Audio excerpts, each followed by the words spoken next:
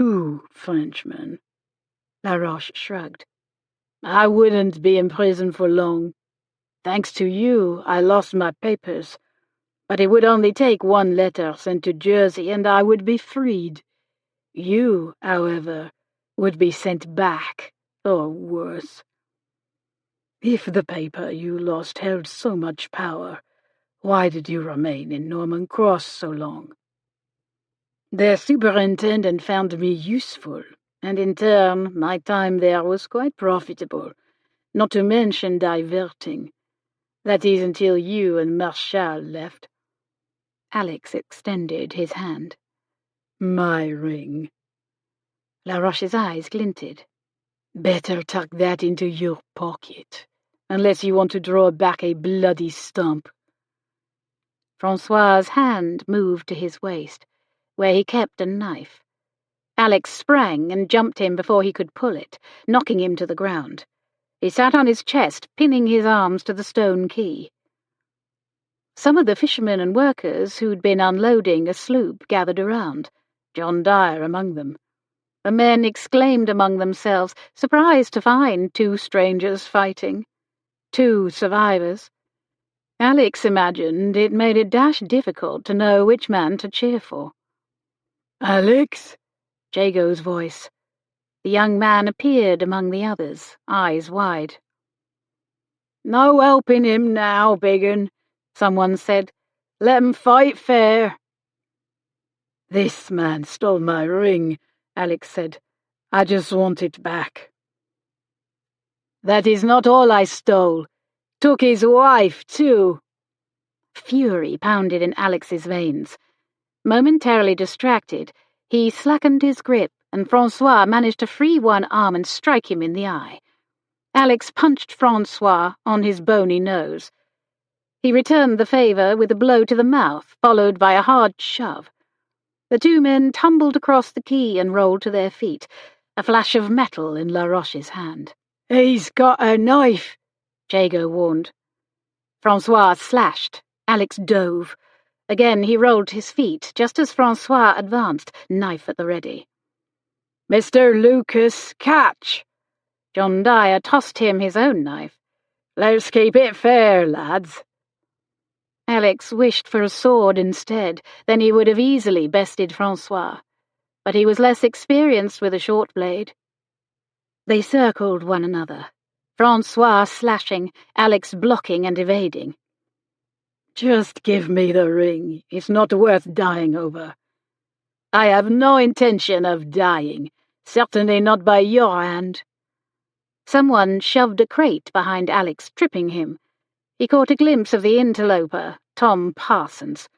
Alex fell back and Francois lunged. John Dyer stuck out his boot, tripping him in turn. Francois dropped to his knees with a curse. "You lot, break it up." 2 militia officers appeared up the street and turned their steps toward the harbour. The crowd quickly dispersed, some men to their own boats or back to work on the sloop. Francois glanced at the approaching officers, then pulled off the ring. "See how it feels." He reeled back and threw it toward open water. Shock thundered through Alex as a flash of gold flew over his head. "No!"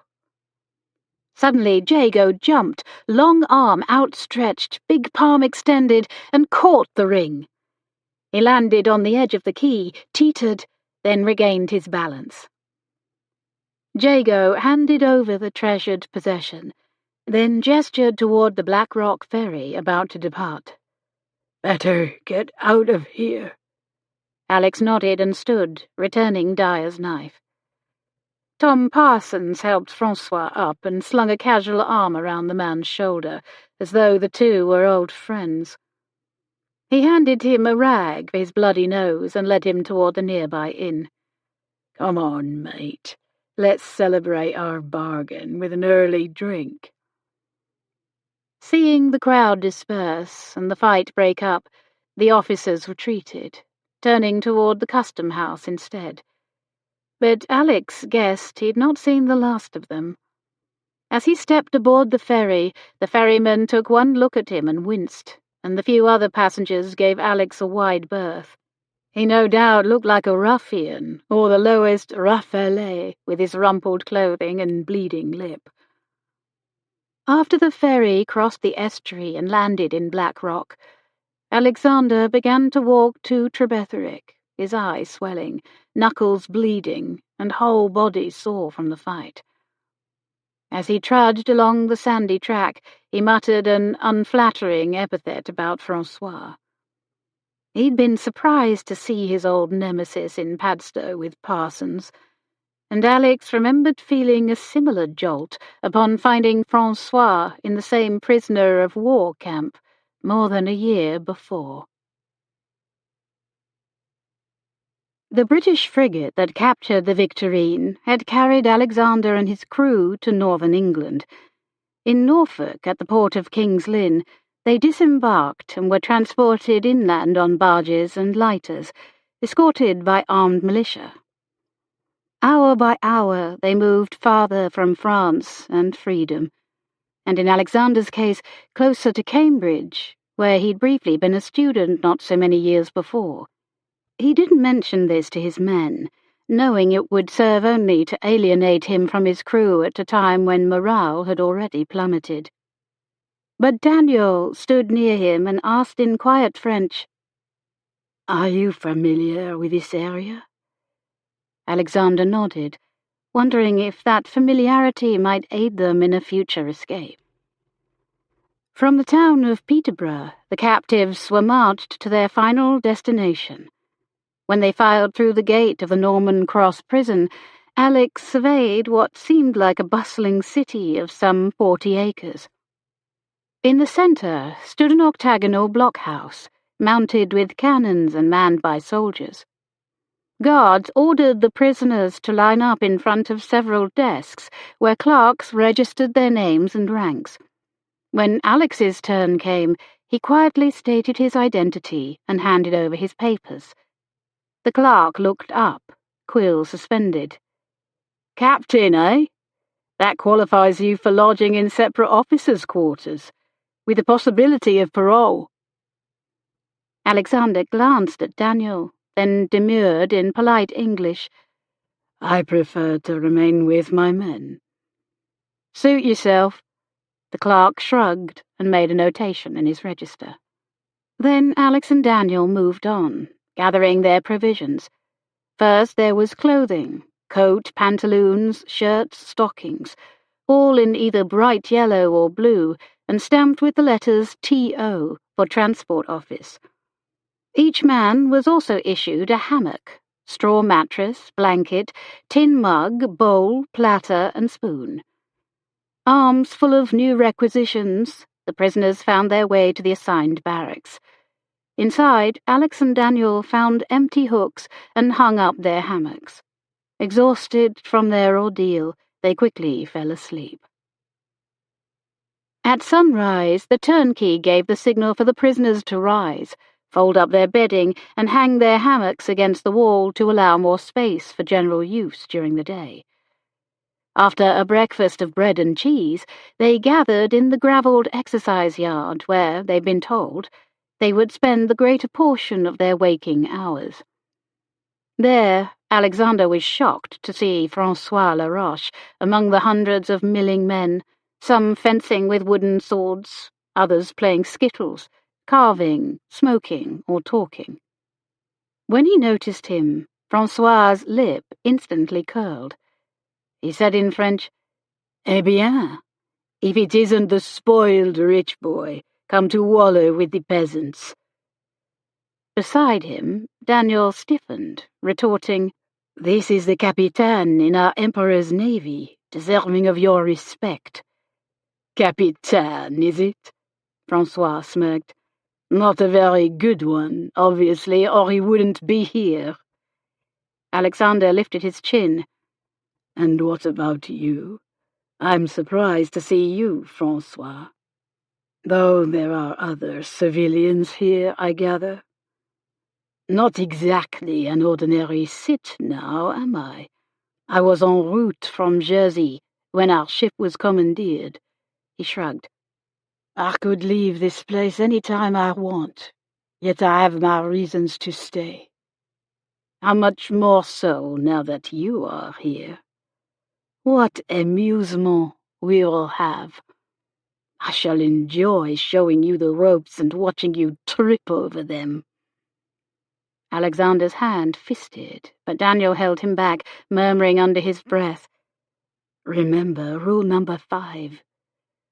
Right. Fighting, quarrelling, or exciting the least disorder is strictly forbidden."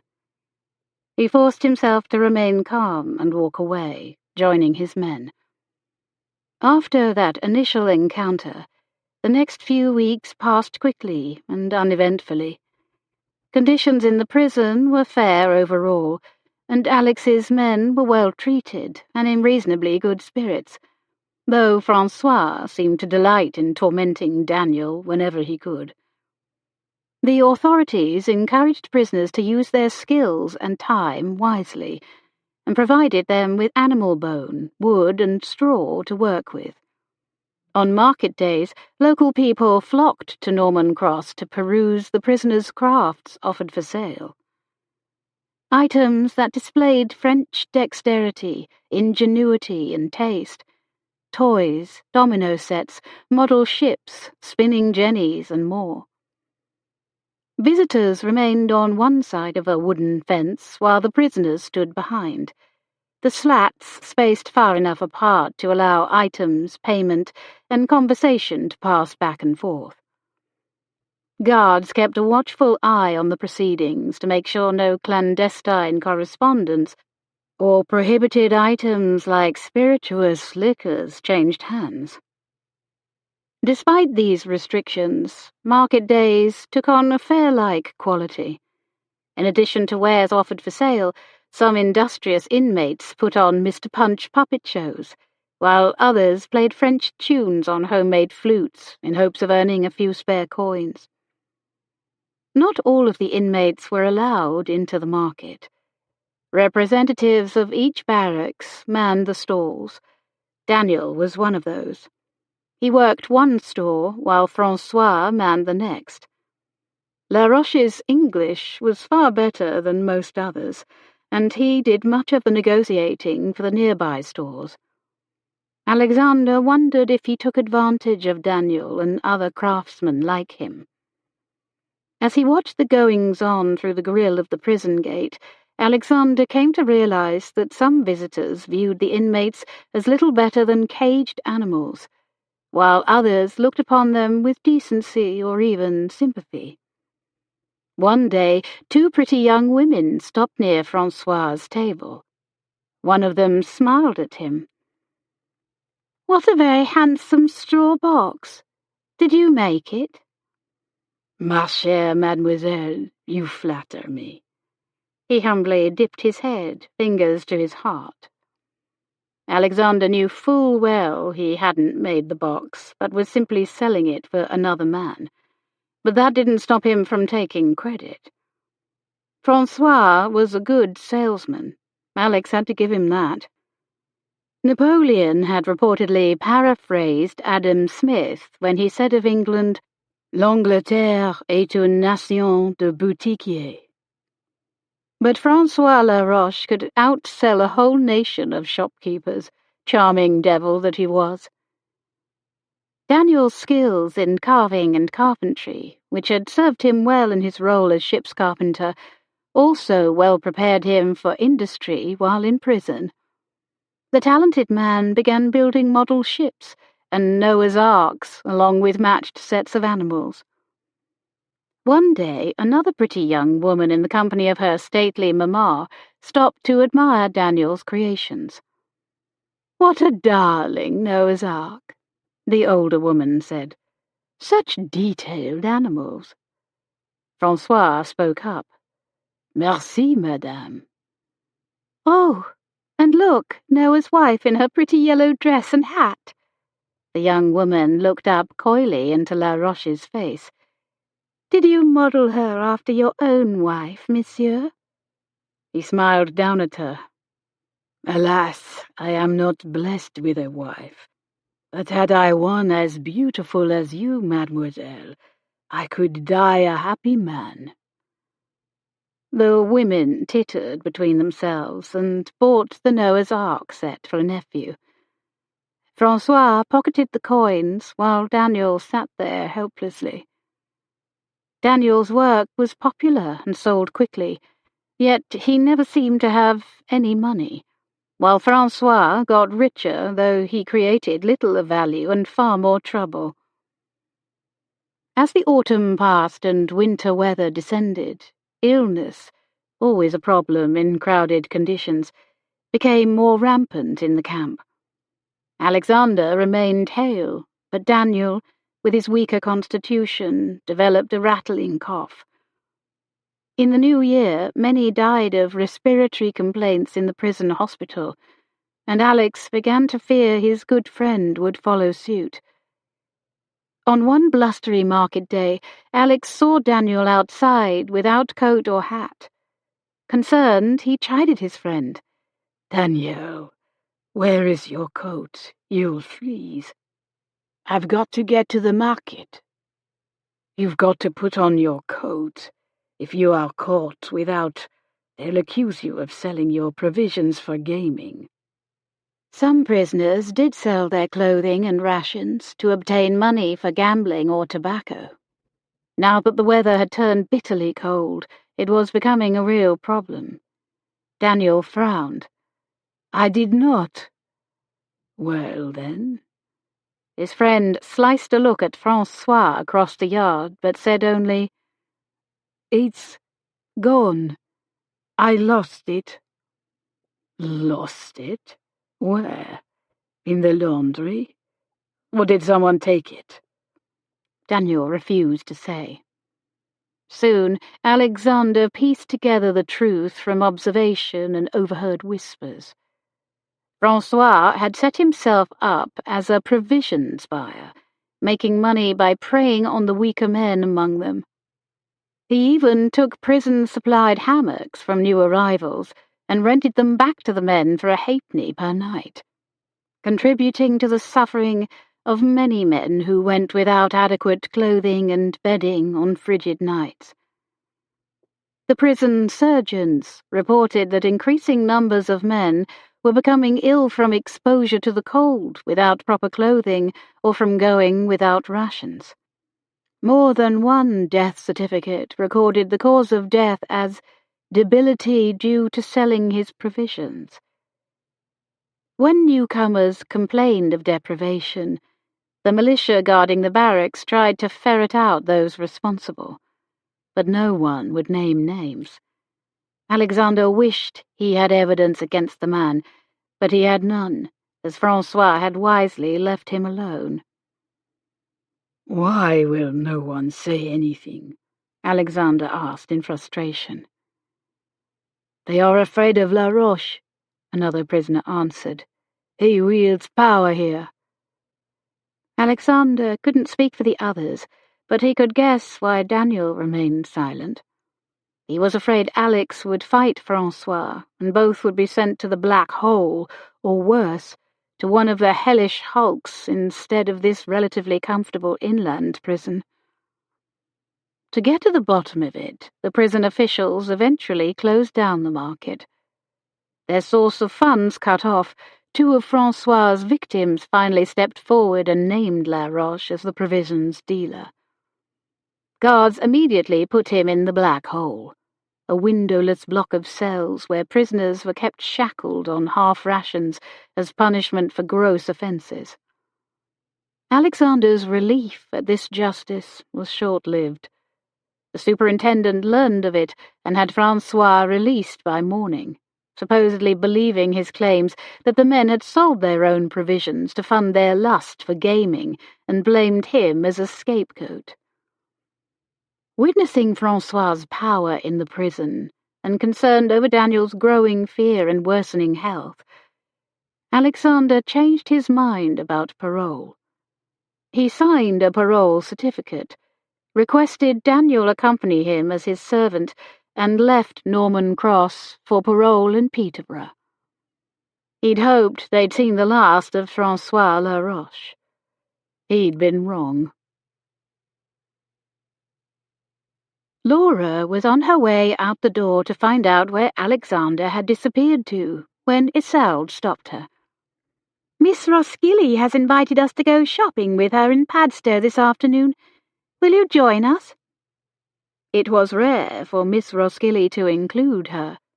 Laura realized she should have been gratified, but was instead distracted by more important matters. "I don't think so, Isolde, but thank her for me." Isolde shrugged. "Suit yourself." Laura was just stepping through the garden gate when Alexander returned, head hung low. He glanced up, and she got a better look at his face. Seeing his swollen eye and cracked lip, alarm shot through her. "What happened?" "I went to Padstow to find a ship. Instead, I found Francois and Tom Parsons." "Oh, no. Are you all right?" "I will be." "No luck finding passage?" He shook his head. "Not yet. The sailors I spoke to seemed suspicious of me for some reason." "Perhaps because of this?" She handed him the newspaper and waited while he read it. He looked up at her dully and handed the paper back without a word. "I think it's time you told me the truth, Alexander, if that is your real name." He looked around and lowered his voice. "I am sorry I didn't tell you earlier. As I mentioned, I've learned not to trust others." She huffed. "I've given you every reason to trust me, and I can prove it." "How?" She led him away from the house so they wouldn't be overheard by Wenner or Newlyn.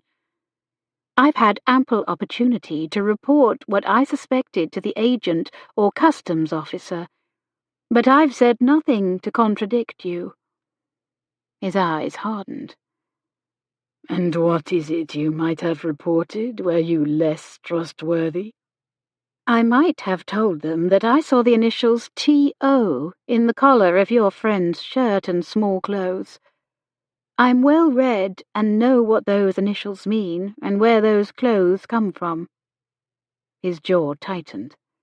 "Do you, indeed?" She nodded. "The transport office.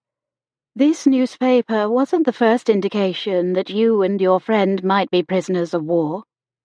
I'm also fairly certain that your name is not Lucas. Am I right, Captain Carnell?"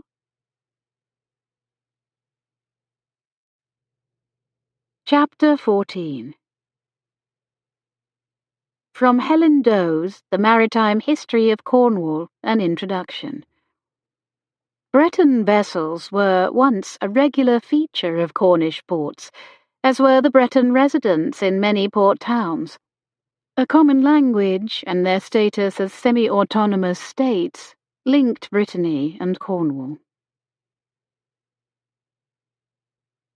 A tense moment followed Laura's challenge. Alexander grimaced and looked around. "Where can we talk privately?" Without a word, she led him to Miss Chegwin's cottage, knowing the older woman wouldn't mind, and that she and Jago had gone to take a meal to the Penberthy family. Laura supposed she shouldn't risk being alone with the man, now that she knew he was a French prisoner of war. But logical or not, she wasn't afraid of him.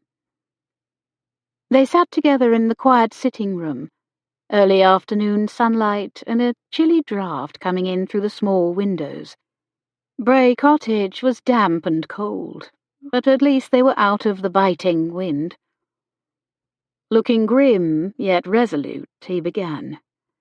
"You are right. My name is Capitaine Alexandre Lucas Carnell." Laura had guessed as much, but still flinched to hear him say the words, the name, with a decidedly French pronunciation. She drew a shaky breath and asked, "A captain of—" "The French Navy." Just as Laroche had intimated. A lump of betrayal lodged in her throat.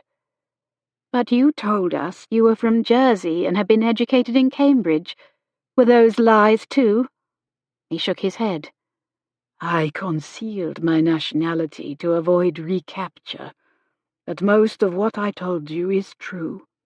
I spent many happy summers with my grandparents who lived on Jersey, and yes, I was educated in England as well as France. My mother was a British diplomat's daughter. That is how she met my father, who is from Cornwall."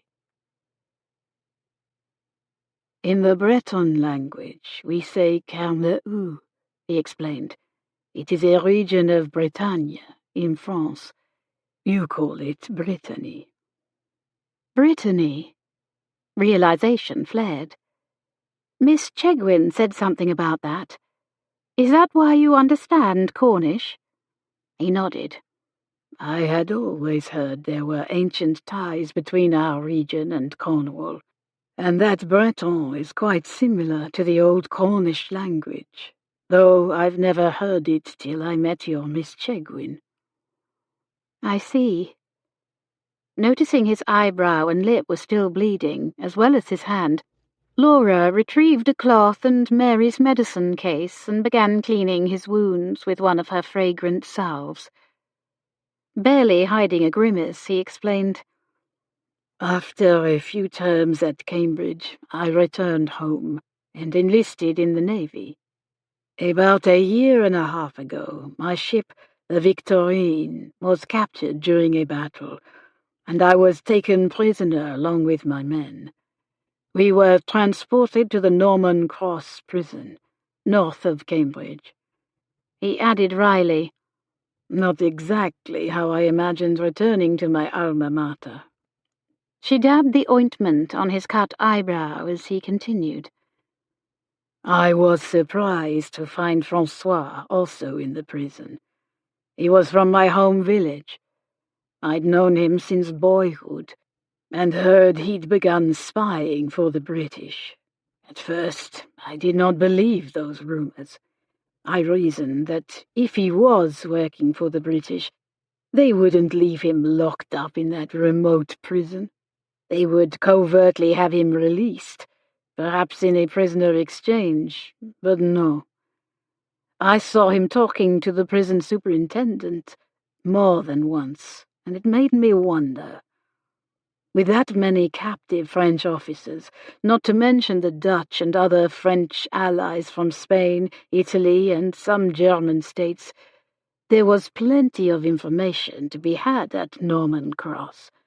And although clandestine correspondence was prohibited, some sneaked through, especially among the paroled officers. Francois hinted that this was why he stayed." She moved on to his injured mouth, lingering there, noticing again that his lips were fuller at the center. "For some time I lived in the barracks with my men. The place was overcrowded, but being an officer, I was eligible for parole in a neighboring town. When conditions in the prison worsened, I accepted. It wasn't true freedom, as we were required to remain within the town limits and observe a strict curfew. But once on parole, I was able to send and receive a few clandestine letters of my own.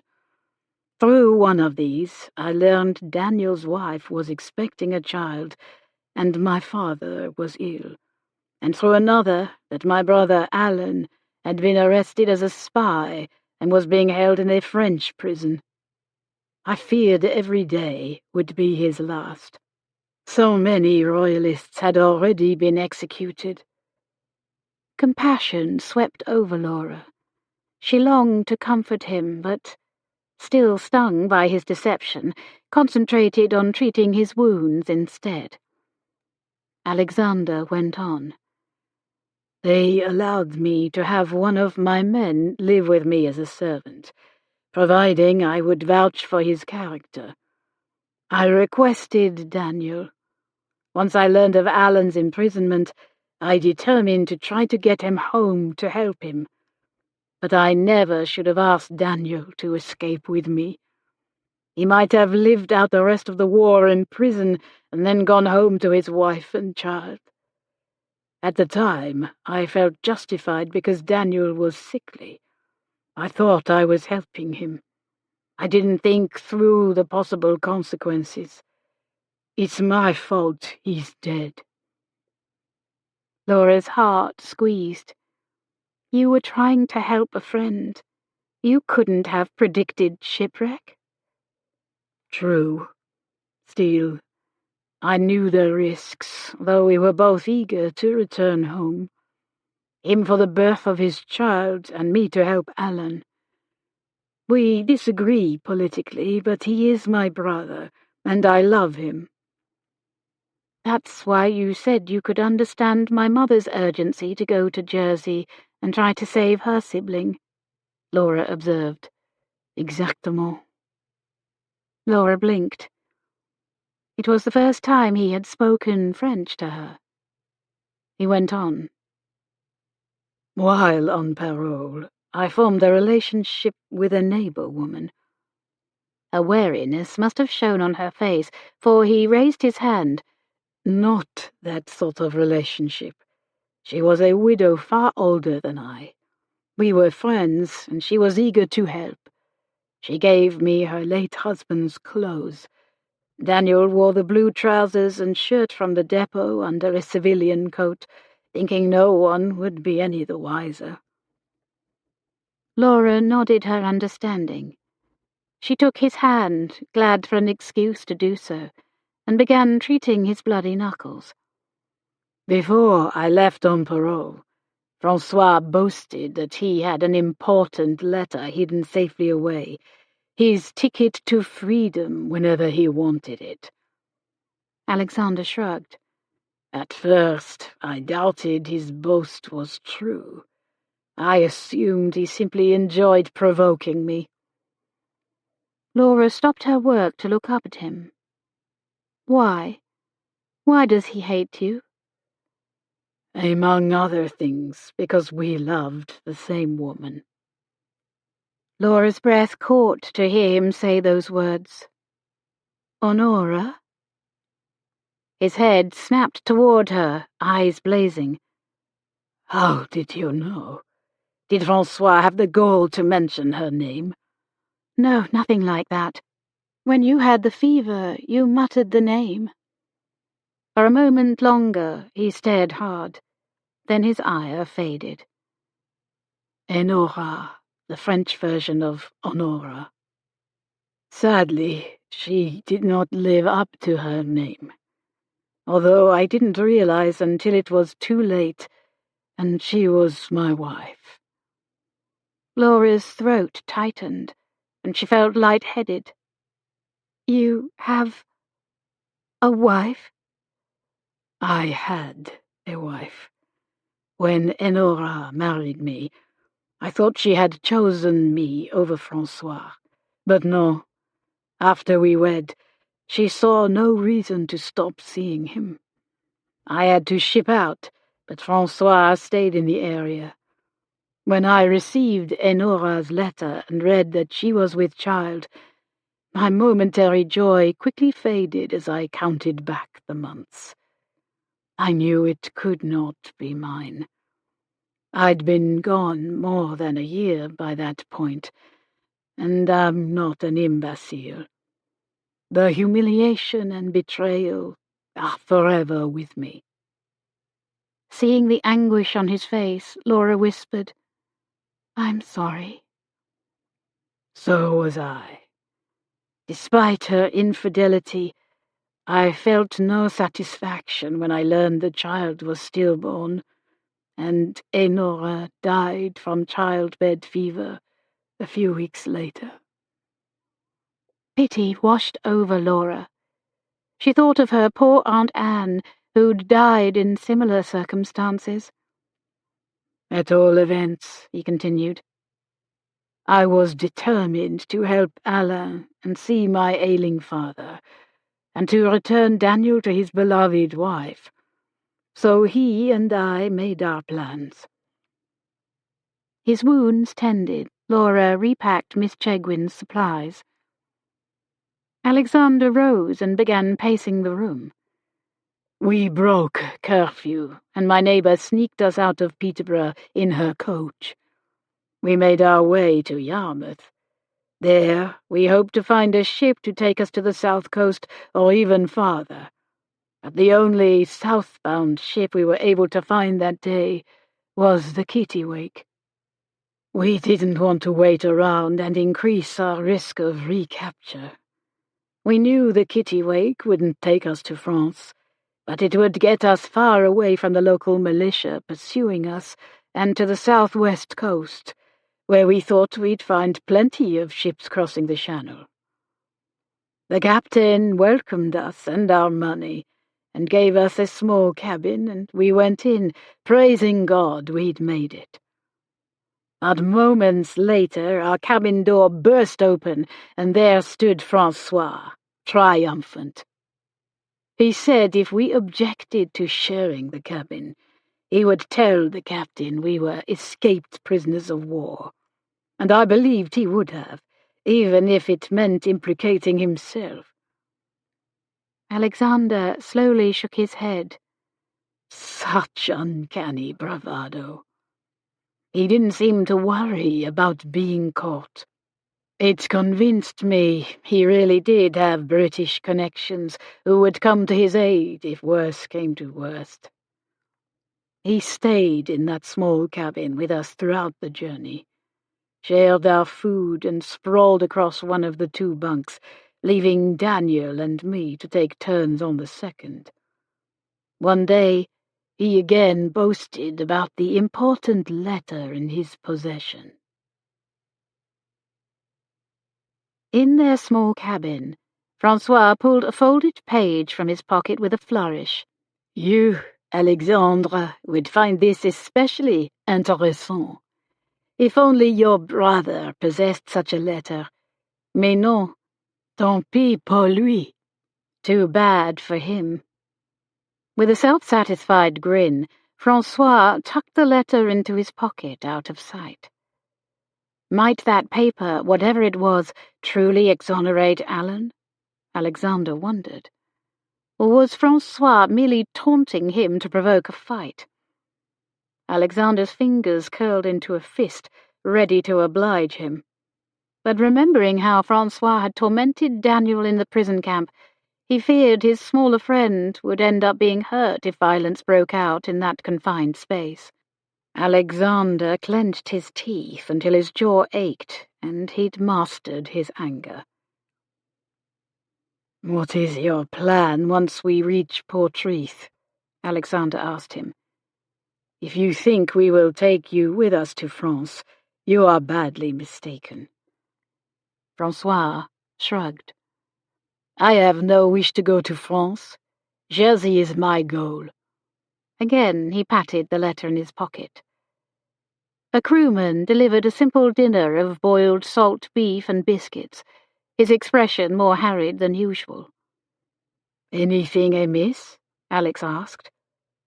"Heavy seas, sir. Captain says it ain't safe to enter the harbour at Portreath. We have to go farther. Sure to be a long night." Alex sent Daniel a concerned look, wondering how this delay would affect their onward travel plans.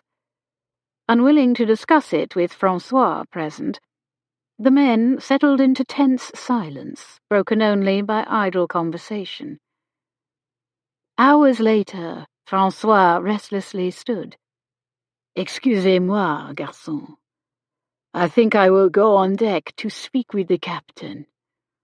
He opened the door, and before he closed it, smirked, saying, "Don't talk about me while I am gone." When his boot steps faded, Alex sat on a low stool facing Daniel on the bunk. The two shared a long, sober look. In a low voice, Daniel asked in French, "What should we do about Francois?" "I don't know." "Do you think he will betray us to the authorities when we land in Cornwall? Him with his powerful letter and us with nothing?" "It is a possibility." He is up there ingratiating himself, no doubt, to the captain and crew." Alexander hadn't thought of that. "What can we do? It will be our word against his." "But you sound like an Englishman. He does not." "Nor do you, mon ami," Alexander reminded him. He might be able to talk his way out of arrest, but his friend, with limited English and no passport, could not. "True." Daniel winced in concentration. He glanced at the coil of rope on the floor and asked, "Could we restrain him here in the cabin, just to give us time to put some distance between us?" "Not if a storm is—" The door flew open and they both started. Francois stood on its threshold, knife drawn and a look of triumph on his face, even as his blue eyes sparked with fury. "I knew it. I knew it was only a matter of time until you two plotted against me. Now I shall do to you what you plan to do to me. Merci for the excellent idea." He turned a flint-like face toward Alexander while he pointed his knife at Daniel. "Resist, and your weak little friend will pay the price. You used to have much better taste in friends, but beggars cannot be choosers, I suppose." Gesturing with his knife, he kicked the rope toward Daniel and commanded, "Tie his wrists and ankles securely. No tricks, or you both die. I know you are a sailor who is trained in tying knots." Daniel glanced at Alex, brows high with fear and uncertainty. Alexander nodded back. Daniel proceeded to tie him up as directed, and he was indeed proficient in tying knots. Once Alexander was restrained, Francois cut off a length of rope and tied Daniel's wrists to a bunk chain. Over his pounding heart and swirling thoughts of escape, Alexander became aware of other noises. Howling wind, lashing waves. The cabin, he belatedly realized, had begun rolling and pitching. He knew the sounds and sensations too well. The storm had intensified. From above came barked commands and shouts of confusion. The crew and ship were struggling. Everything in Alexander wanted to assist them. "Francois, release me so I can go help," he urged. "It's a storm, a violent one by the sounds of it." "Nice try. I am in earnest. You can tie me up again if and when we reach safe harbor, but let me help now." Another smirk. "Not afraid of a little rough water, are you, Capitaine?" Francois gathered his belongings, then turned back. "Before I go, there is one more thing I need from you." He squatted behind Alex and wrenched the ring from his finger, whispering slyly in his ear, "I have taken your wife and your brother. Why not this too?" Then Francois straightened and strode from the cabin, slamming the door shut behind him. When the echoing slam faded, the sound of the wind, waves, and shouts of alarm seemed to fill the cabin.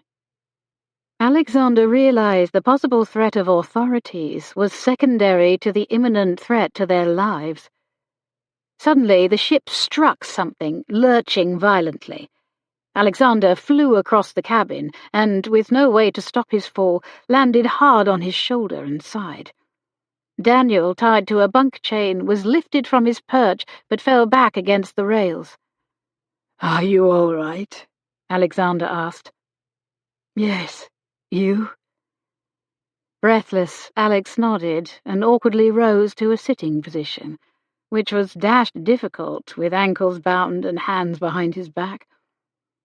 Above them, he heard more panicked shouts and the captain trying in vain to keep his men on task. "Remain calm! Stay at your posts! Down helm! Sheets up! We've got to lift her off!" Alexander had experienced similar chaos when the Victorine was captured, and from the keening sounds the ship was making, he knew they were in serious danger. He struggled against the ropes to no avail. "God help us," he prayed. Then, with a battle cry, he yanked at his bonds with all his might, not caring if he scraped off every layer of skin or dislocated his wrists. He managed to wrench free his hands, his skin flaming, but at least he did not dislocate or break any bones. Then he untied his ankles. From the bunk, Daniel urged, "Go, save yourself." "I will not leave until you are free." Francois had tied a proper knot on Daniel, and the more he struggled, the tighter it became. "My carving tools," Daniel shouted. "In my pocket." Alexander found a likely tool and began cutting away at the rope. Water flowed beneath the cabin door, and Alex soared all the faster. If Francois had realized the danger, would he still have trapped them?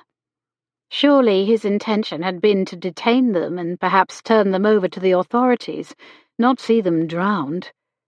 Either way, anger seared Alex, burning hotter than his blazing wrists. Finally, Daniel's hands were free. Thankfully, Francois hadn't bothered to tie Daniel's ankles as well, for by then water was gushing into the cabin. Alexander sloshed to the door. "I am going after Francois." "Be careful. I'll join you as soon as I find my knapsack." Daniel frantically searched the small cabin. "Don't be long." Alexander pushed open the door against the flow of water and bolted up the narrow stairs as though climbing a waterfall. When he reached the deck, he saw Francois roll up the folded paper he had taunted Alex with and shove it inside a silver flask. Alexander guessed he'd stolen the flask from among the crew's belongings to protect his prized letter. The crew had no doubt been too busy trying to save the ship to notice the theft. Nor did they seem to notice the passengers now, clustered as they were on the elevated quarterdeck, with one terrified youth perched in the rigging above. Remembering La Roche's hints that the letter might help and perhaps even save Alan, fierce determination swept over Alex. He charged across the deck and grabbed at the flask, trying to wrench it from his clutch. Francois took a swing at his head. Alex ducked and kicked the man's legs out from under him. With the two still gripping hands over the flask, they fell hard to the deck, which tilted at a precarious angle, water rushing over its rails. They wrestled through the icy flow. Alex managed to jerk the flask free, but Francois drew his knife and shoved it into Alex's side. Pain fled. Flask in one hand, Alex pressed the other to his wound and made one final lunge at his foe. But injured as he was, he fell short, and the flask went sliding across the deck. For a few moments, Alex lay there in the water and his own blood, stunned and winded. Then Daniel knelt at his side. "Capitaine, are you all right?" "Been better," he muttered. "Find your knapsack?" "No, but that's hardly important now." "We must stop Francois," Alex panted. His friend helped him to his feet, and together they moved to the rail in time to see Francois rowing away in one of the Kittiwake's lifeboats. The second was floating away empty and useless. "The devil!" Daniel cursed. They were too late. Alex didn't see the flask anywhere and assumed Francois had taken it with him, and all his hopes of saving his brother with it. As he finished describing that awful night, Laura murmured, "That's why you were injured and your wrists rope-burned." Taking one of his hands in hers, she turned the wrist up and gently stroked the newly healed skin. He nodded, mouth dry. The sensation was most pleasurable, and soon the terrible scenes in his mind faded. Thank you again for saving me, Miss Callaway. I'm sorry I repaid you with less than the absolute truth. Can you understand now why I want that flask?" "Yes." Then he noticed her shiver, began rubbing both arms to warm her. "You are cold, and Miss Chegwin is out of firewood. Let's get you home." Chapter 15. From the West Briton, November 1810. The escapes of French prisoners of war in this country, and especially those on parole, having of late become exceedingly frequent, and such prisoners being in the practice of proceeding to the coast and seizing upon any vessel which they may not find properly guarded, a caution is hereby given to all owners of boats. Together they walked back to Fernhaven. There they stood warming themselves by the kitchen fire, quiet at this time of day, when Wenner rested between meals.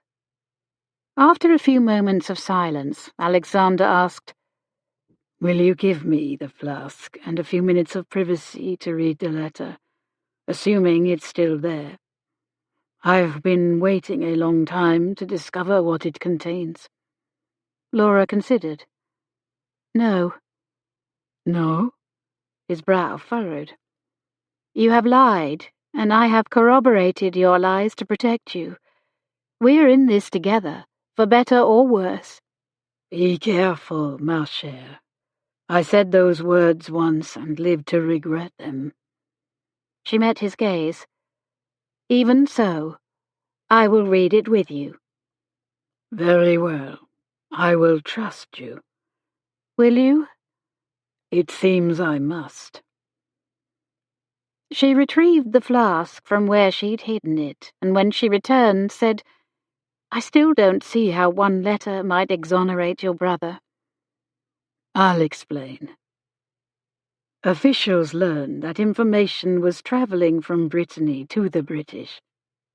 They had traced the source to a port near our home and began searching for an informant. François fell under suspicion, and I believe he pointed a finger at Alain to save his own neck."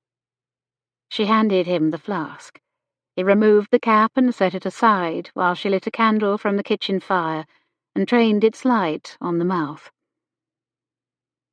"I don't see anything," she said.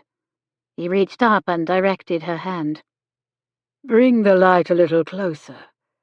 She did so, and glimpsed paper curled around the interior. "There is something." With his finger, he drew out a rolled letter. Straightening it, he began reading, and soon grimaced. "So, the rumors about François were true. This is a letter to him from the British officer, Philippe Duvergne." The name didn't sound British to Laura, though it did seem vaguely familiar. "I believe I've seen his name in the newspapers." Alexander nodded. "Duvergne is stationed on Jersey. He sends men into France to gather information to help the British. Our government knows of him, has even contemplated another invasion of Jersey to stop him, but it has not yet transpired." He raised the letter. "This proves François is working for the British, or was. It does not directly exonerate Alain, but hopefully, with this evidence that the local informant they were seeking was La Roche, they might release Alain." He looked toward the door. "I have to take this to France.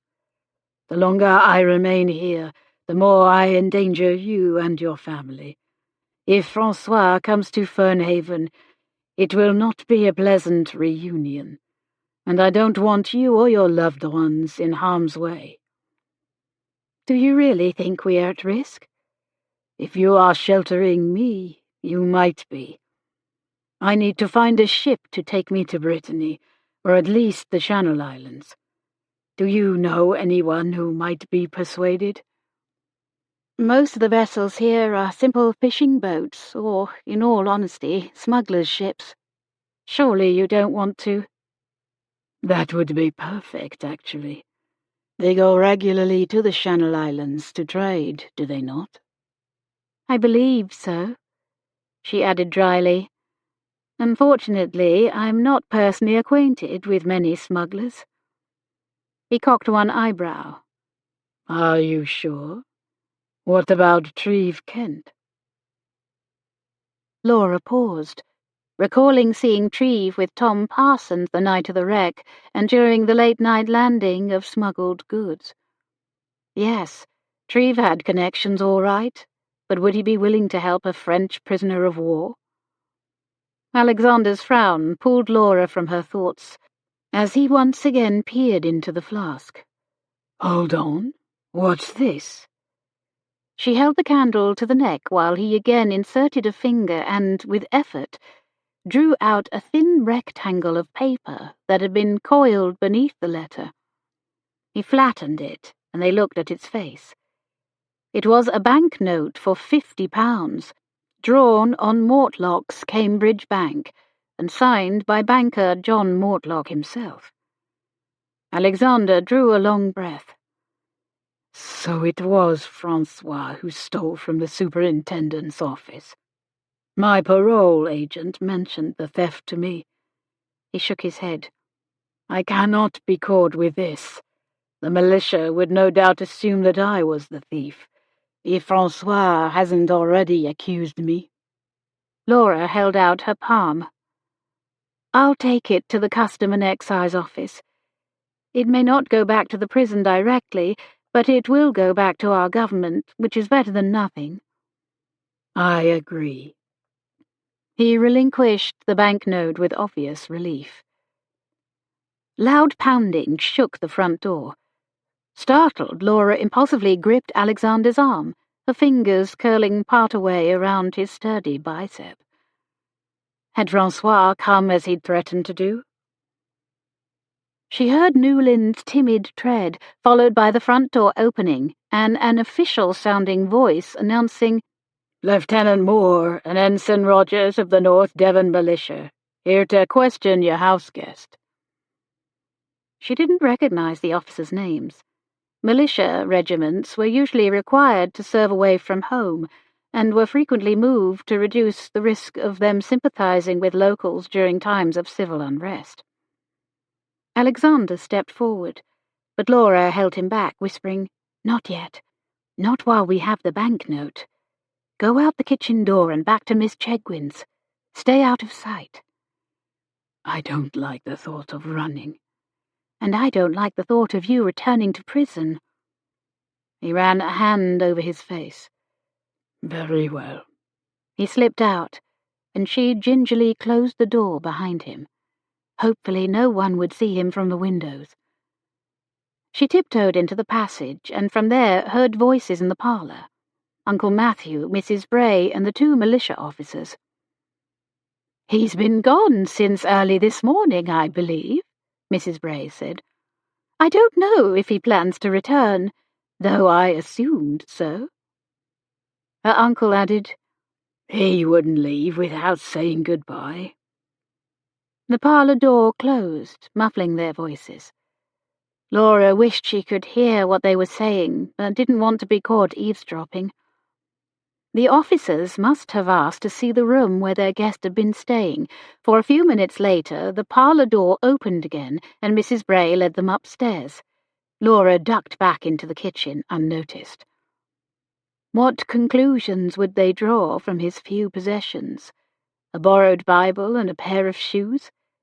Had he left his watch? Would they open the back as she had done and see it had been made by a French watchmaker? Unlikely. Thankfully, he possessed little else to give away his nationality.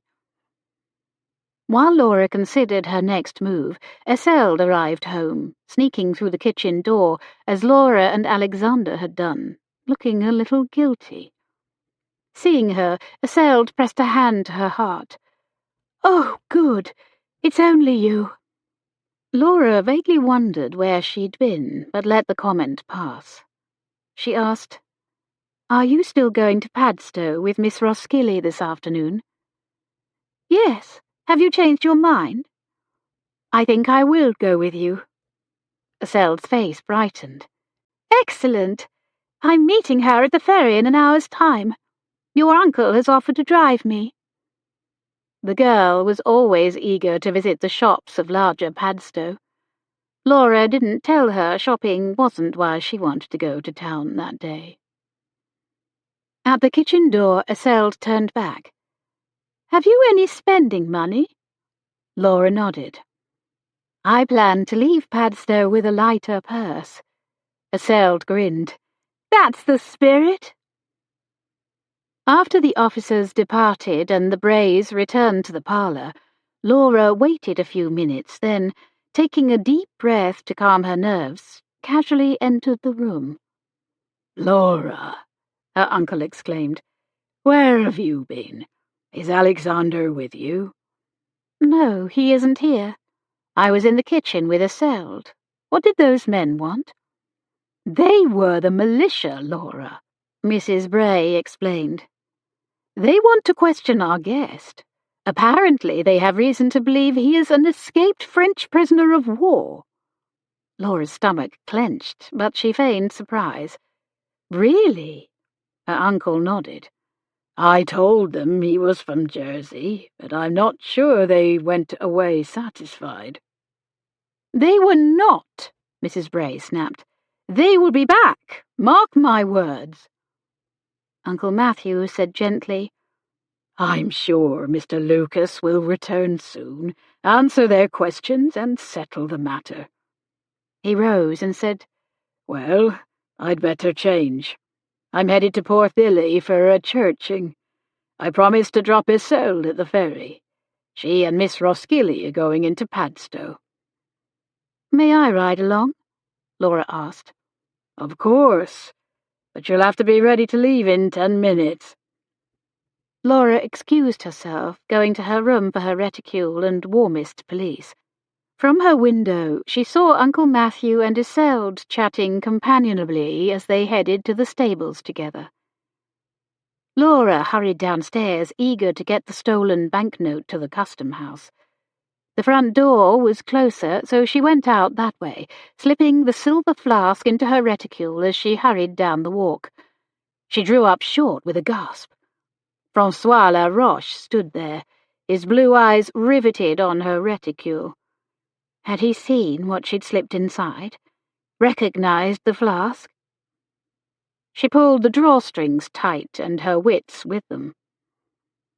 "Bonjour, mademoiselle," he purred in his unctuous voice. "Monsieur Laroche, you startled me." "Did I? I said I would pay a call. And what, Miss Callaway, did I see you hide in your bag?" "Hide? I'm merely gathering everything I need for an afternoon shopping."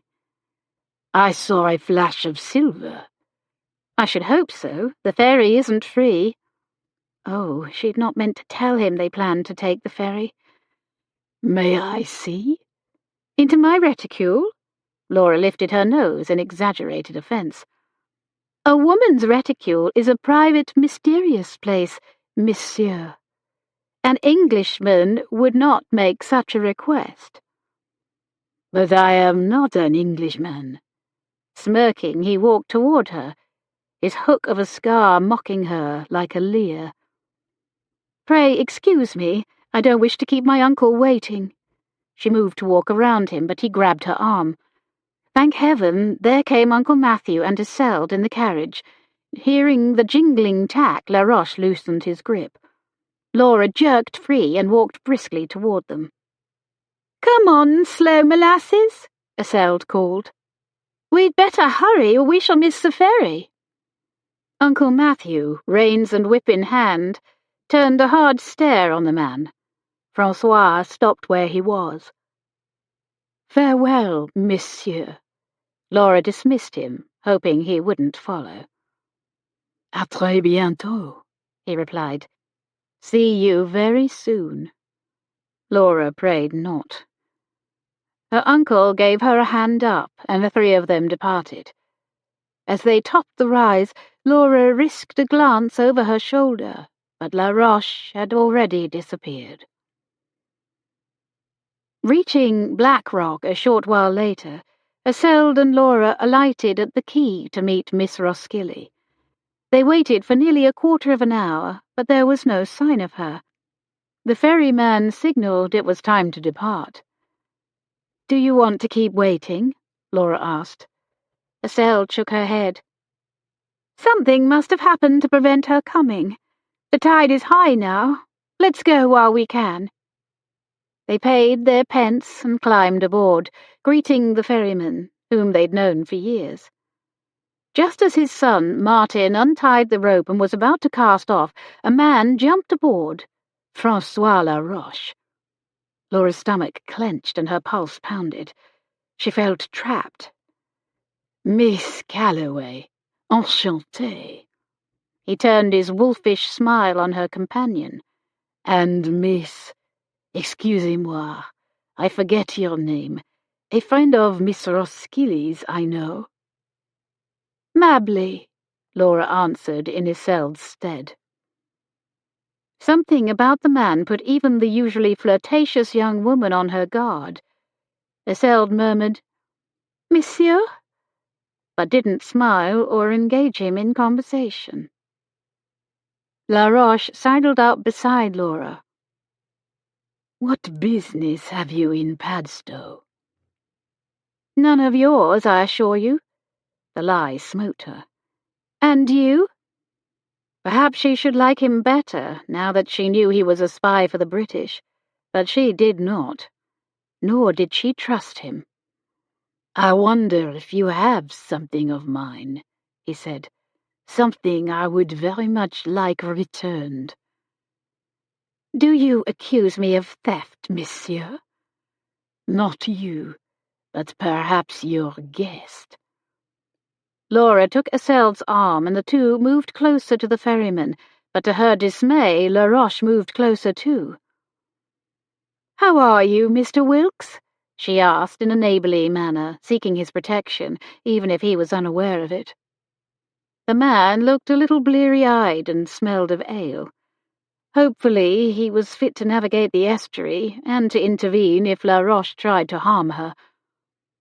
As they neared Padstow, Laura sneaked a small item from her reticule into one of her kid gloves, just in case.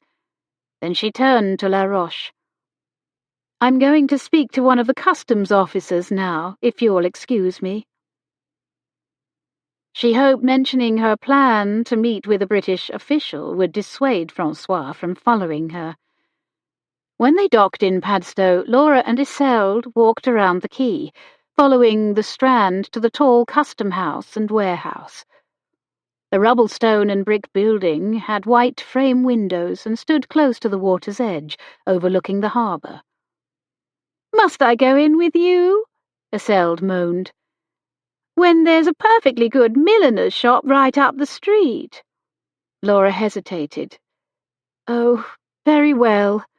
But meet me back here. Don't wander off. I may need you." "Need me for what?" "Never mind. Just don't be long." No sooner had Isolde entered the milliner's shop than Francois stepped in front of Laura, blocking her entrance to the custom house. "Again, mademoiselle, I must ask if you have something that belongs to me." The door opened, and a man in a dark, unpretentious uniform stepped out, drawing up short at finding two persons in his way. "May I see the officer in charge?" Laura asked him. "Certainly. Right this way, miss." He held the door for her. Francois followed her inside. Surprised, Laura hissed under her breath, "Are you sure you want to be here?" Looking bored, the man at the desk asked, "Yes, what is it?" Laura glanced at his nameplate.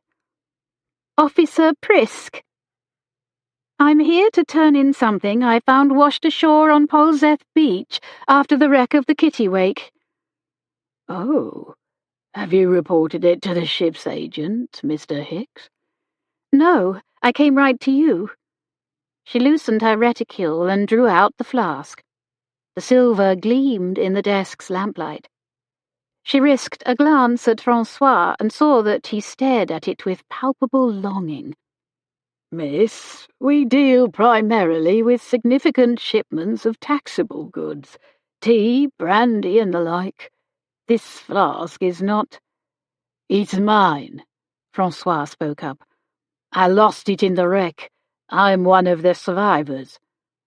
Really? The man's eyes narrowed. A Frenchman, are you? Yes, but I am here legally. Really? The officer turned to Laura. Do you know this man, miss?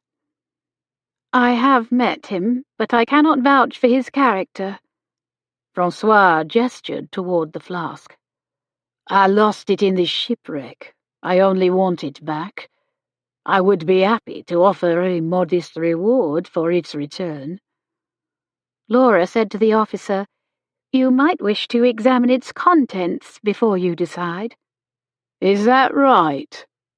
Francois's eyes hardened. I repeat, it is mine.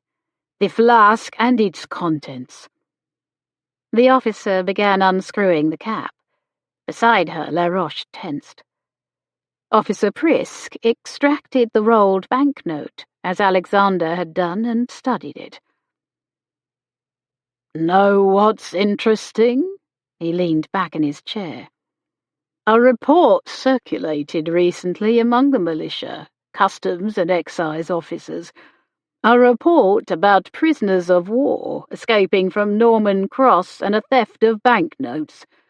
Banknotes drawn on Mortlock's Cambridge Bank, very much like this one.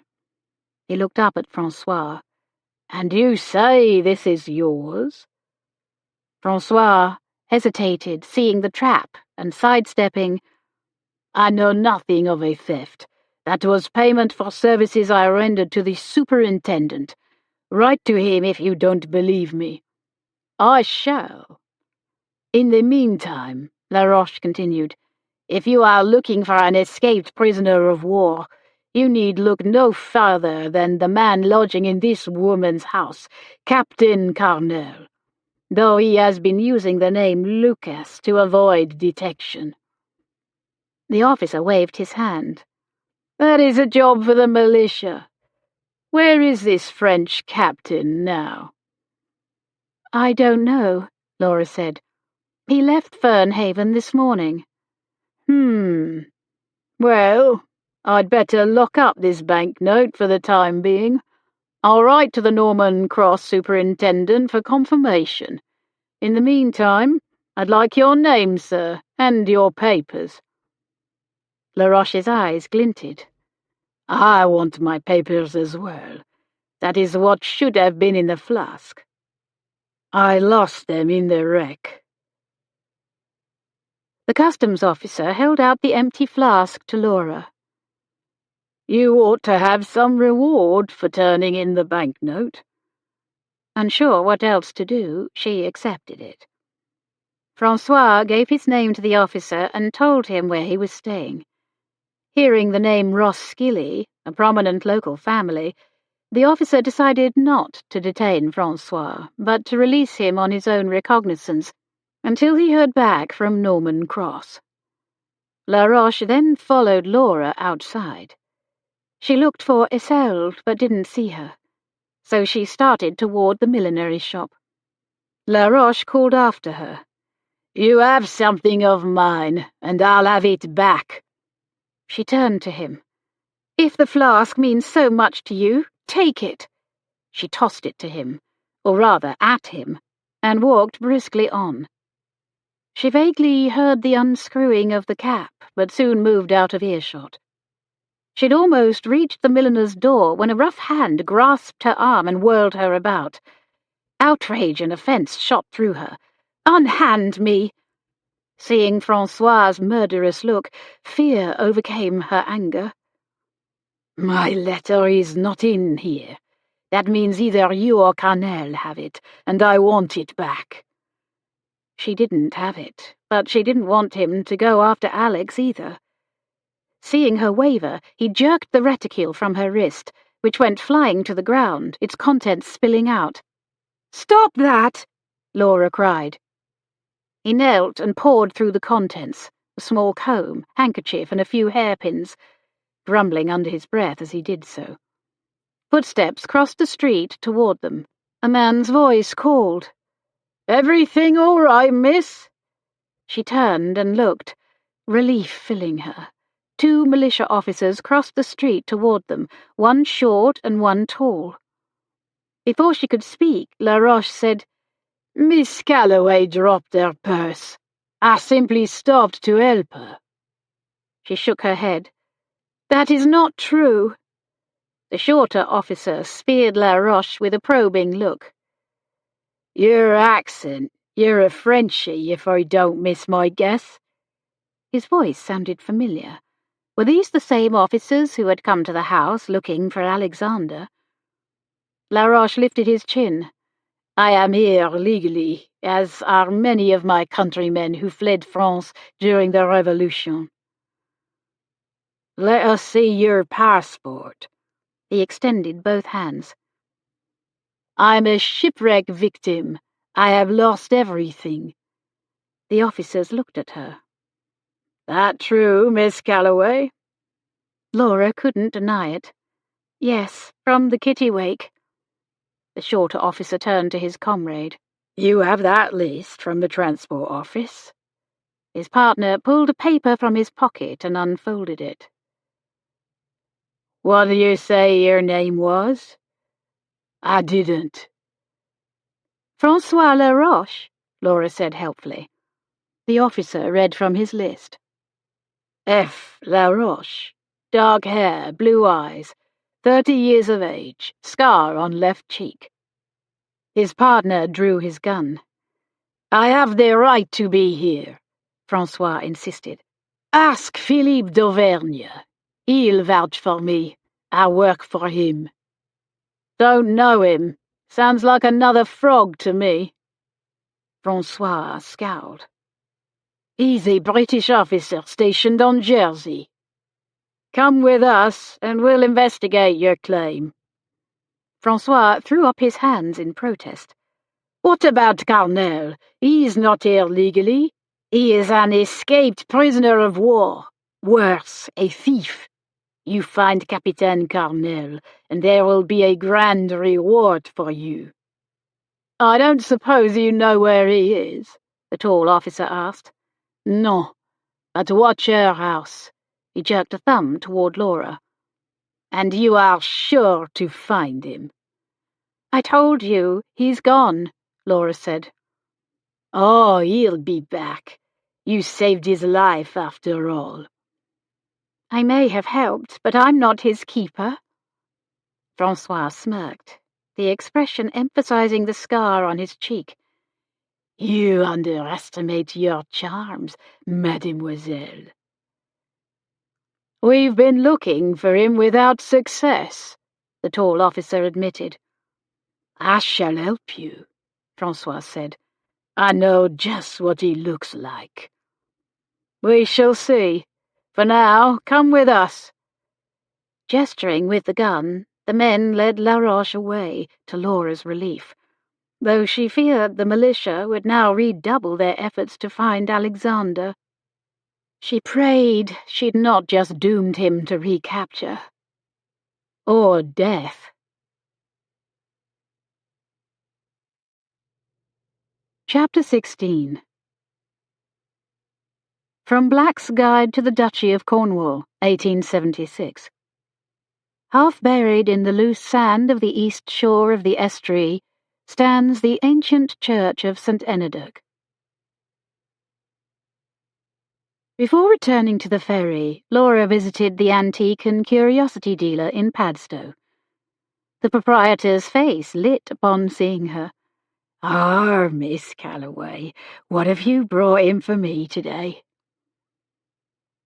Laura reached into her glove, where she'd hidden her treasure, then placed the gold salamander brooch on the counter. A short while later, errand completed, Laura walked to the milliner's and all but dragged Eseld from a displays of bonnets, ribbons, and lace. Together they returned to the harbour to await the ferry. They reached Black Rock as evening fell, and Uncle Matthew was waiting for them at the ferry landing. There was still no sign or message from Cana Roskilly. Eseld was quite worried about her friend by this time, and pleaded with Matthew to drive to their house. He eventually relented and turned the horse toward Pentarglade, though doing so would add a few miles to their journey. "I do hope she hasn't fallen ill or something," Eseld said. "It isn't like her to not keep her appointments without at least sending word." Laura couldn't blame Eseld for her concern, but she was even more concerned about Alexander. Would he still be at Miss Chegwin's? She longed to confide in her uncle, but thought it best to hold her tongue. When they reached the Roskilly's drive, a groom helped Eseld alight, and she hurried into the house while Laura and her uncle waited outside. Eseld returned a few minutes later with Dr. Kent. "The family is upset," Perry explained. "There's been a theft. The money raised at the charity ball is missing, as well as a pair of Cana's earrings." Uncle Matthew's expression fell. "I'm very sorry to hear it." "I know you are." Eseld squeezed his hand. "I'm going to stay with Cana for a while. Her father has gone for the constable." Uncle Matthew nodded, eyes troubled. "Kind of you. I'd stay too, but Mrs. Bray is expecting me." "I will make sure Eseld gets home safely, sir," the young man offered. "Thank you, Perrin." Offering his arm, Perry led Eseld into the house, and Laura and her uncle started back toward Fernhaven. "I'm sorry, Uncle Matthew," Laura said. "I know you have your heart set on restoring St. Enedoc." He nodded again, but said little, clearly distracted and disheartened by the setback.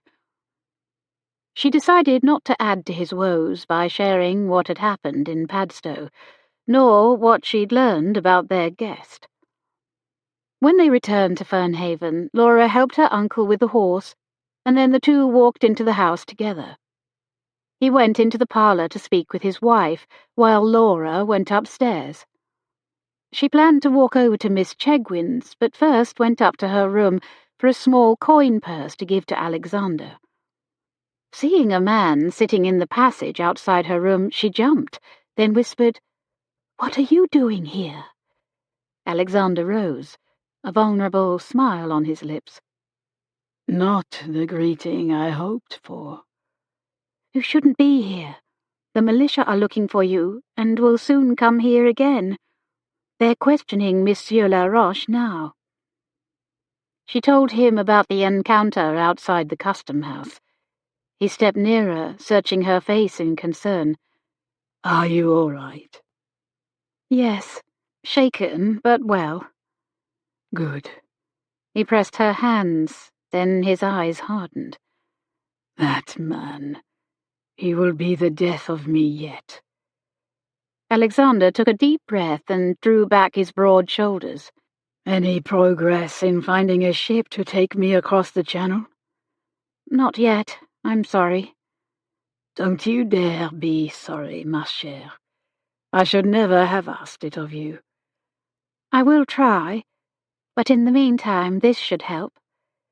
She extended the money from the sale of the jeweled salamander. He'd been right. It was worth a good deal. He shook his head. "No, Miss Callaway, I cannot accept it, but thank you." The sound of distant men's voices came from outside. Laura looked out a dormer window and saw figures with lanterns approaching, two in uniform and a third man. Laroche? "Shh, they're coming." She pressed a finger to her lips, then turned him by the shoulder. "Go out the back again. Run. Hide. If you are captured, you'll be sent back to prison or even shot." His mouth tightened. I don't like to run like a frightened rabbit searching for a burrow to hide in. I know, she said, but remember, if you are caught, you won't get home to your brother. He winced and sighed. So be it. For Alan and his family, I will go. He started toward the stairs, then turned back. I have to tell you something before I leave. What is it? He pressed his lips to hers, silencing her with his mouth. For a moment she stilled in surprise, then kissed him back, wishing it were not a kiss goodbye. He broke away and smiled into her eyes. That is what I had to tell you. She managed a wobbly grin. I'm glad to hear it. Quickly sobering, she all but pushed him toward the stairs. Now go. He slipped quietly down them and out the back door as 2 militia officers and La Roche came through the front gate. Laura paused where she stood. Alexander saying the word burrow belatedly gave her an idea of where he might hide. Grabbing her cape and gloves, she hurried out after him, catching up with him in the back garden. What are you doing? He hissed. Going with you. I know where you can hide, and you'll need me to help you. She led the way up the track, past the abandoned drive. The ice cellar? He asked. She shook her head. Too risky. My uncle and Estelle know about it. They might guess I would hide you there and tell the militia. They stayed in the shadows as much as possible, following a line of scrubby tamarisk bushes to the nearest dune. The wind gusted, stirring sand into their eyes as they went. Finally, the narrow track led them to St. Enodoc, the partially buried church. Laura retrieved the rope from the sexton's shed. Then they continued through the lich gate into the churchyard. She scurried up the grassy mound and onto the roof, and Alexander followed. Are you sure about this? He asked. Have you a better idea? Just keep running. Then how would I get word to you about a ship captain willing to take you across the channel? Good point. Very well. I'll go down, but if they find me here, it will be like shooting fish in a barrel. The officers are not local men.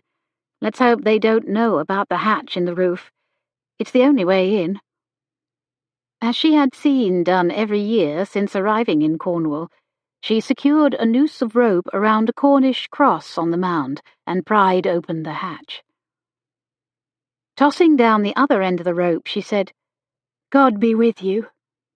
And with you, ma chère.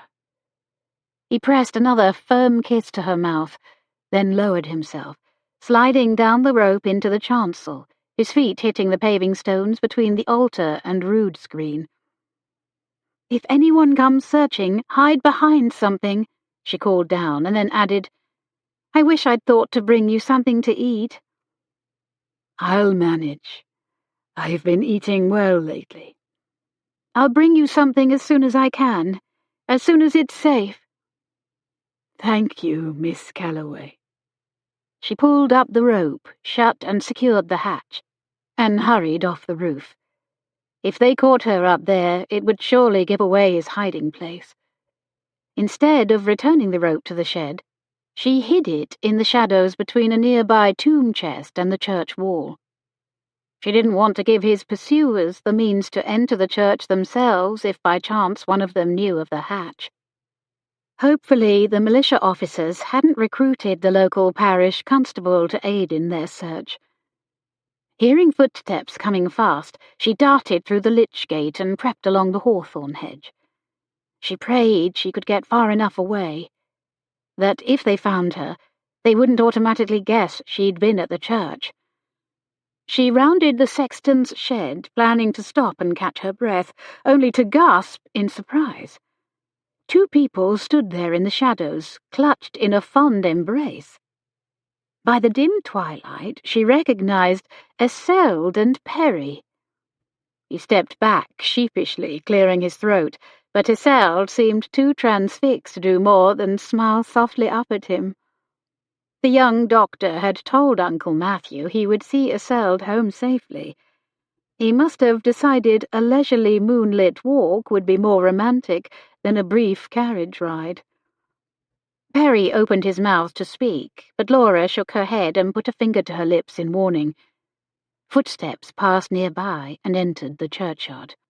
"Let's search the church," a familiar masculine voice called. The militia officers she'd met in Padstow, Laura guessed. Was Francois still with them? Her heart beat hard, and her palms perspired. She drew in shallow breaths, straining to hear, and caught the sounds of scraping footfalls and a muttered oath. "Cursed sand is covering the door." And it would be difficult for them to see inside, Laura reassured herself, assuming Alex hadn't done something foolish like find a flint and light a candle.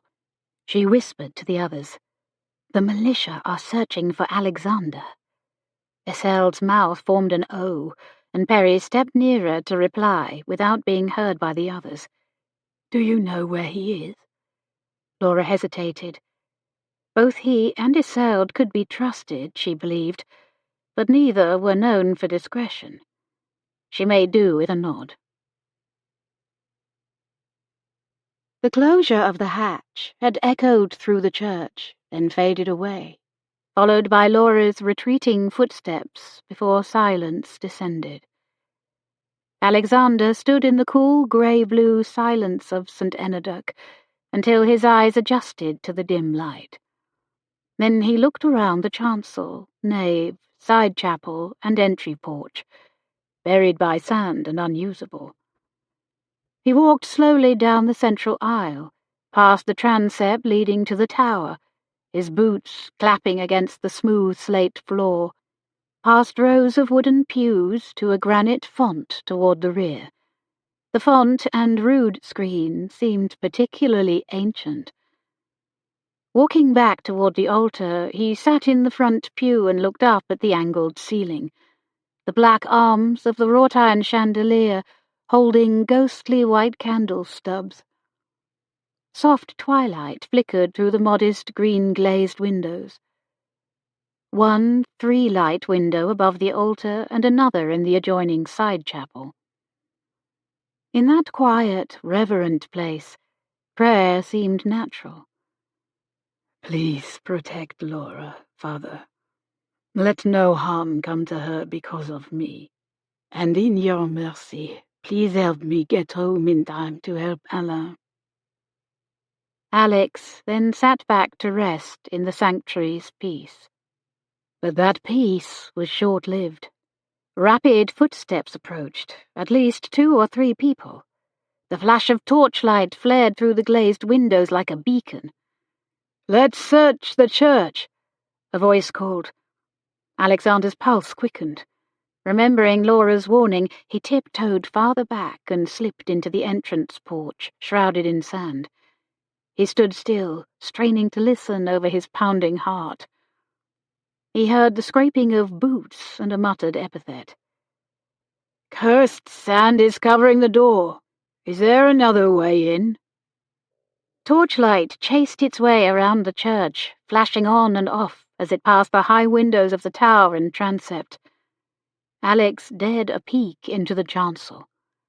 Ghoulish faces pressed to the glass, trying to see inside. He ducked back into the porch, behind the arched doorway, breathing hard. Could they see him? He doubted it, but better safe than sorry. What should he do if the hatch opened and a searcher descended? Give himself up before violence might be done on either side? Hide in that ancient chest near the font? Try to escape out a high tower window? He hoped it wouldn't come to that. Again he prayed, this time silently and more desperately. "Have mercy, Father." Did he believe God would hear him, answer him? After all, God hadn't prevented his ship's capture, his imprisonment, or the shipwreck. But he had spared his life.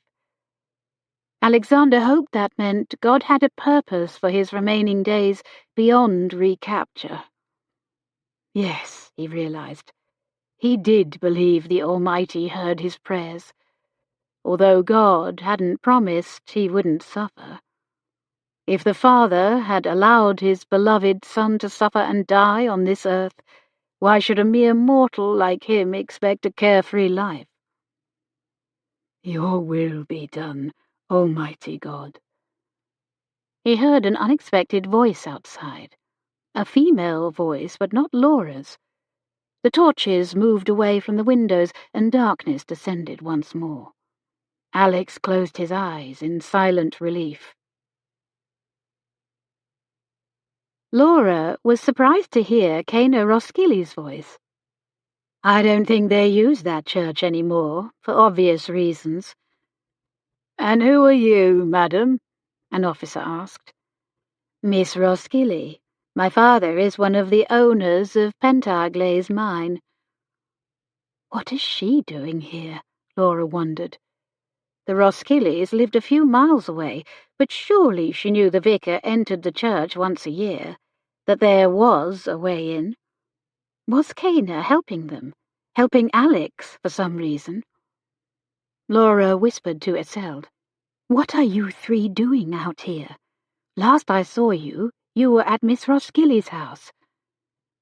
When the constable arrived, Perry drove Cana and me to his house to avoid the unpleasantness, Isolde whispered back. She's staying the night with me. Says she'll feel safer there after the theft. Since Rosallo is only a mile or so from Fernhaven, we decided to walk back, and Perry offered to escort us. When had Isolde and Miss Roskilly become such bosom friends? Laura wondered. Clearly, while she'd been preoccupied with Alexander. How nice, Laura murmured, and found she meant it. She was glad Isolde had a good friend, and that Perry had earned the girl's affection at last. She hoped Isolde would endeavour to deserve him. In the distance, the same officer asked, What are you doing out here alone, miss? Or are you not alone, but with a certain Frenchman? Certainly not. I don't trust Frenchmen. I'm out for a stroll with two friends. They shall rejoin me any time, I'm sure. Laura whispered a plan, and a few moments later the three walked casually through the lich gate. At Laura's nod, they began chatting of nonsense and of the temperate evening, hoping to be heard and avoid any panicked gunshots. As she'd guessed, two officers and Francois Laroche stood in the churchyard near Cana Roskilly. Ah, Miss Roskilly, Isolde began. There you are. We wondered where you got to. Isolde clearly relished her acting debut. Miss Roskilly looked from person to person, no doubt thinking quickly. And here are my friends now. She gestured toward the trio, then explained to them. I heard voices in the churchyard and walked over to investigate. These men were looking for a way in, but naturally I told them there isn't one. Well, there is, Perry began, but Laura silenced him with a quick elbow to the side. He might be a learned doctor, but his ability to read female cues was certainly lacking. Well, there it is, Isolde finished for him, smiling from man to man. Laura was glad at the moment for her cousin's feminine appeal. She really had the most charming smile. The taller officer smiled back, while the other remained aloof. Laroche scowled. The stern, shorter officer asked, Did you see a Frenchman? A Captain Carnell? Out here somewhere? We thought he'd be with Miss Callaway there. The officer nodded toward Laura. Miss Callaway is with us, Isolde said, sliding a protective arm around her. The shorter officer frowned at Miss Roskilly. I thought you said 2 friends. Well, yes, but I didn't want to mention the gentleman. I wouldn't malign my friends' reputations for the world. Kaner spoke imperiously, as though greatly insulted, and Laura realized she was the best actress of them all, and more intelligent than Laura had credited. Laroche spoke up, disgust on his face. They are all in on it together. It's obvious. Where did you hide him? Must we search each of your houses? You gallant officers are welcome to visit, of course, Kaner said, but do not bring that man. She pointed at Francois. And don't trust anything he says. We took him in after he was shipwrecked, and how does he repay us? By stealing from us and seducing my lady's maid. Francois smirked. Jealous? Angry I turned my attentions to your French maid, once I realized what a cold witch you are. Whatever the reason, I can only be grateful you left our home. Don't come back. What did he steal? The officer asked. Nothing, Francois insisted. Liar. He stole the money we'd raised at the charity ball and a pair of garnet earrings my maid had taken to clean. Perhaps more. My father is meeting with the constable now. In the meantime, I would lock him up and search him if I were you. Take him to Bodmin jail and save yourself the trouble of recapturing him for arrest. Hell hath no fury like a woman's scorn, Laura thought. She was certainly grateful for the brave young woman's assistance, but she hoped Laroche wouldn't take revenge for her sharp tongue. The Frenchman said, If anyone is a thief, it is Captain Carnel, the man who calls himself Alexander Lucas. He stole my papers. Probably stole your money as well. One of the officers asked Miss Roskilly, Have you seen this Captain Carnel? The young woman shrugged. I've seen him once or twice during his stay, but not recently. Nor do I know where he might be bound. Perhaps Padstow? I honestly don't know his plans. I doubt any of us do. She looked at the trio, who all dutifully shook their heads. Look around you, the young woman added. There aren't many places to hide out here, except perhaps the sexton's shed. Busy Padstow would be a far better place to conceal oneself. Laura almost wished she wouldn't keep mentioning Padstow, for if Laura was successful in finding a ship to take Alex away, it would most likely be harboured there. We'd better be heading back, Miss Roskilly said. She took Laura's arm companionably and started the walk back to Fernhaven. Perry and Isolde followed. The officers made no protest as they left. Laura looked back and saw that one man kept a gun trained on Laroche, while the other searched the shed. Laura wasn't sure the officers believed their protestations of ignorance, but she knew for certain Francois Laroche had not.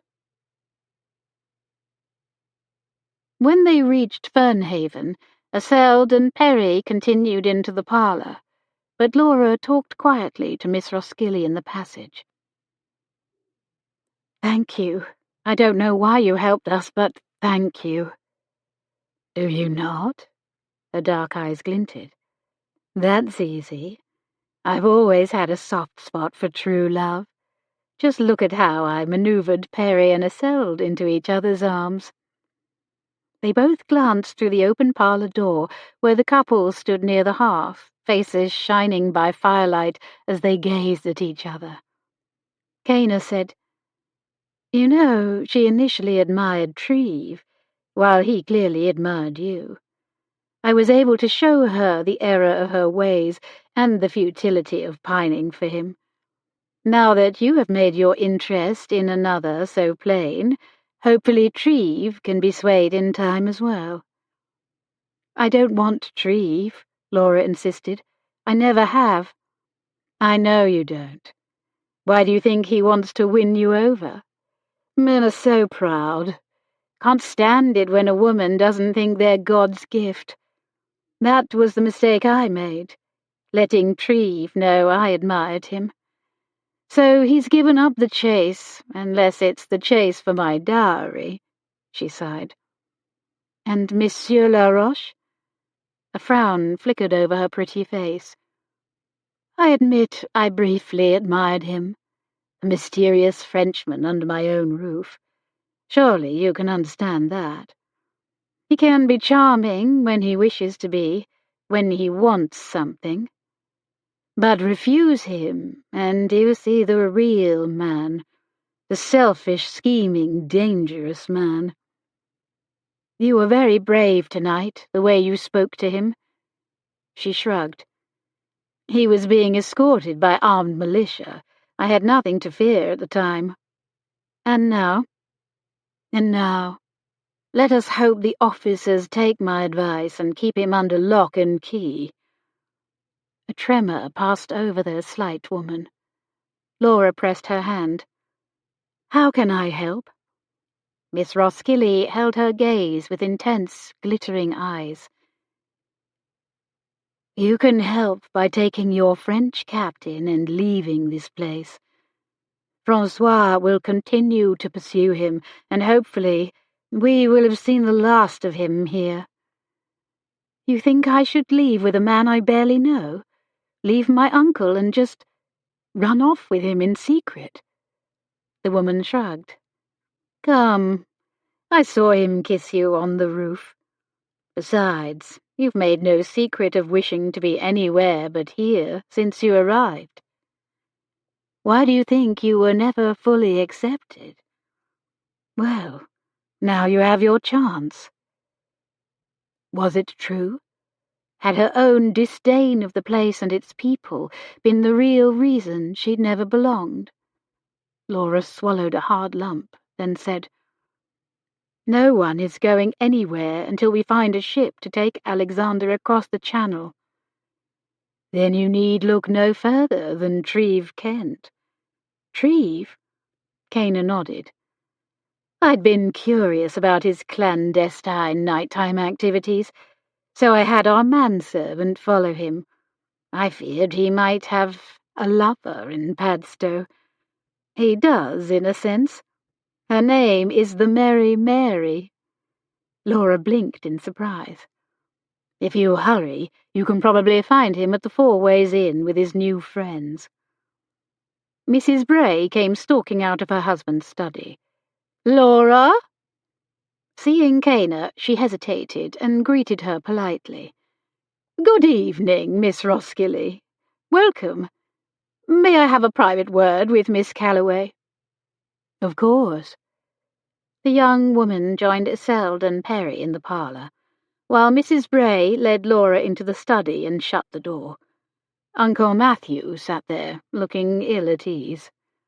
Mrs. Bray hissed, "The militia were here again. I told you they'd be back.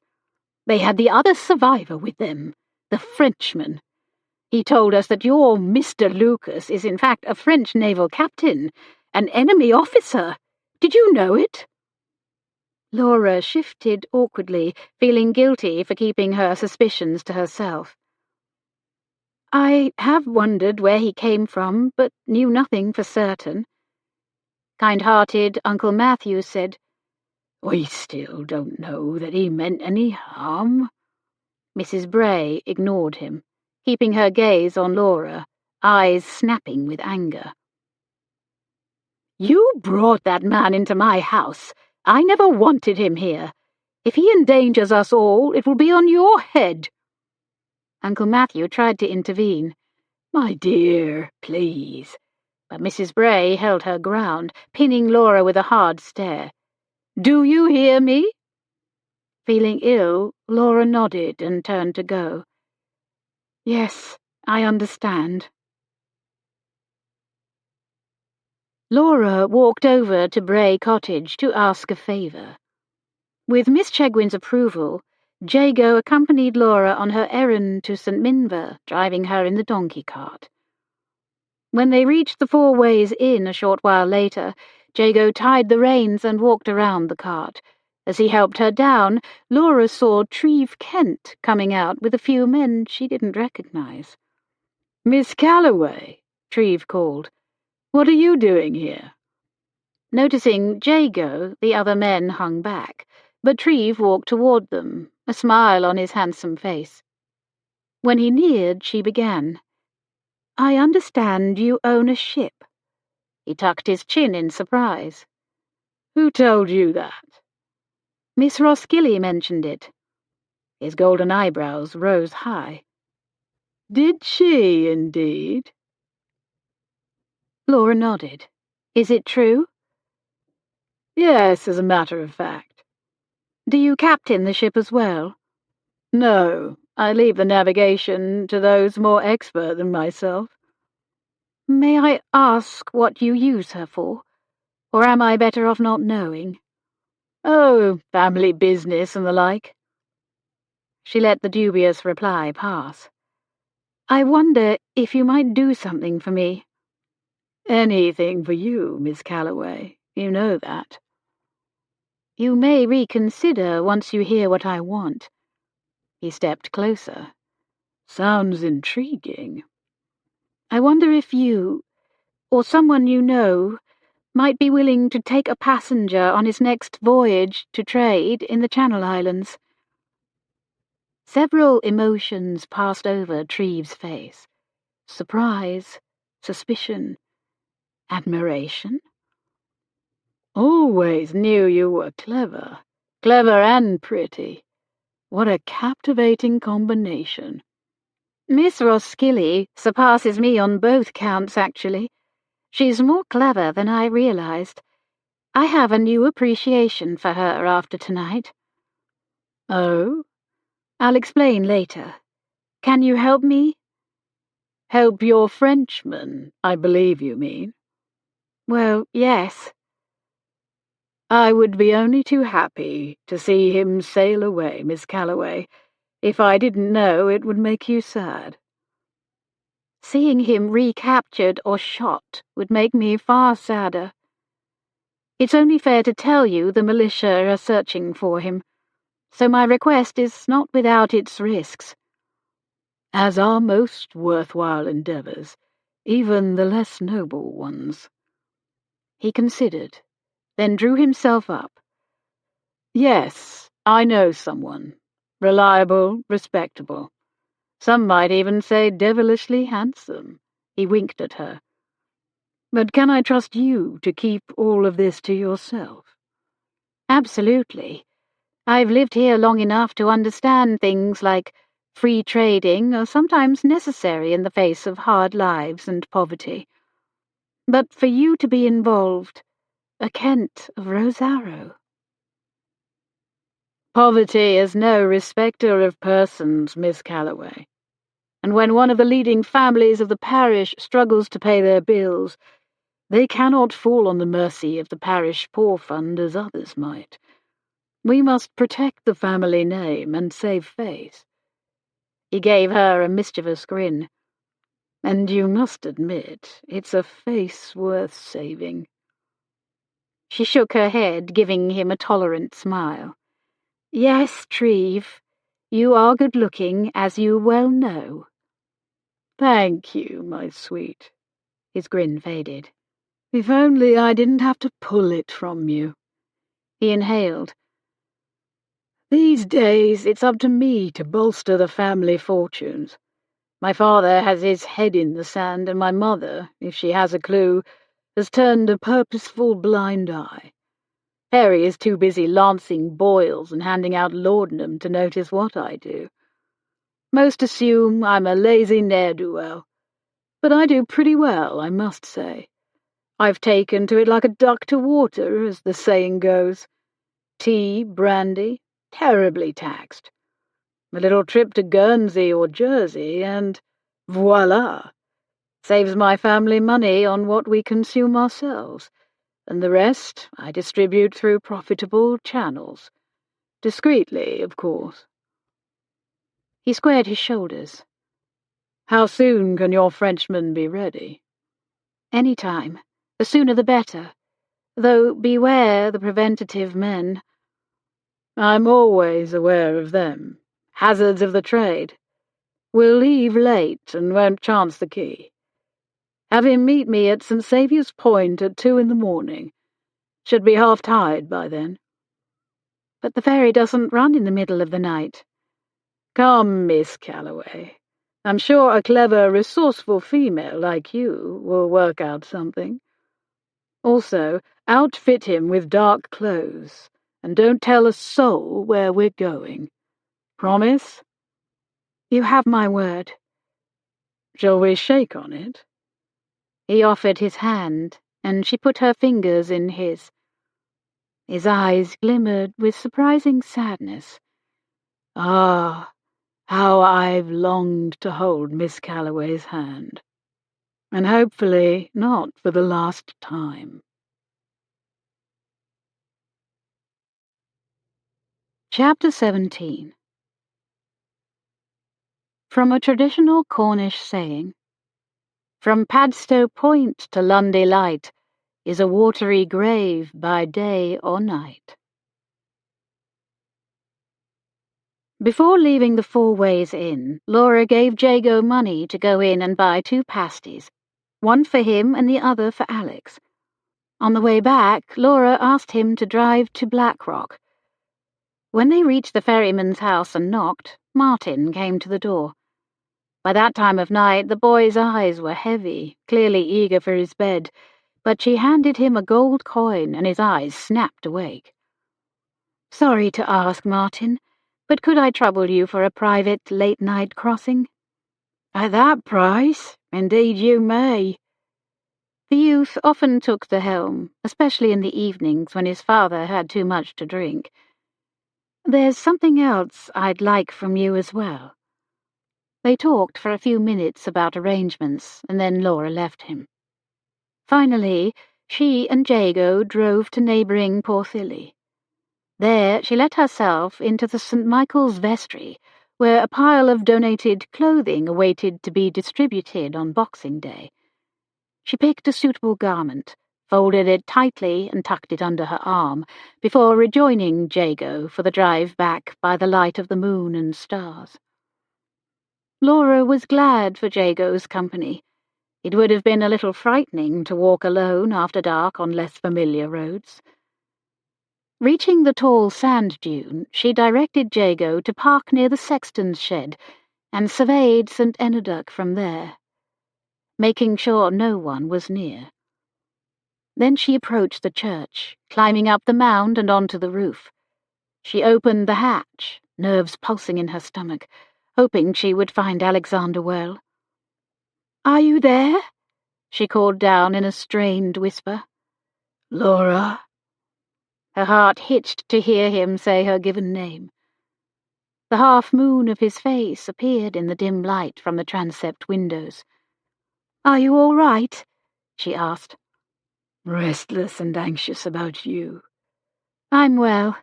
Here, catch." She tossed down the pasty, which he deftly caught. "Eat that, and put this on." He set the pasty aside and extended his hand to catch the bulky garment. "I have to go to Fernhaven before they send up an alarm, but I'll be back to get you out as soon as I can. We are meeting a ship tonight." "I'll be ready." Saying the words aloud solidified the conclusion that had gradually been forming in Laura's mind. We are meeting a ship tonight. This, she realized, was her opportunity to go to Jersey, as she had long wished, to learn the final fate of her loved ones, as she'd helped so many others do. Was it so wrong to want that knowledge, that peace, for herself? And when would she ever have another chance? When they returned to Bray Cottage, Laura went inside to speak with Miss Chegwin. "May I borrow a dark dress?" she asked. Miss Chegwin reared her head back in surprise, but then agreed. "Certainly, my dear." She retrieved an old gown of black crepe and handed it to her. She didn't ask why, but her wide eyes shone with questions and concerns. "Morass, Mumwin," Laura said in trembling Cornish, then quickly embraced the woman. Thanking Jago as well, she departed. Laura stopped at the ice cellar to gather a few more things, then returned to Fernhaven. Setting the items aside, she greeted her uncle and Mrs. Bray, and then made a pretense of going to bed. Newlyn came in as usual to help her undress. "I'm going out again," Laura said to the girl. "I don't want you to worry if you come back in and find me gone, nor to raise any alarm, all right?" Newlyn's eyes rounded like an owl's. "Are ye meeting that Frenchie?" "I will be in the company of 2 respectable persons known and trusted by Mr. and Mrs. Bray. I'd rather not say more." "Are ye eloping, miss?" "No, not that, exactly."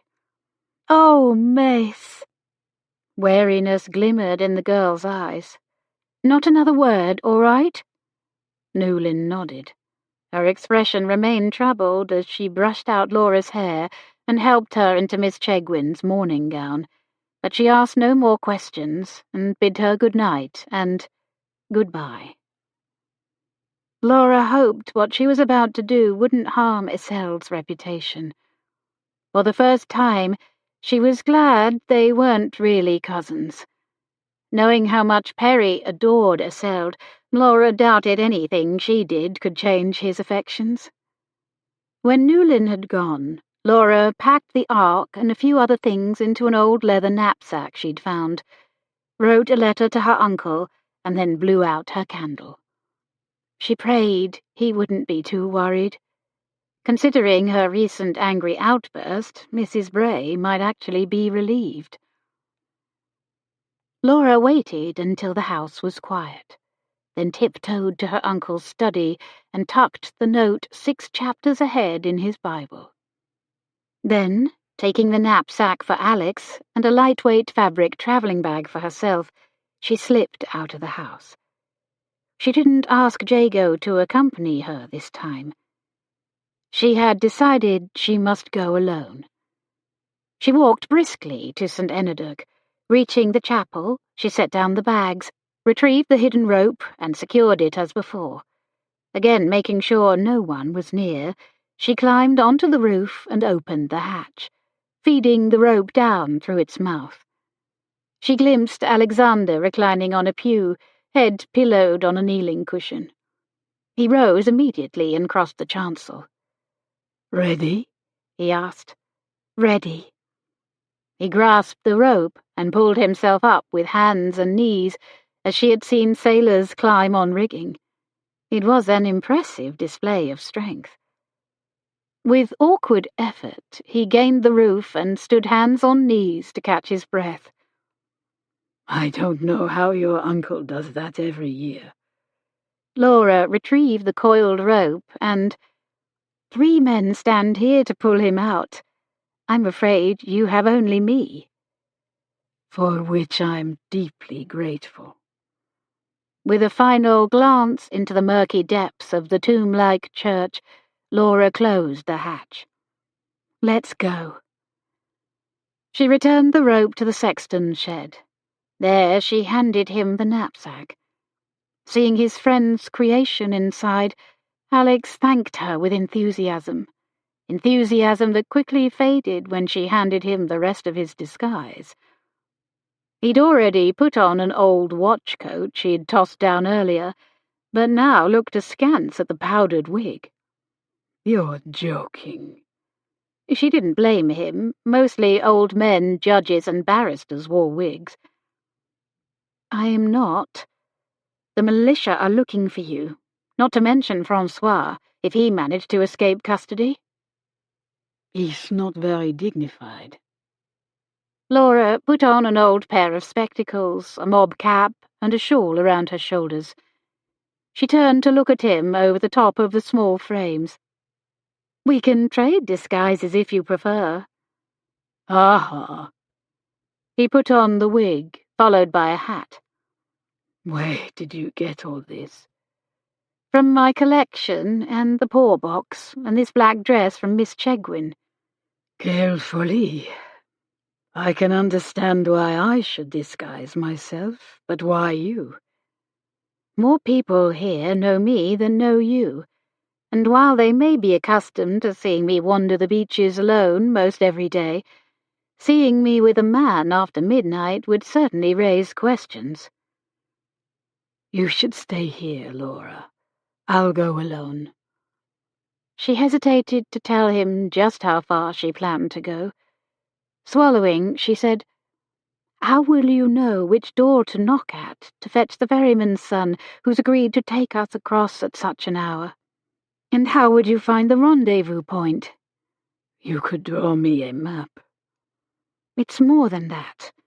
The militia are looking for a man of your description. They are not looking for an elderly couple making their way home after having a few too many at the Four Ways Inn. One dark brow rose. That's to be the way of it, is it? Unless you have a better idea. None as creative as yours, no. Then let's go. They avoided the road and walked along the blustery seaside path, wind blowing sand in their faces. Laura tasted the salty tang of the sea on her lips.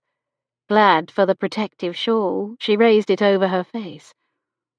In a long, salt-stained coat and powdered wig, Alexander looked a bit strange, but still handsome and virile, like some aristocratic ancestor in the framed portraits at Grand Prideaux Place on the outskirts of Padstow. "If we pass anyone," she admonished, "you'll have to affect an older person's gait." He nodded his understanding. Reaching Blackrock, Laura led the way to the ferryman's cottage, where Martin's father was likely sleeping off one too many. For once, Laura almost hoped so. At her tentative knock, a sleepy Martin came to the door. Oh, it be you, miss. Strange to see you like that. About gave up on you." "Sorry, everything took a bit longer than I expected." She turned to Alexander. "And this is my friend." The boy nodded, but didn't look too close. For one so young, he'd already learned the sometimes cagey ways of the Cornish. A wise seafarer could look an exciseman in the eye and say he couldn't describe whomever it was they were looking for, be it for wrecking, smuggling, or anything else. "And here's the other you wanted." He handed her a wad of something, and Laura stuffed it into her bag, then handed the youth another coin. They made their way to the village quay, where the ferry was moored, and a few fishing boats besides. As Treve had predicted, the tide was rising. "All right if we take my uncle's fishing boat instead?" Martin asked. "Easier to row, and will draw less notice this time of night." "Sounds like a wise plan." While the youth untied the mooring lines, Alexander gave Laura a hand in, then helped the lad push the boat over the sand and out into the water. "I'll row," Alex offered. "No," Laura said. "Someone might see you. Martin is strong enough. Aren't you, Martin?" I row regular like for Pa." Alex frowned. "Very well, but I don't like it." When they reached the Padstow harbour a short while later, Martin hopped out, very fleet of foot, and secured the rope. Laura wasn't happy to see a few men loitering about. Did they never sleep? She said under her breath, "Time for your acting debut, Captain." He rose to step from the boat to the quay, swayed and nearly fell backward. She braced his back and gave him a shove forward, and in her best impression of Wenner said, "Out with thee, old man, ye be that blind." Alex mumbled something incoherent, or perhaps stifled a laugh. She kept her face down, back stooped, and stepped out after him, Martin reaching down to offer her a hand. "Thank ye, lad." Martin quickly climbed back into the boat, apparently eager to return to his warm bed. Laura put her arm through Alex's, oddly glad for the chance to do so. The two leaned on each other, walking up the quay in a stuttering gait that hopefully passed for the aged or intoxicated, or both. One of the seafarers stared at them through bleary eyes. "What are ye doing out so late, old maids?" She felt Alex stiffen beside her, but he surprised her, singing a few bars of an old sailor's ditty in a warbling tone. "Of all the wives as e'er ye know, yo-ho, lads, ho, there's none like Nancy Lee, I trow." "Hush, man," she chastised. "You'll wake the dead." Back of her neck prickling, Laura resisted the urge to look over her shoulder as she led Alex around the harbour, past the custom house and the shipwrights, then along the coast out of town. She was relieved to hear no footsteps following them. Continuing along the bank of the Camel estuary, they made their way to secluded St. Saviour's Point, half a mile away. "How much farther?" he whispered. "Just down there." She pointed to a moonlit cove visible between the scrubby trees and rocks. "See?" "All right. I can go the rest of the way on my own." Her heart pounded. "No, they don't know you. That is, I made the arrangements, so I will explain," Alex assured her. "I met Perry's brother on several occasions, remember?" "No, Laura, I don't want to put you in more danger than I already have. Crossing the river was one thing, but meeting known smugglers when the militia are nearby?" He shook his head. "It's too risky. I don't like that you'll have to walk back alone, but—" "I can't go back. Martin has already gone." His brows lowered. "Thunder and turf. Why didn't we tell the boy to wait?" "Because I didn't want him to wait. I'm going with you." He frowned. "Laura, you can't go off on a ship with rough men. It isn't seemly." "Seemly? I don't care about that. Besides, my uncle trusts Treve. He doesn't know what he's involved in, but Treve is not rough nor a stranger. He won't let any harm come to me." "He can't promise that. No one can. You know better than most how merciless the sea can be, how it breaks hulls and bodies and lays them to waste." "I want to go." "What are you saying? You want to go as far as the smugglers take me, and then you'll return with this Treve of yours?" "He's not mine. A friend at most. But yes, I want to go to Jersey, and I want to know you've been restored to your family." "Laura, I'm not some message in a bottle or a lost locket." "I know, but you are important to me, and I've long wished to go to Jersey for myself, to see my parents' grave, if there is one." He looked away, clearly torn, then ran an agitated hand over his face. "What about your poor uncle? He'll be sick with worry." "I left him a note in his Bible. I know his habits well. He reads 2 chapters every morning. He'll find it after we're safely gone." Alex shook his head. "What on earth did you tell him?" "That I had something I had to do and not to worry about me. That I was safe in the company of 2 people he trusts and respects." "You still worry?" "Yes, and I'm sorry for it, but what else could I do?" "Stay home." She shook her head. "Fernhaven is not my home." He sighed deeply. "Oh, very well. Let's go and see what your smuggler friend has to say about a woman coming along. Many seafarers are suspicious about females on board." Treve, she knew, liked females, liked her. But the ship's captain and crew? That could be a far different story. They continued through the scrubby trees, down a steep path to a moonlit point. A crescent of lighter sand shone between the darker water and shadows. At first she saw nothing. Had Treve deceived her? Then at the far side of the landing she made out a small boat beside the rocks. She'd been beached stern first, bow out, ready to make a hasty departure. "Is there a signal?" Alex whispered. Not that he mentioned. Laura raised her voice slightly. "Treve, it's us." "Us?" Treve appeared from the shadows as if by magic. Dressed in tall boots, caped carrick coat and wool cap, he looked less like the polished gentleman she knew. He frowned and walked closer. "What are you wearing? I took you for strangers. Miss Callaway, I'm surprised to see you. I know I encouraged you to find a way across the river, but I didn't think you'd come so far." Laura licked dry lips.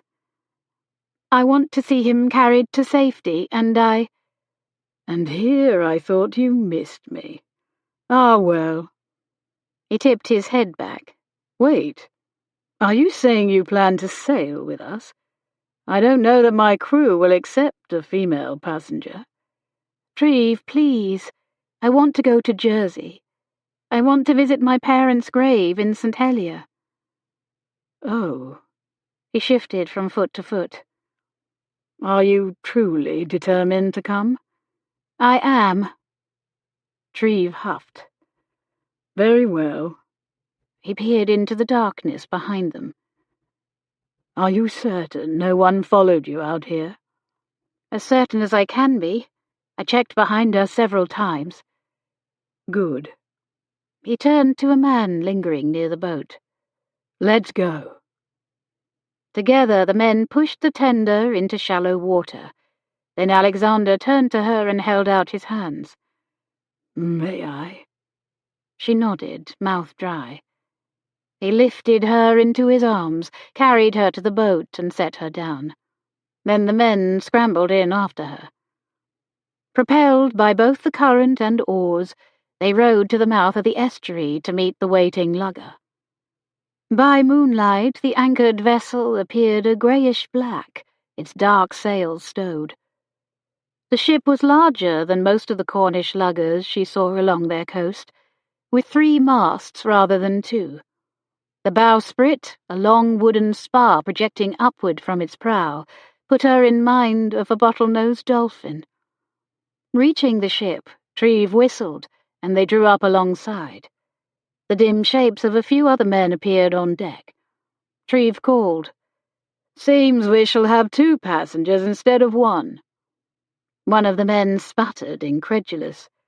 "A woman, sir?" "Yes, wonders never cease. Perhaps she'll bring us luck." "Or doom." Despite the protests, the crew helped them into the ship and then stowed the small landing craft. Only after they'd cleared Stepper Point and were out on open water did one of the men bring up a lit lantern from below. By its light, Laura saw 3 men dressed in loose trousers, dingy striped shirts, and short jackets with handkerchiefs around their necks. A stout 4th man in boots, caped coat and cocked hat she identified as the captain.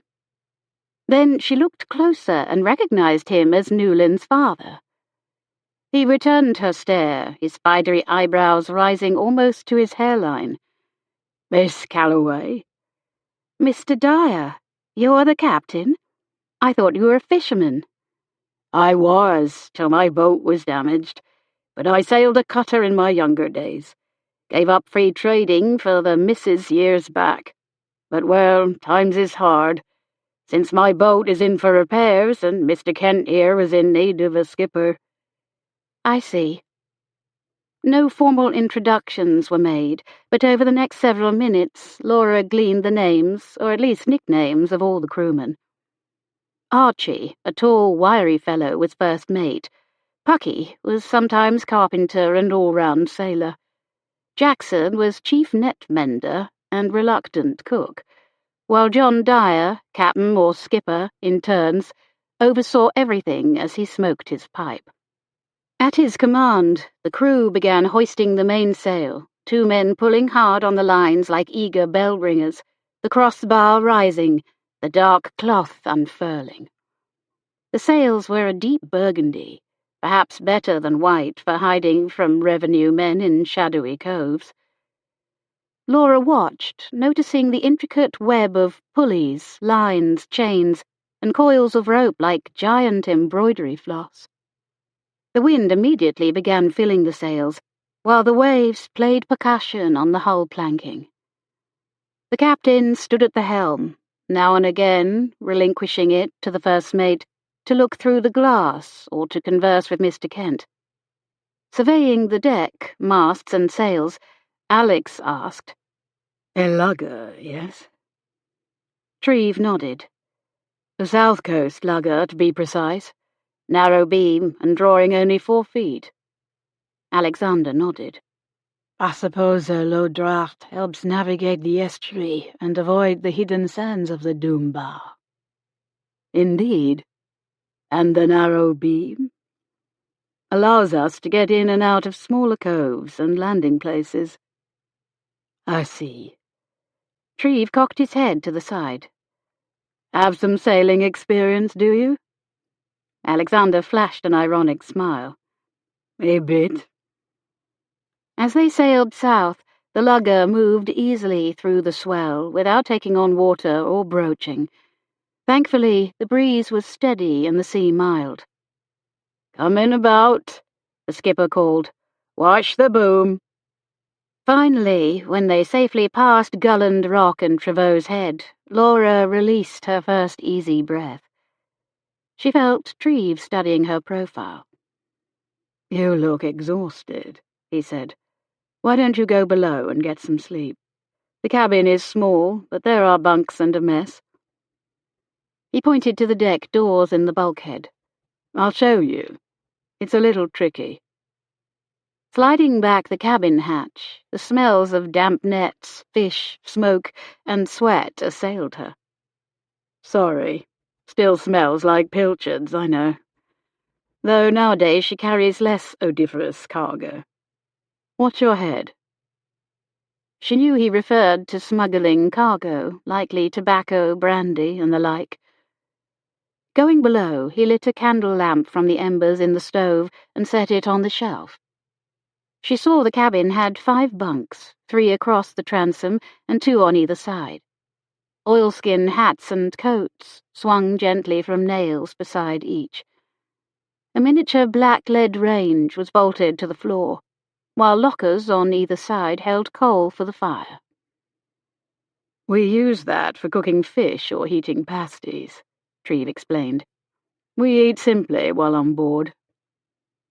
There was also a small enclosure in the fore of the cabin, a bunk with walls on 3 sides that offered a bit more privacy than the others. Treve gestured to it. "You may have my bunk. Probably the cleanest and most comfortable." Laura hesitated. "I don't know that I should." He gave her a sidelong glance. "Miss Callaway, you are a single female on a ship of men. I fear it's futile to worry about propriety at this point." She sighed ruefully. "True." He pointed to a crate near the stove. "There are potatoes and bread, along with butter and cheese. You can heat water for tea on the stove." "I think I'll just lie down for a while, if that's all right." "Of course." He gestured to his bunk. "My castle is your castle." "Won't you need to sleep?" "I may come back and join you later." Her mouth fell open. "Treve!" He grinned. "Teasing, mostly." "Just wake me in a few hours, and I'll get up so you can sleep." "Very well. If the night remains quiet, I may. Take care with that candle. Don't want to start a fire." "I shall." Treve paused, then said, "I suppose your Frenchmen should stay out of sight as much as possible. Do you mind if I send him down? He can take one of the other bunks, assuming you trust him in such close quarters." "I do, and you are kind to think of him." "I'm not so selfless. If the militia or one of the revenue ships is searching for him, I don't want to give them any reason to stop us." "Good point." For a moment he hesitated. Then he turned and climbed out of the hold without another word. A few minutes later, Alexander descended, pulling off his hat and wig. "Mr. Kent said you wished me to join you." The words were uttered innocently, yet Laura's face heated at the implication. She hurried to clarify. "He says you should stay out of sight as much as possible." He studied her closely. "You don't mind the sea? Feel sick?" "Not at all. I find it exhilarating." "I'm glad to hear it." He crossed the cabin, lifting both hands toward her. "May I?" May I what? She wondered, but could form no words because his hands touched her face. She made do with a vague nod. She held her breath as he gently unhooked the spectacles from her ears and lifted them from her nose. He set them aside and returned his gaze to her. She sank into his sea-storm eyes. Then his fingertips slowly tugged the mob cap off her head. He looked at her by the light of the flickering candle. "Much better. Your hair is far too pretty to cover." He set the cap aside, his eyes lingering on hers. "Thank you, Miss Callaway. Because of you, I have hope for the first time in a long time." Her heart thumped at his warm words. He reached up, stroking a tendril of hair that had come free when he'd pulled the cap away. Then Alexander cupped her jawline. He dipped his head, lowering his face toward hers, and his sweet peppermint breath and shaving soap were a pleasant haven amid the dank cabin. She breathed in the smell of him, feeling flushed. He leaned nearer yet, and his lips touched hers, softly, tentatively. She stood on tiptoes and pressed her mouth more tightly to his. In a second, his arms were around her, holding her in an embrace that stole her breath. He abruptly pulled away, grasped her shoulders, and took a half-step back. "Forgive me, I got carried away." "Me too." He cleared his throat and retreated a few more steps. "Get some sleep, Laura. I'll watch over you." Laura drew a steadying breath, then said, "Perhaps you should sleep too, before one of the crewmen wants his bunk." He lay atop one of the low bunks, fully dressed, boots on the floor. Laura unlaced her half-boots, removed them, and crawled into Treve's bunk, pulling the bedclothes up to her chin. She would just rest for a few minutes, she told herself. But the berth was like a cradle, rocking her gently side to side. From above came the sounds of occasional footsteps on deck, men on the watch, which assured her they were in good hands. The rigging, softly strumming against the wooden masts, soon lulled her to sleep. Chapter 18. From a Cornish proverb. The ship that will not obey the helm must obey the rocks. When Laura awoke, sunlight shone through the cracks of the cabin door. Alexander sat near the stove watching her. He smiled. "Did you sleep well?" "I did, though I didn't intend to sleep all night. Poor Treve." "Oh, he and the others slept in shifts, as did I." She sat up.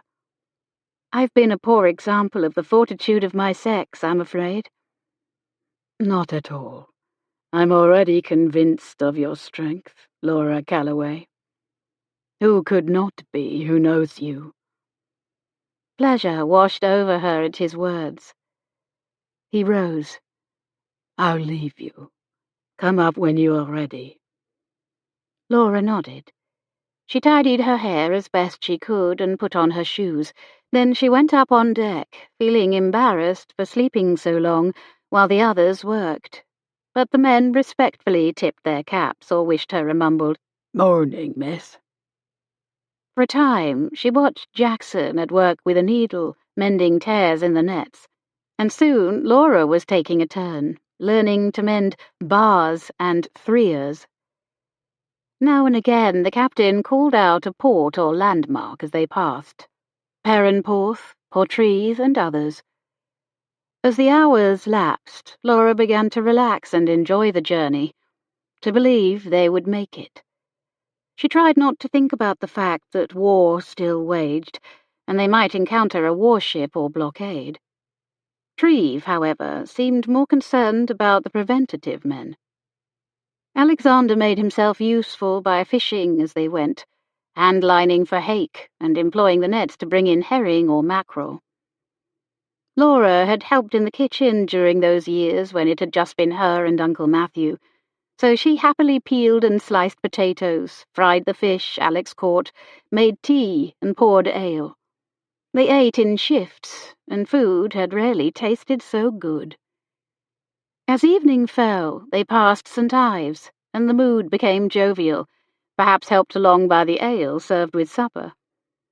Behind them, a ship slipped out of the harbour and seemed to follow their course from a distance. John Dyer snapped to attention, eyes narrowed and jaw tight. "What is it?" Treve asked. "A revenue cutter is stationed at the port of St. Ives. I thought we were far enough out not to attract attention, and now I wonder." Treve turned to study the distant vessel. He took up a glass. "I can't tell for certain, but she's bigger than we are. Probably just out cruising on patrol. Let's hope." They continued on, but as the breeze freshened, the cutter gradually drew nearer. "Let's alter our course and see what she does." They did so, but the other ship altered its course as well and soon began to gain on them. "The wind is blowing a solid 20 knots straight out of the north," the captain said, then ordered all to go about on another tack. The cutter, running with the wind on her quarter, came up fast. "She's carrying a smart press of canvas, that's for sure," Dyer said. "She must be doing 8 knots to our 5. Treve grimaced. "We can't let them get close enough to order us to heave to, or be in range of their guns." Dyer nodded. "Set the topsail, men," he commanded, "and sharp-like." The crew hurried to oblige. Laura gripped Alexander's arm, but asked Treve, "Can we outrun a revenue cutter?" "Definitely.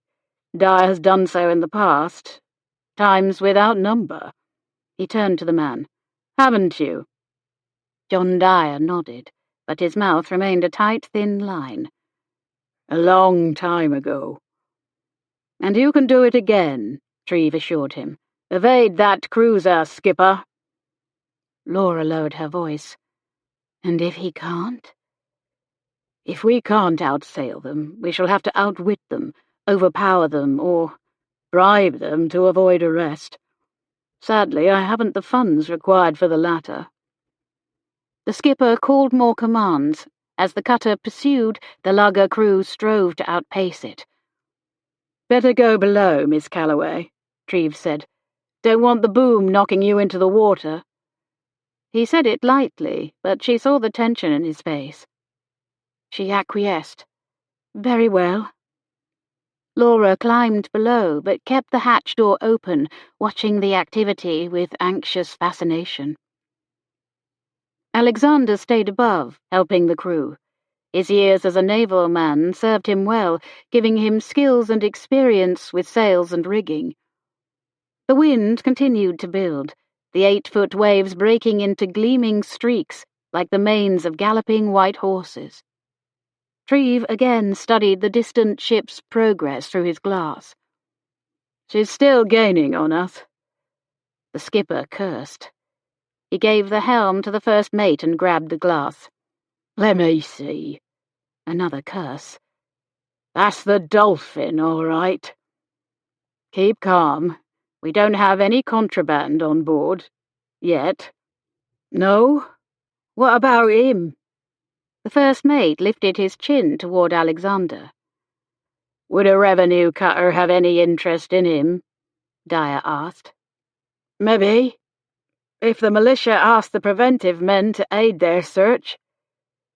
Or they may think we look suspicious for some other reason," Treves said. Dyer scowled. "I don't want to be fined or arrested when the only illegal cargo we're hauling is a Frenchman and his sweetheart." "If they stop us," Treves said, "there's probably enough equipment on board to fine us, what with the drift lines, sinking stones, bladders, and the like." "I'll go stash 'em all in the hidden compartment," Jackson offered. "Unless you want me to throw 'em overboard." "Not yet. See if they get near enough to hoist the warning flag." "You really think they may just be patrolling and have no interest in us?" Treves shrugged. "Possibly." Dyer frowned. "Want to risk it?" "Not really. What else do you suggest?" "We're near Land's End. We'll soon approach the longships." "Right. We'll need to sail around them. Or we could stay between them and shore."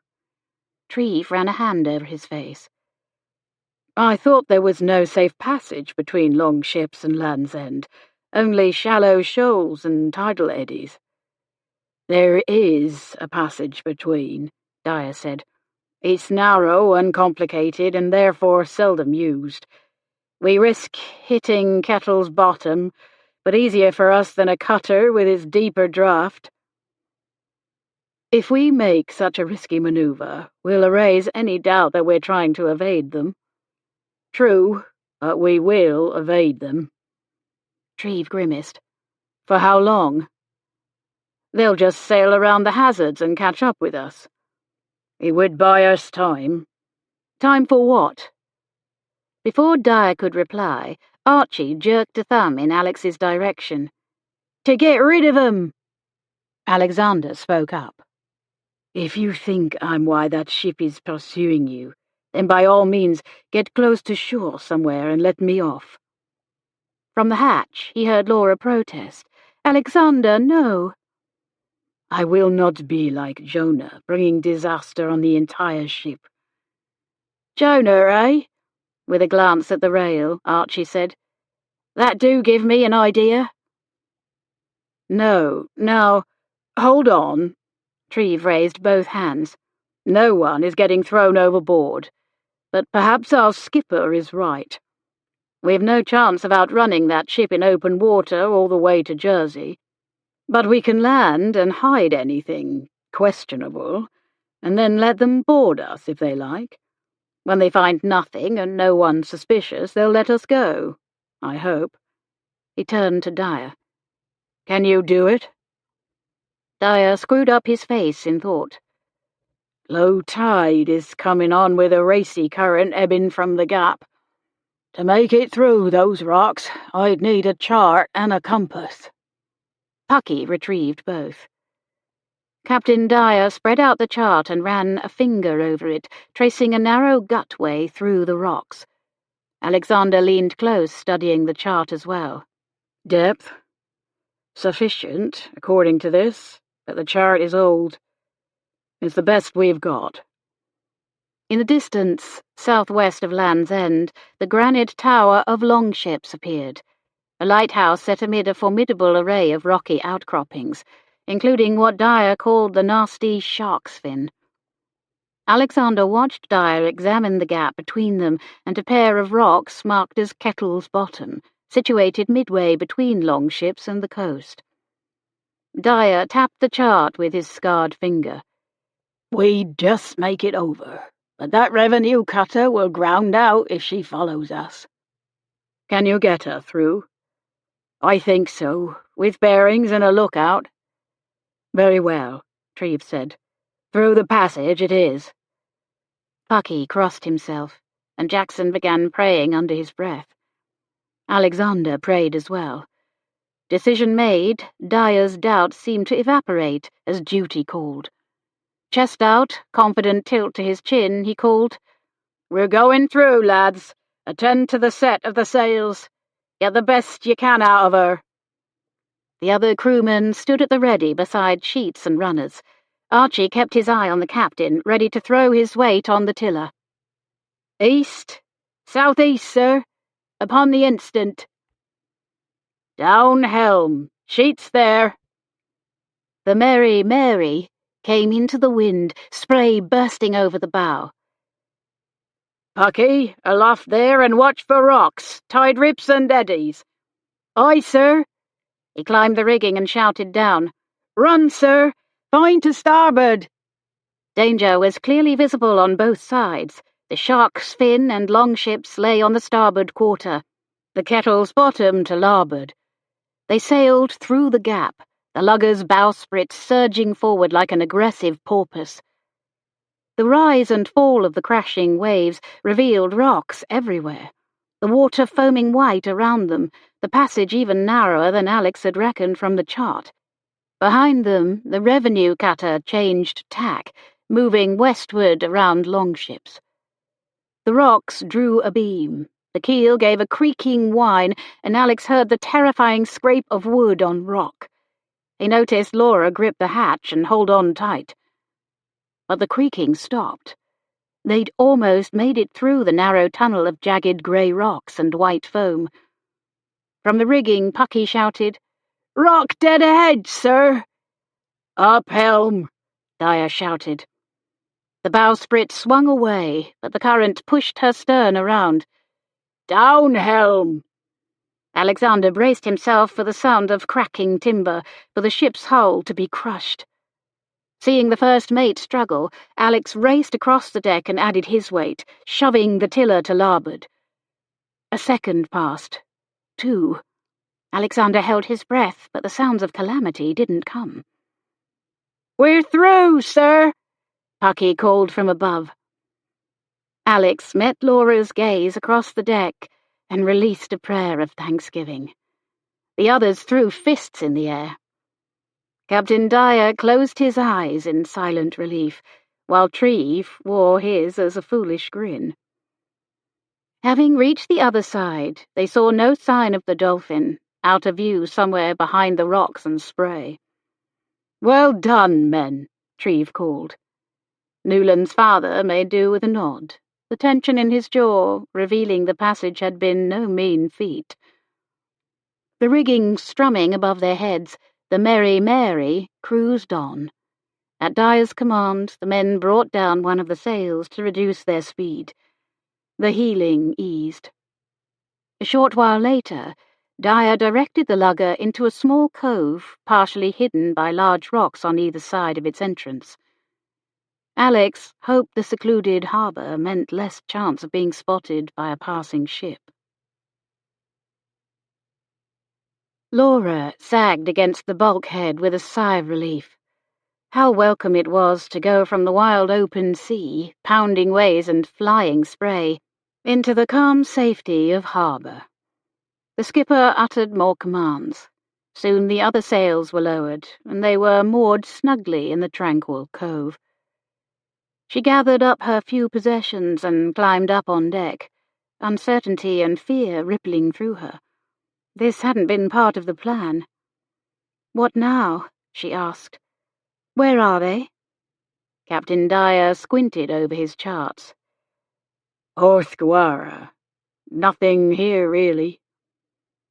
A few cottages and one inn, if memory serves. Porthcurno is 1.25 miles eastward, and Penzance another 10. Treve hesitated. "Perhaps we can plan to meet you in Penzance tomorrow." Dyer shook his head. "It's your ship, Mr. Kent, but I didn't like taking a Frenchman and a female aboard the first time. I'm sure not ready to do it again." Archie nodded his agreement. "Let 'em find another way to Jersey."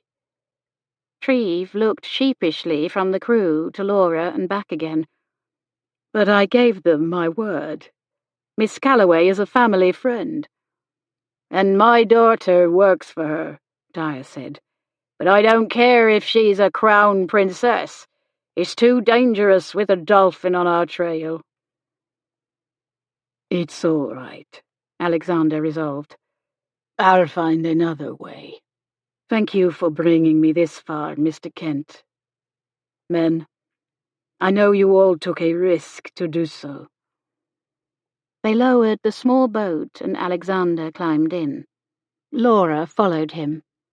Treve protested. "Miss Callaway, what are you doing? I can deliver you safely back home. We may need to hide here for a time, but then—" "Let her go if she wants," Archie said. "Like the skipper said, no good comes of having a woman on board, nor a Frenchie either."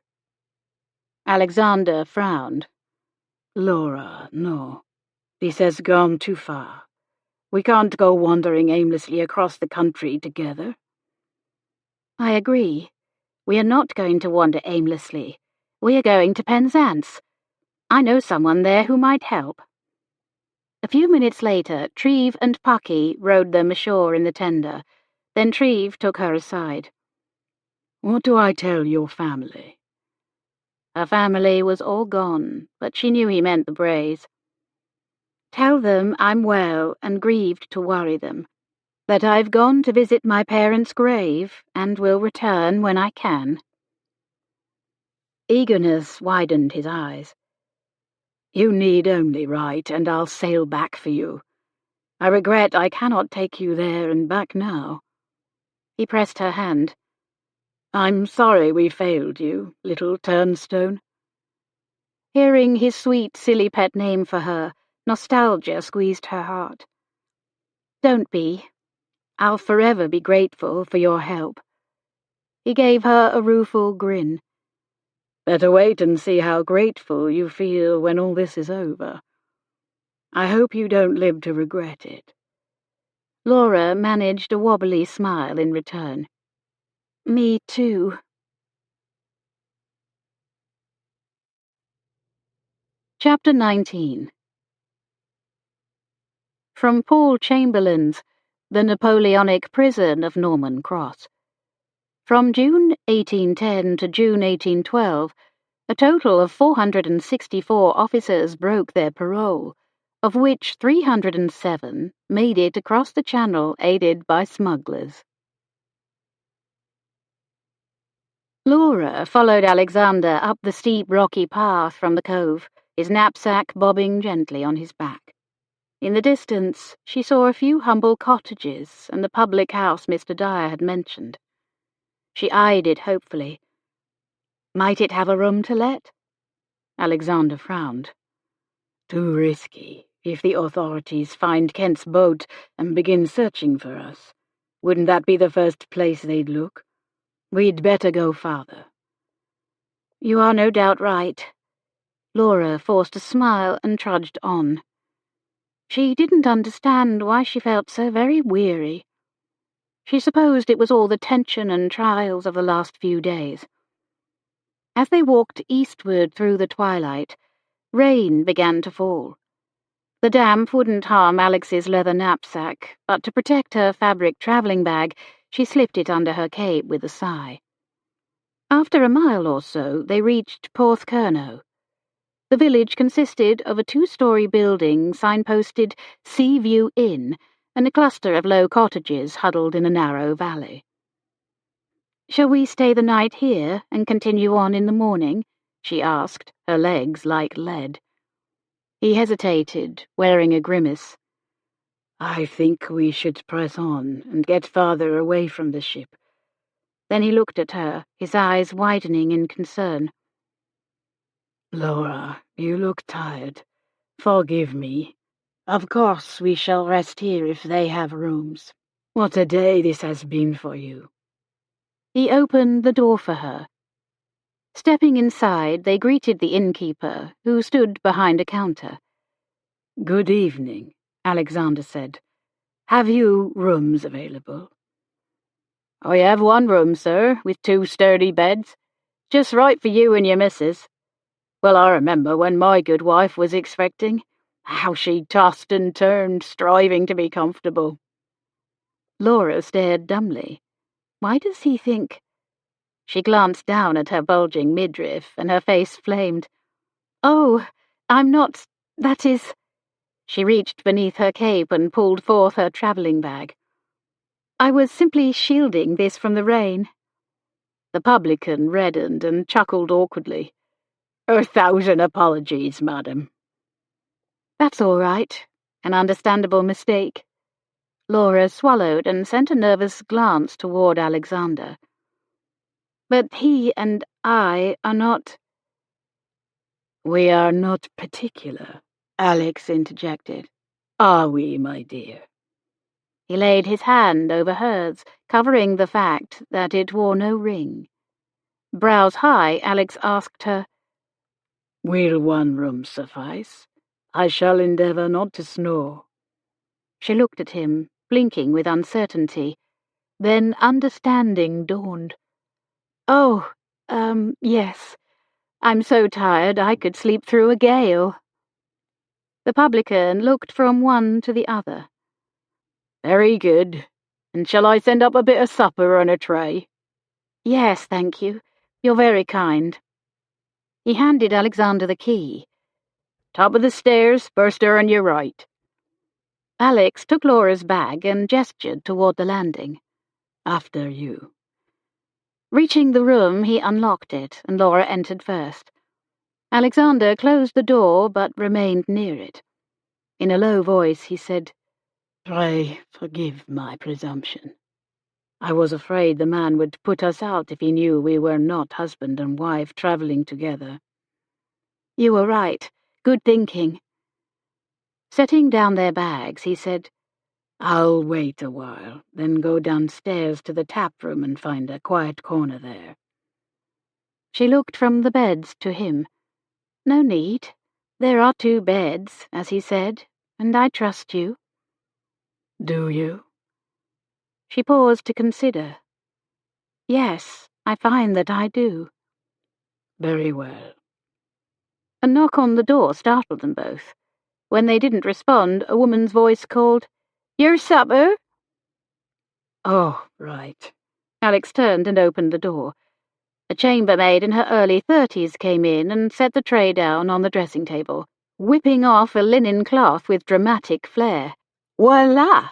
she exclaimed, mispronouncing the French. Alex cringed and corrected, "It is voila." "What?" "Never mind, thank you." He handed the woman a coin from his earnings. "Might you help my missus with whatever she needs while we're here?" With an eager glance at the gleaming coin, the maid replied, "Happily, sir. I'll come back in half an hour to collect the tray, and she'll help her then, if that suits." "Yes," Laura replied, thankful for Alexander's thoughtfulness.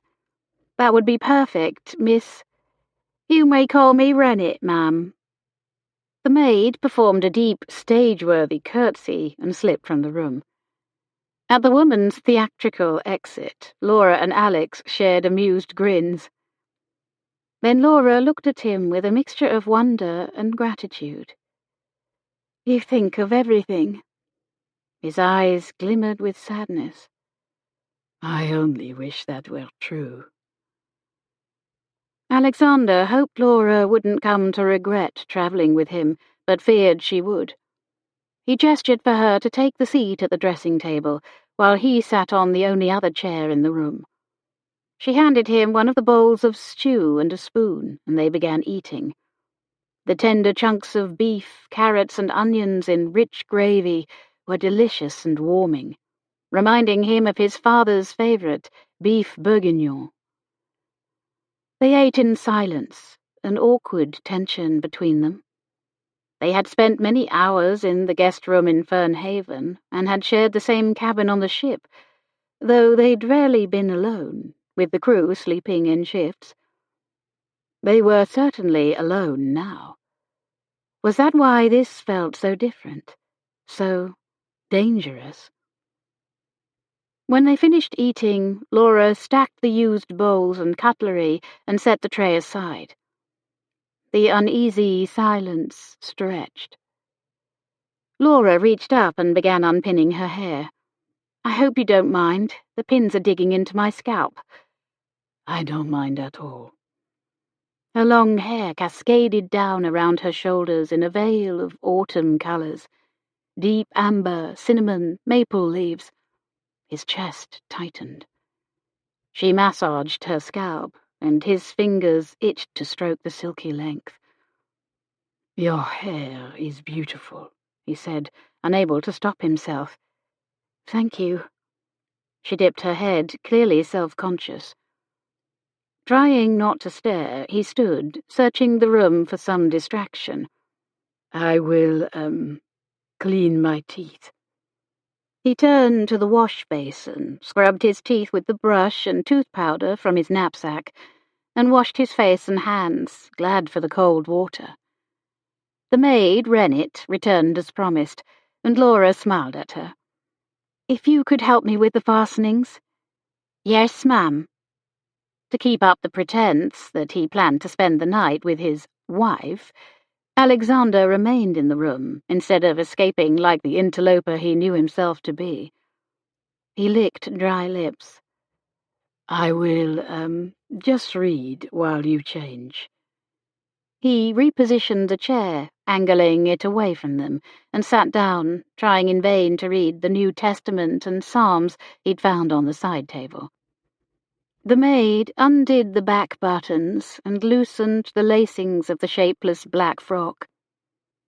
His rebellious eyes now and again shifted to the side, catching a glimpse of bare shoulder in the dressing-table mirror. "Steady, Carnell. You are not really married. However, you might wish you were at this moment. Think of something else." But he was losing the battle. A minute or two later, he cleared his throat and rose. Stepping to the door, he said, "I think I'll go down for a glass of something while you ready for bed." He quickly fled the room, and the tantalizing sight of Laura Callaway getting undressed, her gorgeous hair down around her shoulders. Half an hour later, he knocked softly and let himself in. The room was darker now, the fire burned low, and only one candle left alight, the one on the side table beside the empty bed. Laura lay on her side in the other bed, facing the wall, blankets pulled up to her ear. Asleep or feigning it. He removed his coat and hung it on a peg. He yanked off his boots, then removed his waistcoat and folded it with military precision. He pulled his shirt over his head, washed it out in the basin, and hung it near the fire to dry for the next day. He was too warm as it was, but remembering Laura's earlier shivering, he added a scoop of coal to the fire before climbing into bed, wondering if he would get any sleep lying this close to her. Slumber had barely overtaken him when he was awoken by the sound of someone pounding on a distant door. Alex leapt from bed and crept to the window. Below, he saw two men holding lanterns and another official-looking man in uniform. "Open up!" A window squeaked open, and the innkeeper called out, "We're full up, my good fellows, and the tap-room closed for the night." Laura joined Alex at the window, gripping his arm in fear. "We don't want a room, we want a word," the officer called back. "We're searching for a Frenchman, an escaped prisoner of war. He may be travelling with a young woman." Laura whispered, "I'm so sorry. You were right. We should have gone farther." Clenching his jaw, Alex hissed, "We may have to make a run for it. Or at least I will. You have done nothing wrong." "Except aiding and abetting you." "If need be, say I forced you to come." He pulled on his boots and stepped to the room's other window, this one facing the side of the inn. "I think I can lower myself to that porch roof and jump down from there." "I'm going with you," she whispered back. "No." He grabbed the window latch, and again the publican's voice reached them from below. "We have no Frenchmen here. and our only female guest is a tetchy woman large with child, and woe to anyone who disturbs her slumber." "You sure?" the officer asked. "Course I'm sure. You've searched my establishment before and found nothing, and angered my guests and my good wife to no purpose. You've cost me custom."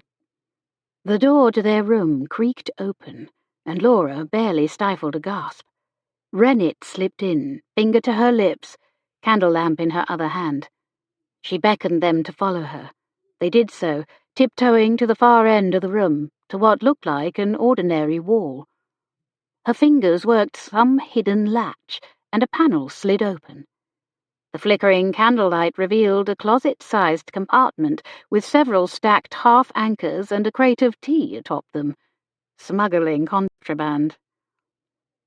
Laura and Alex stepped inside. The maid shoved his damp shirt, coat, and knapsack atop the crate, and then closed the panel, shutting them inside the compartment just as the front door below opened. In a loud, long-suffering manner, the innkeeper said, "Very well. If you insist on searching the house again, be quick about it." In the darkness, Alexander slid a protective arm around Laura's waist, and she leaned against him, her soft hair against his bare chest. Could she feel his racing heart? He took a steadying breath and prayed they wouldn't be discovered. Through a thin crack in the panels, they saw the maid tidy one bed, then stuff a pillow beneath her dressing gown and climb into the other. The chamber door burst open, and the three men charged inside. "What?" the woman screeched in alarm, sitting up as best she could with her enlarged middle. "What are you doing in my room? Have you come to murder me in my bed? Get out this instant, or I shall scream. Out! Out, I tell 'ee!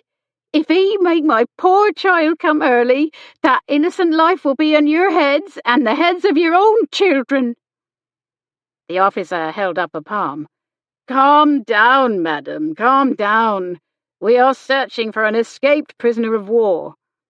"Are ye blind, sirs? I'm no prisoner, not even a man. Out! Out, I tell 'ee!" With a quick look under the bed, the men sheepishly left the chamber and continued their search of the inn. Half an hour later, they left the premises with nothing to show for their efforts. When all was quiet again, the maid whispered for them to wait and slipped from the room. She returned shortly to open the panel for them. "I've brought some warm milk to help 'ee sleep," she said, as though nothing so very out of the ordinary had just occurred. Thank you," Laura managed. "We are obliged to you," Alex added. The maid nodded. "Good night, sir, madam. I'll be back in the morning." And she let herself out without another word. In the morning, Alex was up and out of the room before Laura awakened. Thoughtful of him to give her privacy to dress, the same maid came in with warm water sent up by "your mister." When Laura asked the time, she was surprised to find the hour so advanced. She brushed her tangled hair and washed in the heavenly warm water. Again, Rennet helped with her lacings and fastenings. In hindsight, it had been very foolish of her not to bring only front-fastening gowns. Today she wore her own dress, rolled up Miss Chegwin's black one, and shoved it into the bag with the few other things she'd packed. When she looked in the mirror, she saw that she looked more like her own self again. "Thank you again for hiding us last night," Laura said. "That was quite a performance." Rennet smiled.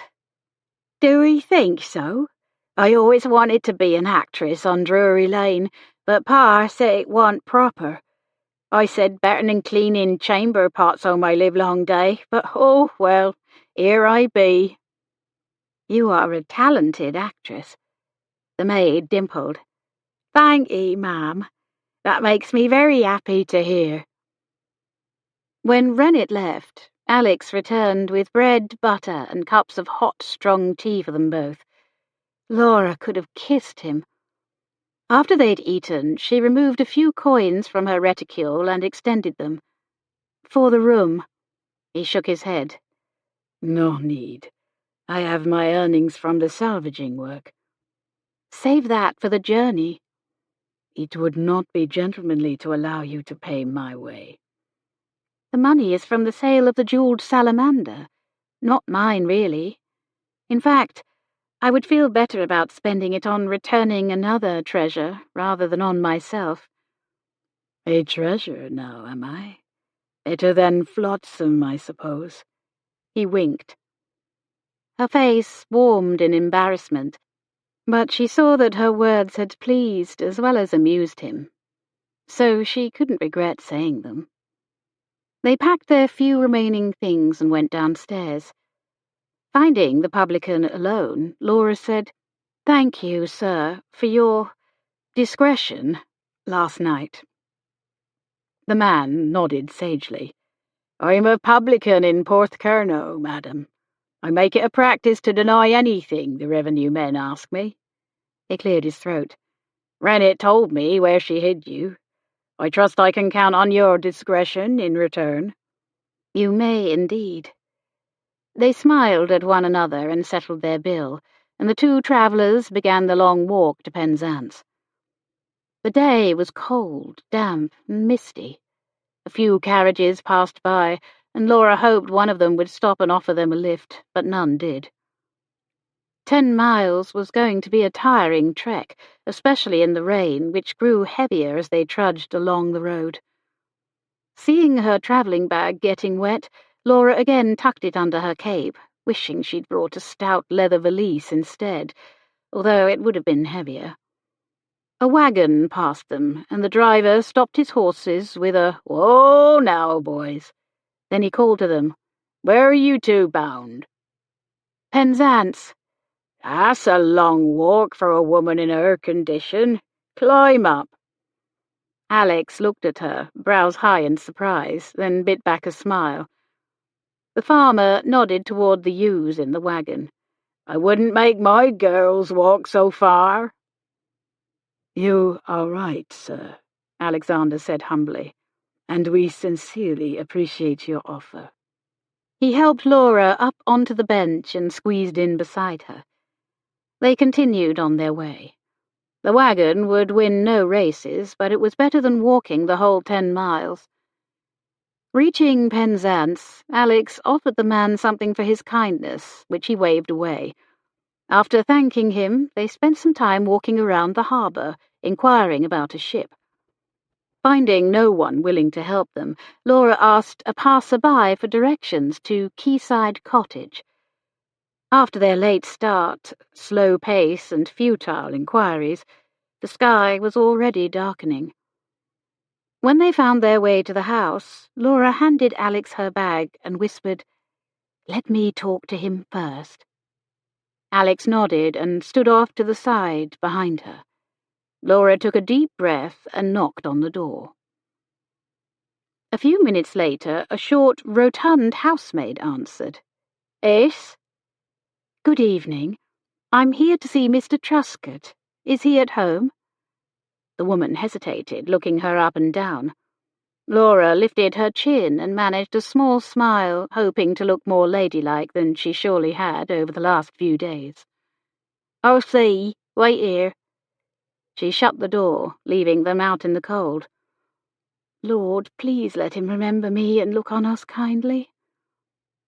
The door opened again a few minutes later, and a thin, balding man stood staring at her, wariness etched into his features. Laura swallowed. "Good evening, Mr. Truscott.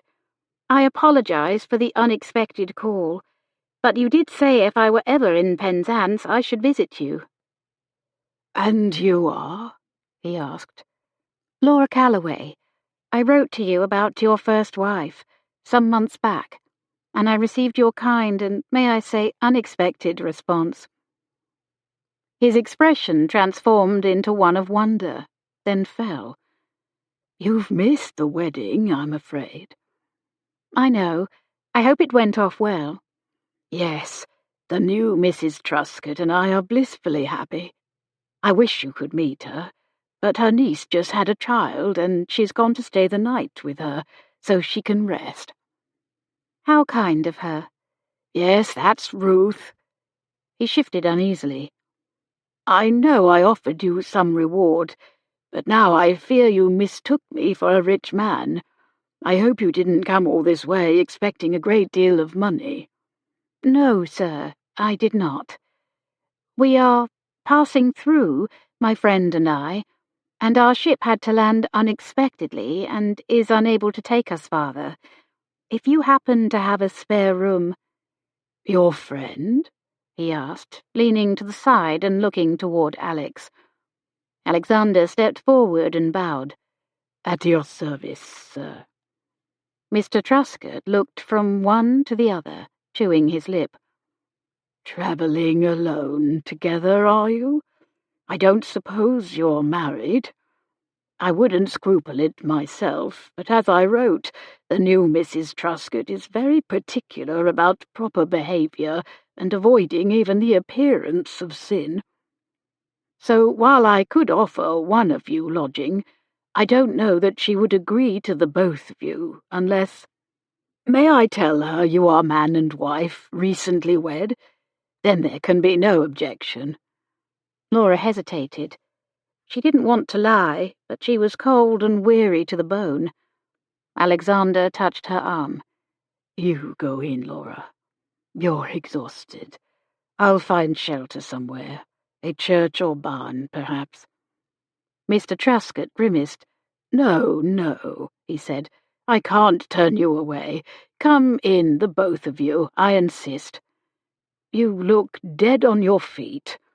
Leave the explanations to me, assuming you will behave like a gentleman while under my roof." He sent Alex a piercing look. "Upon my honour, sir." "Good, good. That's settled, then. Come in, come in. You must be hungry and thirsty from your journey." He called down the hall. "Rosen, some dinner for our guests, if you please." A few minutes later, they sat down to a simple but hearty meal of cold chicken, beef, turnips, and bread and butter, with an apple tart for dessert. After they'd eaten and talked over tea and brandy for a time, Mr. Truscott led Laura upstairs and through a sitting room to a small guest room beyond. Then he said to Alex, "And perhaps you might sleep here in the sitting room." He gestured to a worn upholstered sofa. "I've napped there plenty of times, I can tell you." "Yes, perfect." Mr. Truscott hesitated, then turned back to Laura.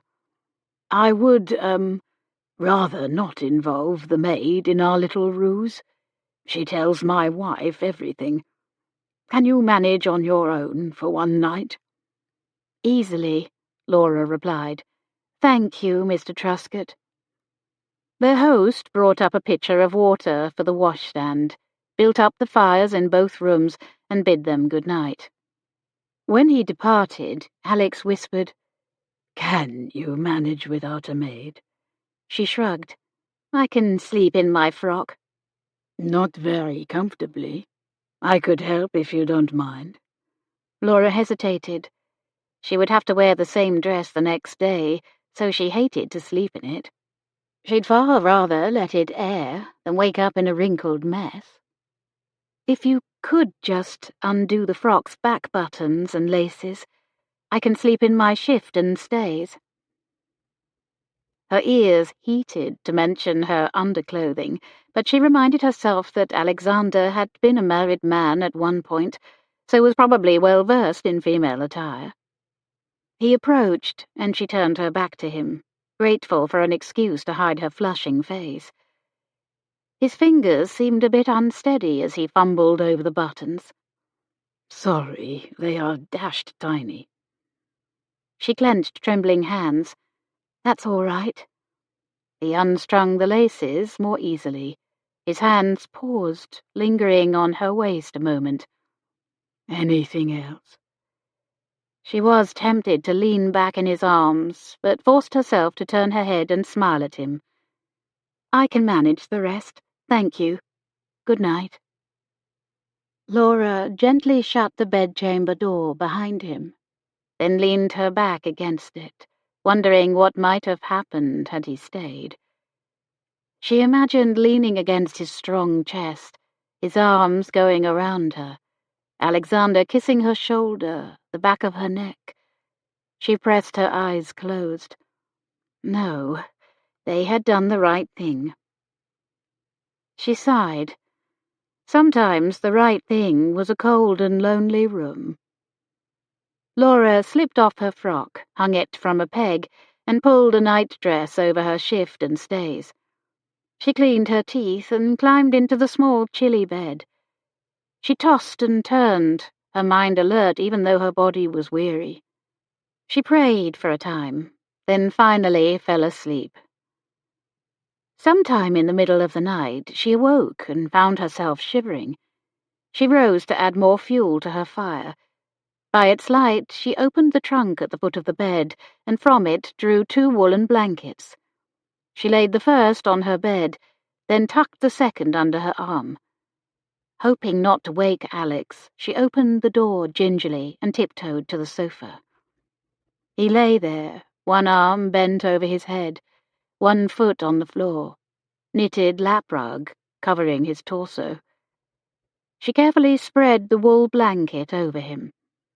For a moment she stood there, gazing at his handsome face by moonlight. Might she ever have another chance? She leaned down and gently kissed his forehead. Alexander's eyes snapped open, and he caught her hand. He pulled her down to him and drew her close in a warm, lingering kiss. Laura's pulse raced. When the kiss ended, she lifted her head, but made no move to leave. In a low, gravelly whisper, he said, "You had better return to your room before I break my word to behave as a gentleman." "I only came out to make sure you were warm enough." He stroked her cheek. "I am now." Heart beating hard, Laura returned to her bed on legs of jelly. The next time she awoke, muted morning light shimmered through the shutters. She rose and opened them, revealing an overcast day, though at least it was no longer raining. She combed her tangled hair and washed in the now cold water. When she looked into the mirror, she saw a strange brightness to her eyes and flush to her cheeks, though the room was quite chilly. She dressed as best she could, then knocked and slowly opened the door into the sitting room.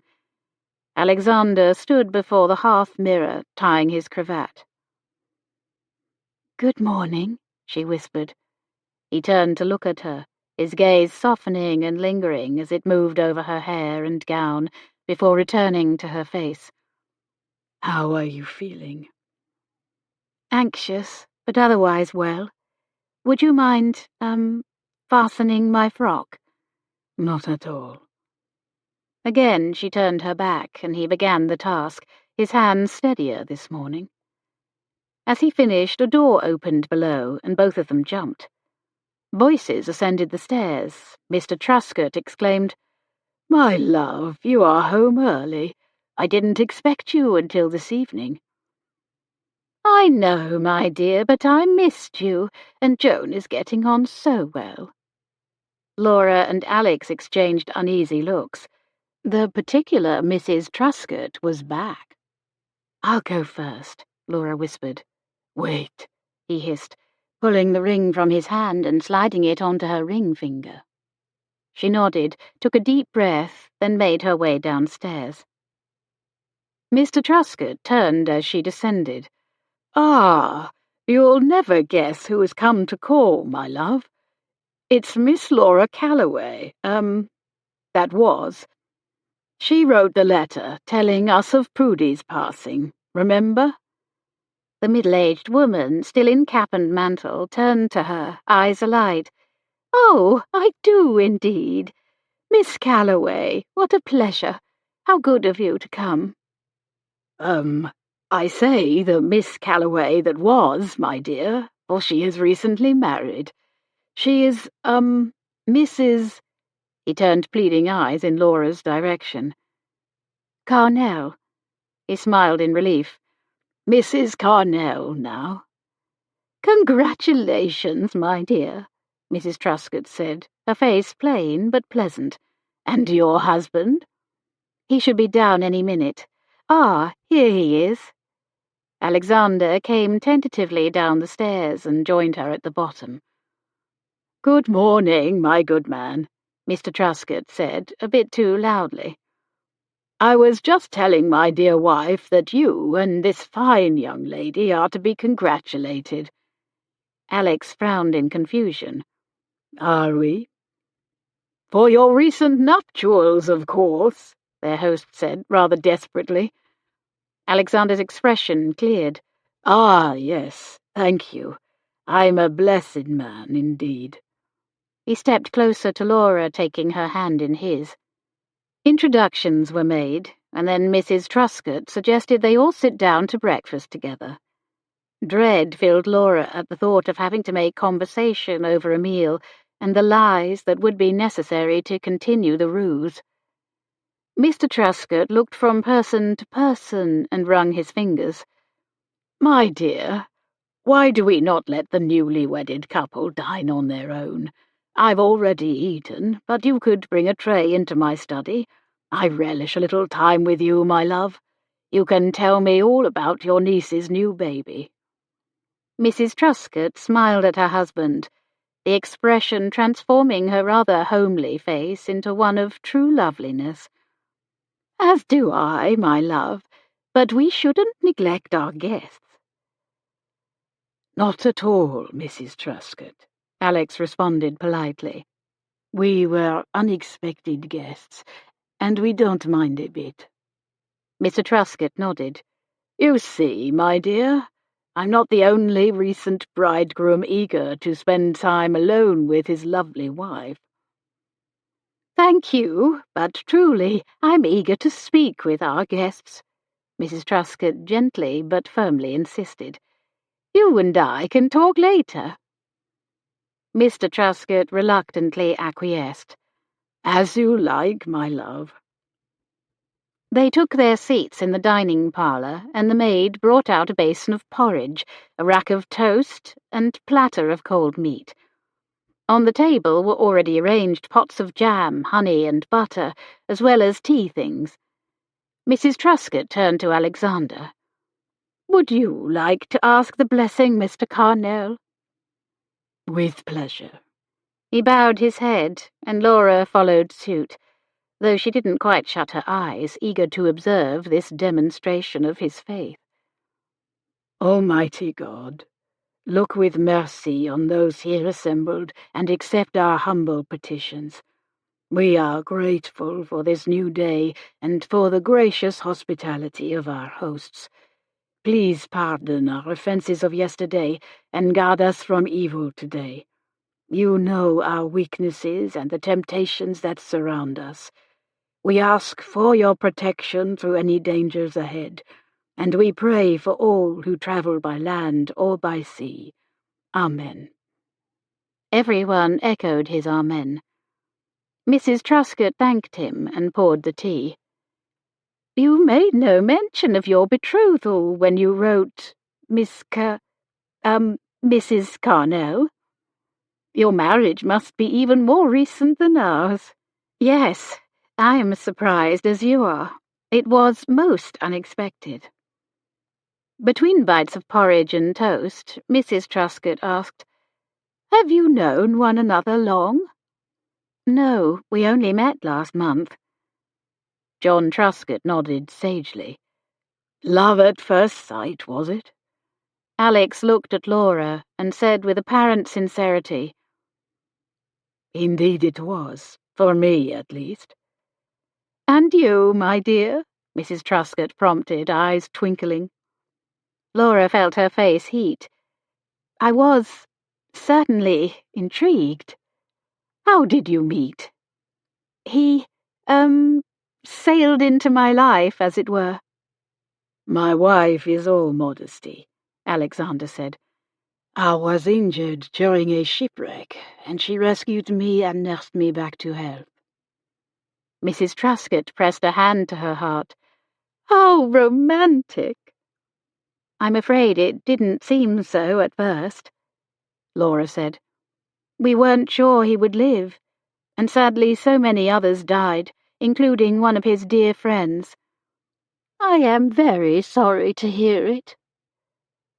A moment of respectful silence followed. Mrs. Truscott sipped her tea, then asked, "And are you two on your wedding trip?" In a manner of speaking, Laura explained, Mr. Carnell hopes to visit his family and to pay my respects to mine. They were unable to join you for the wedding?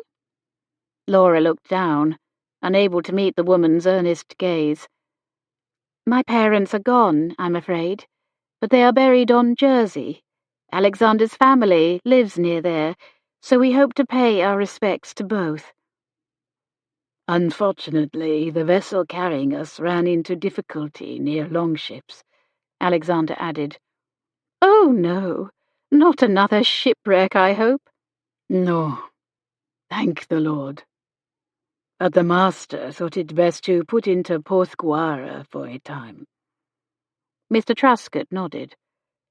Making repairs, are they? I do hope everyone is all right. They were all well when we left them. We decided to try to find another way to Jersey. I don't suppose you know of anyone who might be willing to take us? Mrs. Truscott's expression fell. I'm sorry. I wish we could help, but we have no ship, nor am I acquainted with anyone with any reason to travel so near to France, especially with a war on. Are you, my dear? Mr. Truscott winced and, with a telling glance at his wife, said to them, I'll give the matter some thought. Later, after Mrs. Truscott left to attend a meeting of the Church Charity Guild, Mr. Truscott took them aside. I do know someone who might take you to Jersey. I told you when I wrote that my first wife left me for a smuggler. He's long gone, but his brother is still here and has a small schooner. I'm ashamed to admit I've kept the connection from Ruth. She wouldn't approve. But the French brandy we had last night and the fine tea at breakfast. Let's just say I know several men who regularly participate in free trade with the Channel Islands. The brother owes me a favour. I'll go and speak to him. You stay here, and if Ruth returns before I do, say I've gone to the warehouse to see about an order. He turned back, giving them a sheepish look. As you see, the missus is a saint, but her husband is not. Alex smiled at the man and put an arm around Laura's shoulders. Isn't that the way it usually is, Mrs. Carnell? He winked at her, drawing her close in an affectionate sideways embrace. She chuckled and wished she could remain there in his arms. Later that afternoon, Alexander and Laura stood with Mr. Truscott on the quay. At the bottom of the stone steps, a man in a small boat awaited. Laura turned to their host and held out her hand. Thank you, Mr. Truscott. He pressed her fingers. My pleasure, my dear. After all, I offered you a reward. I'm only sorry it couldn't be more. She smiled up at him. It is more than enough. I hope you don't think too poorly of me, keeping things from my wife. She is from Somersetshire, you see, and doesn't understand Cornish ways. Laura nodded. I can empathize. He rocked on his heels, hands behind his back. Perhaps knowing what you know now about my activities, you think Ruth is too good for me. He grinned. And you would be right. He shook Alex's hand and helped Laura into the tender that would deliver them to the schooner, moored in the harbour. A short while later, the Curlew raised anchor and hoisted sails, and they were on their way to Jersey. The captain and crew asked no questions of them, and Laura was relieved for their silence, weary of falsehood. Weary in general. She found an out-of-the-way corner and sat down on a crate, setting her bag beside her. Alex came and sank to his haunches nearby. "All right?" She nodded, but in truth she felt woozy, which was odd, as she'd felt no touch of seasickness aboard Treve's ship. Alex kissed her forehead, hesitated, then followed the caress with a lingering hand. "You're warm. Too warm." "Just a little queasy." "It's all been too much for you. All the tension and late-night traipsing about in the cold, not to mention the damp." "I'm all right," she insisted. "I don't know that you are. But there's no turning back now. Lord willing, we'll arrive in Jersey sometime tomorrow." He rose. "I'll be right back." After a brief conversation with the skipper, Alexander returned. "Come, the captain says you may rest in his cabin." She put her hand in his and he pulled her to her feet. "Are you sure it's all right?" she asked. He took her elbow and led her to the hatch. "Yes, and I'll be within calling distance if you need anything." Rest does sound heavenly, I own. Helping her below deck, he led her to a small compartment with a bunk and side table. There he again kissed her brow and turned to go. "Rest, Laura. You've almost made it." Alex gently woke her some time later. "Laura, time to wake up. I see the chateau in the distance. We'll soon reach Jersey." "Oh." She pushed up on her elbows. "That was fast." "You slept through it all. It's the next day." She stared at him in alarm. "No." "Yes. I knew you were exhausted, but not quite how much." The captain must be vexed. "He got a few hours in the first mate's bunk. It's he who's vexed, but better him than the captain." She handed him her purse. "Make recompense however you think best." "If you'd like." A few minutes later, they climbed on deck and stood at the rail, watching the island loom closer. Soon they passed a large fortified castle perched on an islet in the bay. "What's that?" Laura asked. "Chateau Elizabeth, a military fortress." They continued into the busy harbour. Laura saw tall ships in the broad bay and many buildings along the curved waterfront, and rising up the green hills of St. Helier beyond. Alexander pointed out several shipyards huddled on shore, and Fort Regent standing guard over it all. Laura stood transfixed, staring at the island of Jersey for the first time, the place her parents had died. Had it looked the same when they arrived? 10 long years had passed. She hoped she could find someone who still remembered them, who could tell her about their final days, or at least show her where they were buried. "Mama, Papa, I'm here at last, and I miss you still." The ship dropped anchor and lowered one of the boats. "The tide is high," Alex said to the master. "Will you not approach the quay directly?" The man shook his head. "Don't like getting too close to the authorities, you know. We'll let you out and be on our way. That lot none the wiser." "Don't you sail here regularly?" "Yes, but we usually land at a less heavily guarded port. We're only here for you." "And we thank you." Alex pressed coins into the hands of the captain and first mate, then returned to the rail. A crewman helped Laura and Alex into the boat, then rowed them ashore. When they reached the quay, Alex clambered up first, then reached down a hand to help Laura ascend. She felt strangely weak and in need of his strength.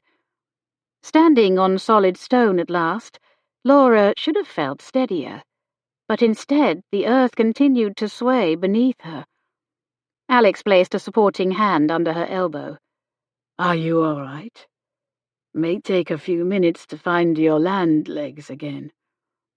She nodded, drawing in long draughts of cool, salty air, wishing away the dizziness, the mounting nausea. What was happening to her? For her vision narrowed, tunneling into blackness. She felt her legs give way and knew no more. Chapter 20. From S. Baring Gould's In the Roar of the Sea. She had been entangled in the fog, not knowing where she was, all her bearings lost. Laura became aware of someone mopping her brow. Her vision returned in uneasy intervals, blurry at first, as though she peered through a thin layer of wax. She glimpsed a wrinkled hand and heard a kind, older voice. Miss Chegwin? Laura wondered. Had she said the name aloud? For the voice gently hushed and soothed her. The woman spoke English, but her accent was different. Not Cornish, French. Laura didn't think so. "Shh, there now. Drink this." Warm, soothing liquid touched her lips, her throat, her stomach, and once more Laura slept. She woke again with a spoon to her lips. "Come, Sarah, you must eat something." Sarah? That was her mother's name. Why was this woman calling her Sarah? "Laura," she murmured, or tried to. "Right. Laura, sorry." An unfamiliar male voice said something she couldn't make out. The woman responded. "Is such a large dose necessary? Yes, I know you're the doctor, but—" Later, Laura heard a voice she did recognize. Alexander, suggesting something. "You're right," the elderly woman replied. "Fresh air will do her good." Laura was conscious of being lifted and carried. "Put me down," she mumbled, embarrassed at her weakness. She was settled gently onto a chaise longue. Warm sun shone on her skin and fresh sea air filled her lungs, yet her stupor remained. Her eyelids felt unnaturally heavy, as if weighted. "What is wrong with me?" "Go about your business, sir," the woman said. "I shall sit with her." Laura felt a mixture of relief, confusion, and dismay that Alexander was still with her. Was there not somewhere he needed to be, something important he needed to do? What was it? Her brain refused to conjure the answer. Laura felt a squeeze to her hand, smelled a whiff of spicy shaving soap, and then he was gone. She wasn't sure of the name of her nurse, but was vaguely aware she was sitting in someone's small front garden, its stone walls protecting her from the wind. The sound of gulls told her the sea was nearby. Time passed. Laura slept, stirred, slept some more. Dreams and reality muddled together. From beside her, the nurse said, "A cup of tea, I think. You rest here, and I shall return presently." She stood and laid yet another blanket over her. Laura heard soft padding footsteps and a door quietly opening and closing. She was left in solitary peace. Then a different sound penetrated her mind. Not the door, but a creaking hinge. The garden gate. Another set of footsteps approached, this time on paving stones.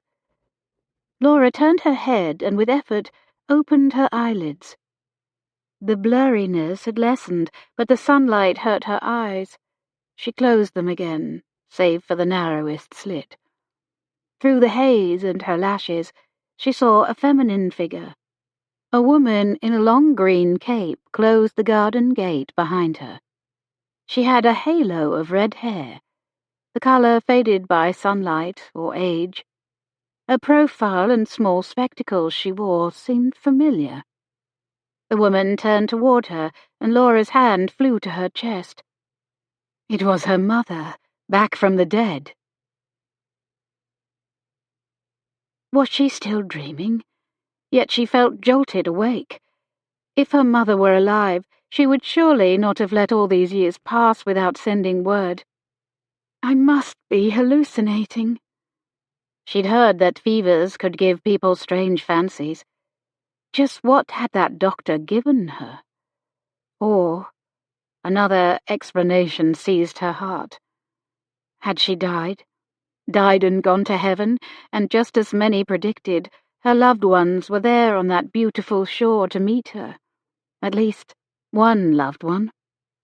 Laura felt twin waves of emotion wash over her. Yes, she was relieved to find herself in paradise, especially considering her recent untruths.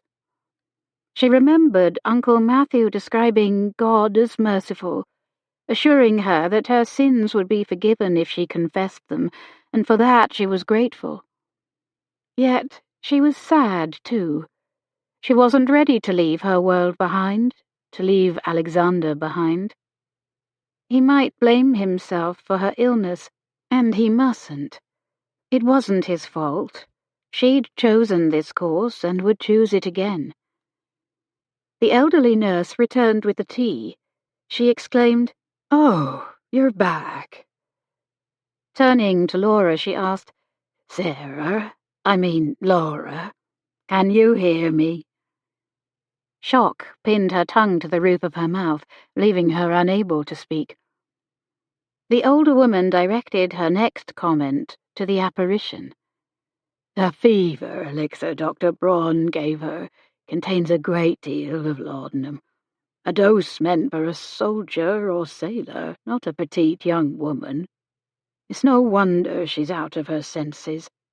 I'm not going to give her any more. Don't tell him when he comes back."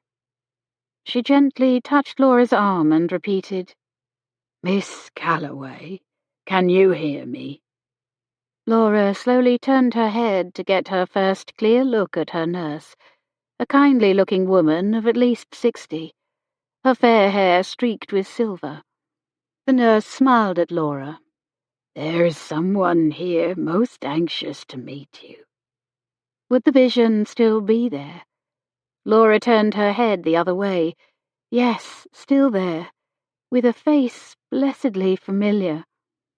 Laura's throat constricted and her eyes heated. She felt stunned, elated, and betrayed all at once. "Mamma?" The brown eyes looking back at her filled with tears. She slowly shook her head, the movement sending glistening streaks down fair cheeks. "No, my dear, your Aunt Susan." Laura blinked. "But you died too." "No, I did not. I should have, but your father was the best physician I ever knew. I don't know why he succumbed to the illness I survived, but he did. Your mother as well. It was so unfair. I felt terribly guilty all these years." Laura stared at her, taking in her words and her appearance, trying to make sense of both. She'd not seen her Aunt Susan in many years, but she didn't remember her looking quite so identical to her mother, who'd worn spectacles and been plumper than her thin sister. And had her aunt's hair not been darker? Or had Laura's memory of her mother faded so much over the years that now her sister seemed her spit and image? She murmured, "You look different. Your hair." Her aunt nodded. "I hated having red hair when I was young, so my maid used to darken it with a boiled walnut solution.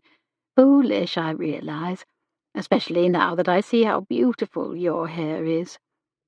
"You never wore glasses before." "That's age, my dear. My eyes are not what they once were." She patted her plump abdomen with a self-conscious smile. "Nor the rest of me." Laura slowly shook her head. "You look so much like her, or so much as Laura remembered her, at any rate." "I take that as a sincere compliment, though it's not surprising.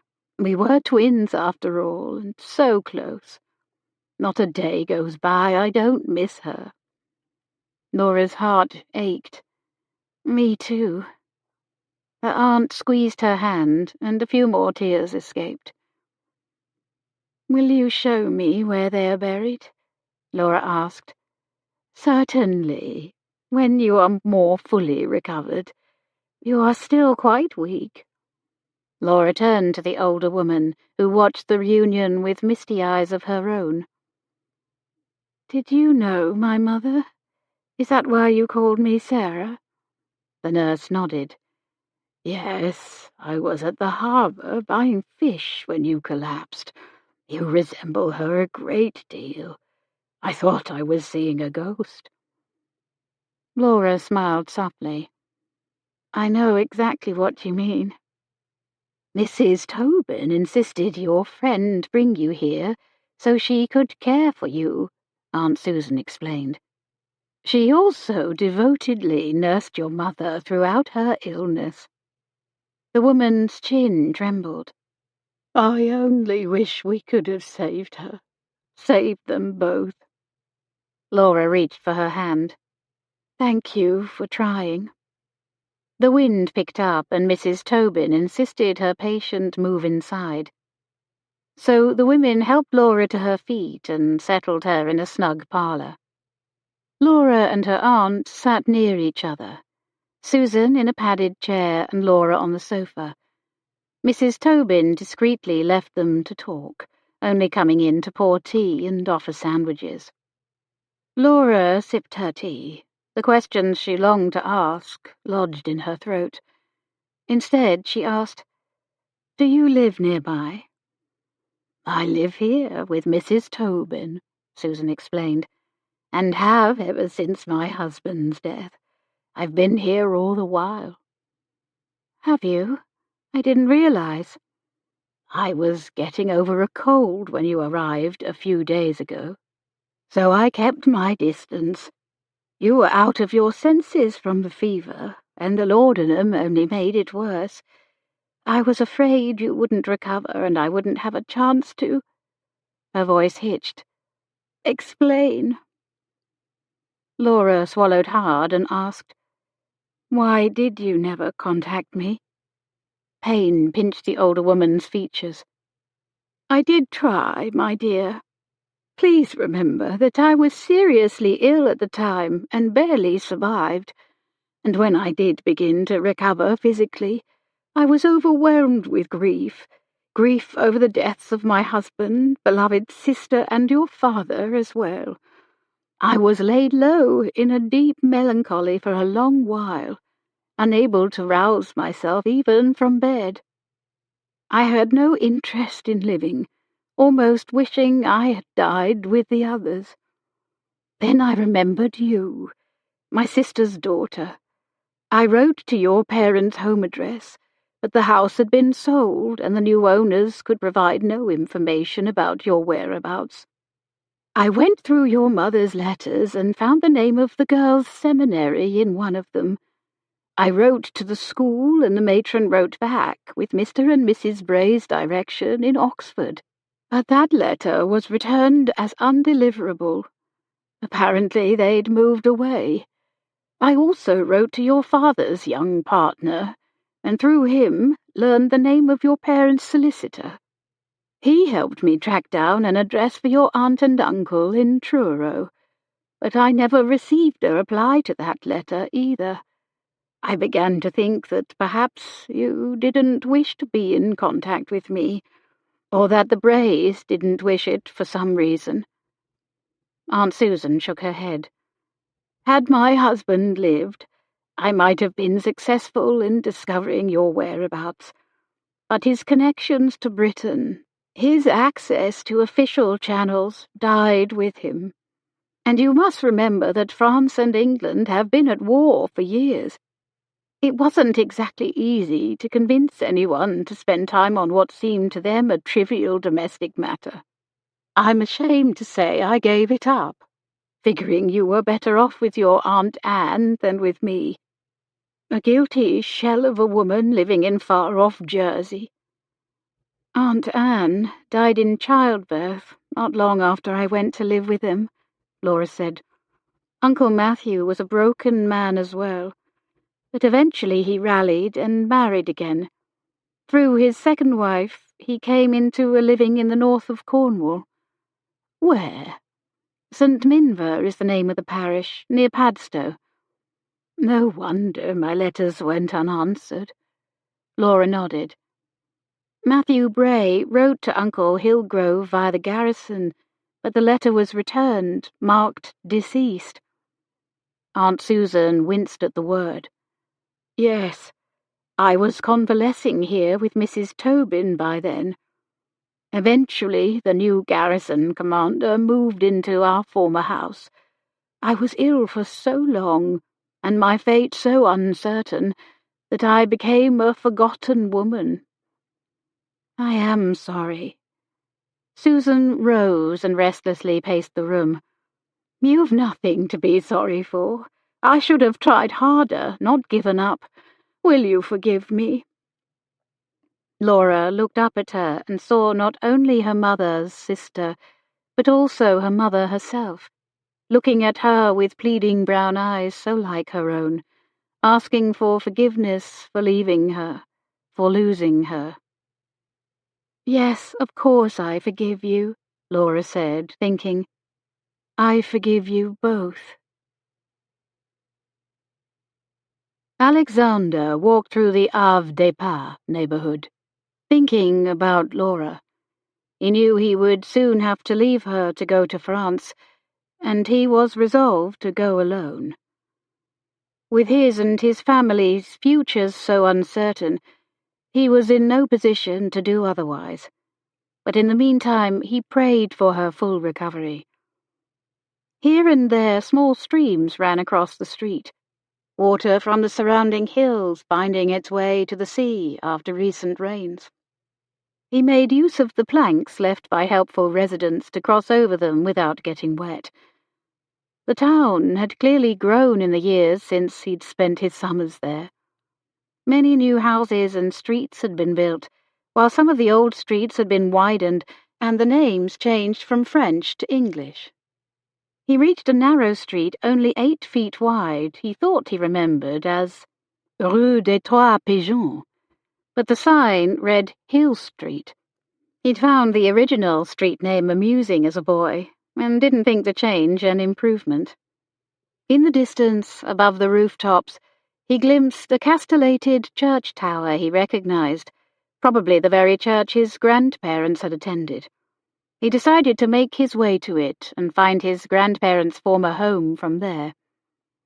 Before he could, an aroma caught his nose, a delicious familiar aroma, and on its scent he was transported to the happy days of his childhood, when his grandmother would take him to the local patisserie for his choice of rake buns or deep-fried twists of dough called merveille.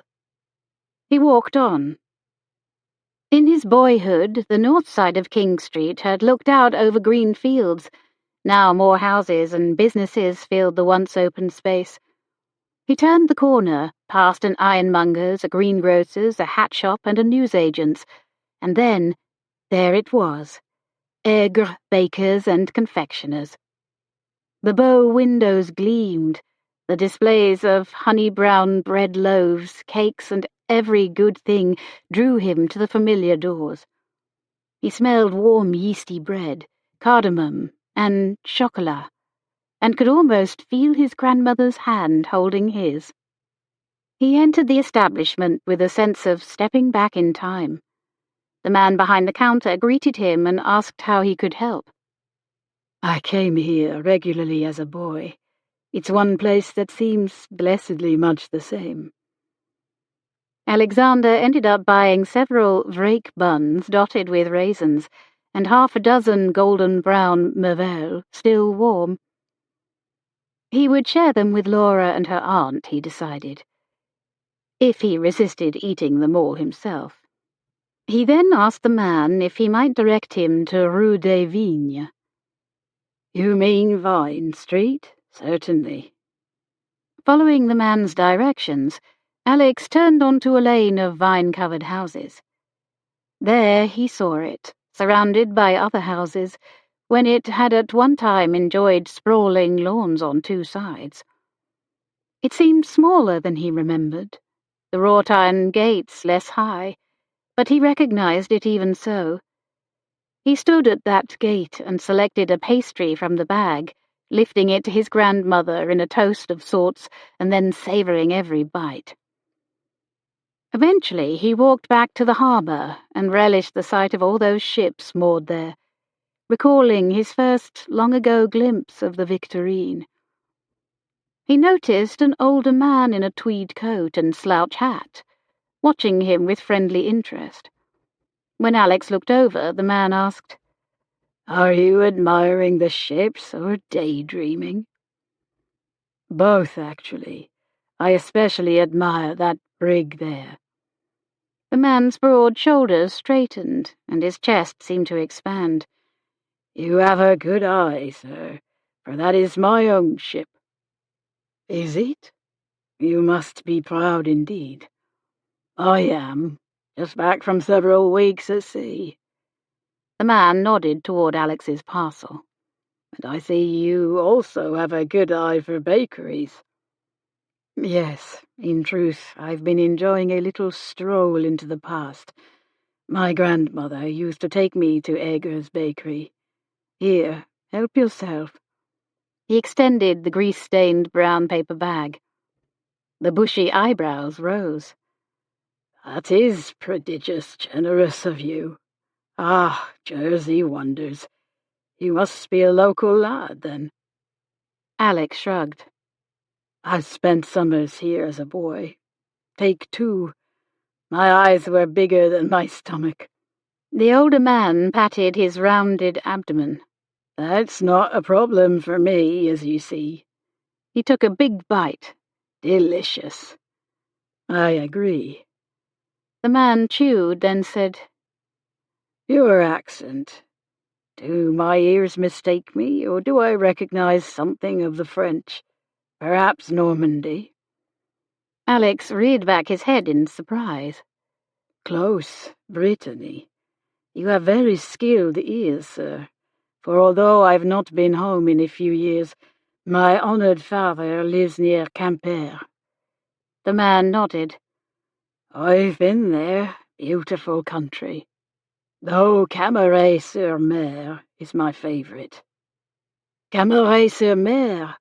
We used to take holidays to the seashore there in my childhood. You have refined taste as well as hearing, I see." The man wiped crumbs from his mouth with the back of his hand. "I've spent a great deal of time in France and learned to hear the differences. I've grown quite fond of the country. In fact, I thought that when this blasted war is over, I might live there. But, well, Jersey has a certain beauty that keeps me here." Alexander watched the older man's face and guessed. "And does this certain beauty have a name?" "Ah, you are too clever for me, my friend. I came to Jersey with a beauty of my own." "Oh, perhaps I know this lady. St. Helier is not such a big town. Bigger than it once was, yes, but still not such a metropolis that one doesn't know his neighbours." "Miss Callaway is niece to Mrs. Hillgrove," Alex explained. "She lives with a local nurse, Mrs. Tobin." "Susan Hillgrove? That is Mrs. Hillgrove, yes? Ah, gracious lady." "You are well acquainted?" "Not as well as I should like, but I shall say no more. Not gentlemanlike, I reckon, to talk about a lady. Her niece, you say? I didn't know she had a niece coming to visit. I think it's fair to say our arrival was most unexpected. Well, I shall have to pay a call and learn all about it." A flash of eagerness shone in the man's eyes. "Then perhaps I shall see you again." "I hope so." The older man extended a strong, rough hand. "Ert Gillen." Alex took it. "Alexander Cornell. That is Captain Cornell." Again the bushy eyebrows rose. "Captain, is it? Well, well. I won't ask which side. I'm neutral, after all, since I do business with both France and England." "Glad to hear it." "Staying with Mrs. Hillgrove, are you?" the man asked wistfully. "No, I've taken a room at La Folie."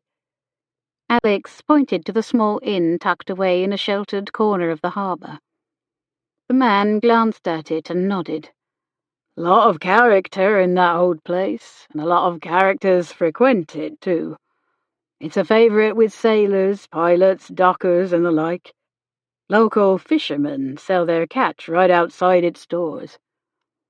Yes, Alexander had seen and smelled the mounds of fish, and hoped he didn't carry the smell with him when he visited Miss Callaway. Alex turned to take his leave, saying in parting, "May I mention to Mrs. Hillgrove that I met you?" "Yes, and put in a good word for me while you're at it, eh?" Alexander grinned. "Indeed I shall." Her aunt insisted Laura rest, but later that evening, after a nap and a good dinner, the two sat together once more. Mrs. Tobin joined them. Laura asked about Captain Cornell. "We have not seen him since this morning," Mrs. Tobin said. "He walked off in the direction of the harbour." He was looking for a ship to take him to France, Laura guessed, her heart aching at the thought. It was only a matter of time until he sailed away from her, as her parents had. Turning to her aunt, Laura began. "When Mamma and Papa left me to the fickle mercies of an English boarding school, I felt abandoned, like an inconvenience sent off, so that they could travel without impediment. Then again, I was an irritable adolescent." The two shared knowing looks at that. "I received no letters from them, and assumed they had forgotten all about me, as they enjoyed the delights of their new island home." Mrs. Tobin shook her head. "They did not forget about you, my dear. I can vouch for that." The nurse handed her something. "Your mother wore this almost continually." Laura accepted the locket and stared down at the golden oval. She'd all but forgotten about it. Opening it, she saw the miniature portraits within, her father and herself as a girl. "She loved you both very much," the nurse said. "She clutched that to her heart as she drew her final breath." Tears burned Laura's eyes. She had misjudged her mother. "I am sorry, Mamma," she whispered in her heart. "Please forgive me." "Your mother wrote you a final letter," Aunt Susan added.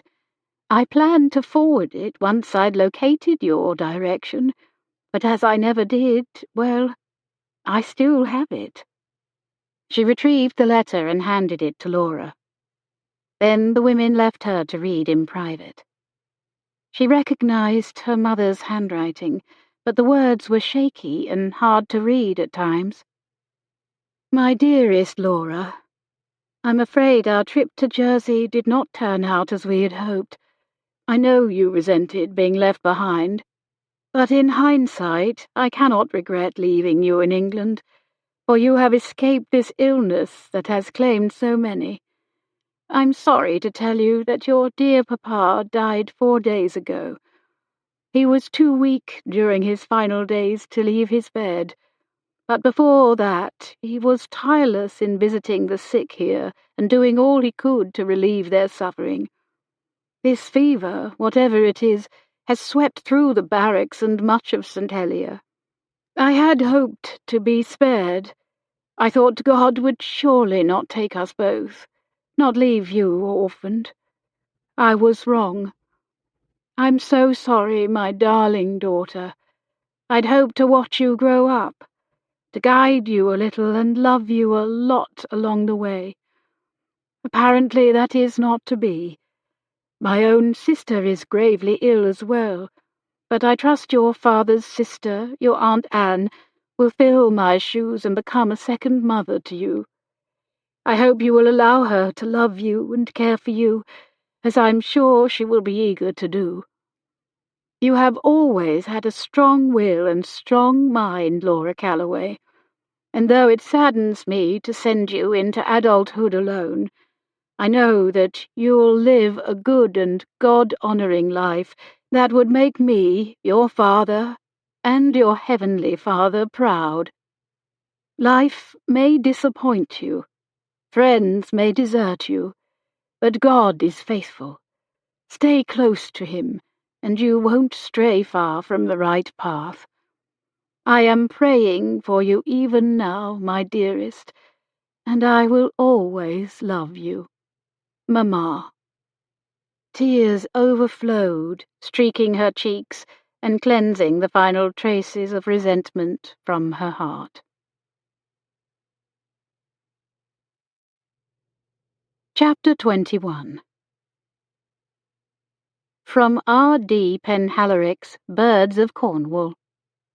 One of our most familiar little waders, especially on rocky, seaweed-covered shores at all times of the year, is the turnstone, but it has never nested here, despite claims to the contrary. The following days passed in quiet, comfortable routine. The women took meals together and talked while they sewed or read in the evenings. Mrs. Tobin regularly went out to visit ailing elderly people in the town and did what she could for them. Both women were active in charity work, but now that Laura had come, Aunt Susan stayed home with her so she wouldn't be left alone.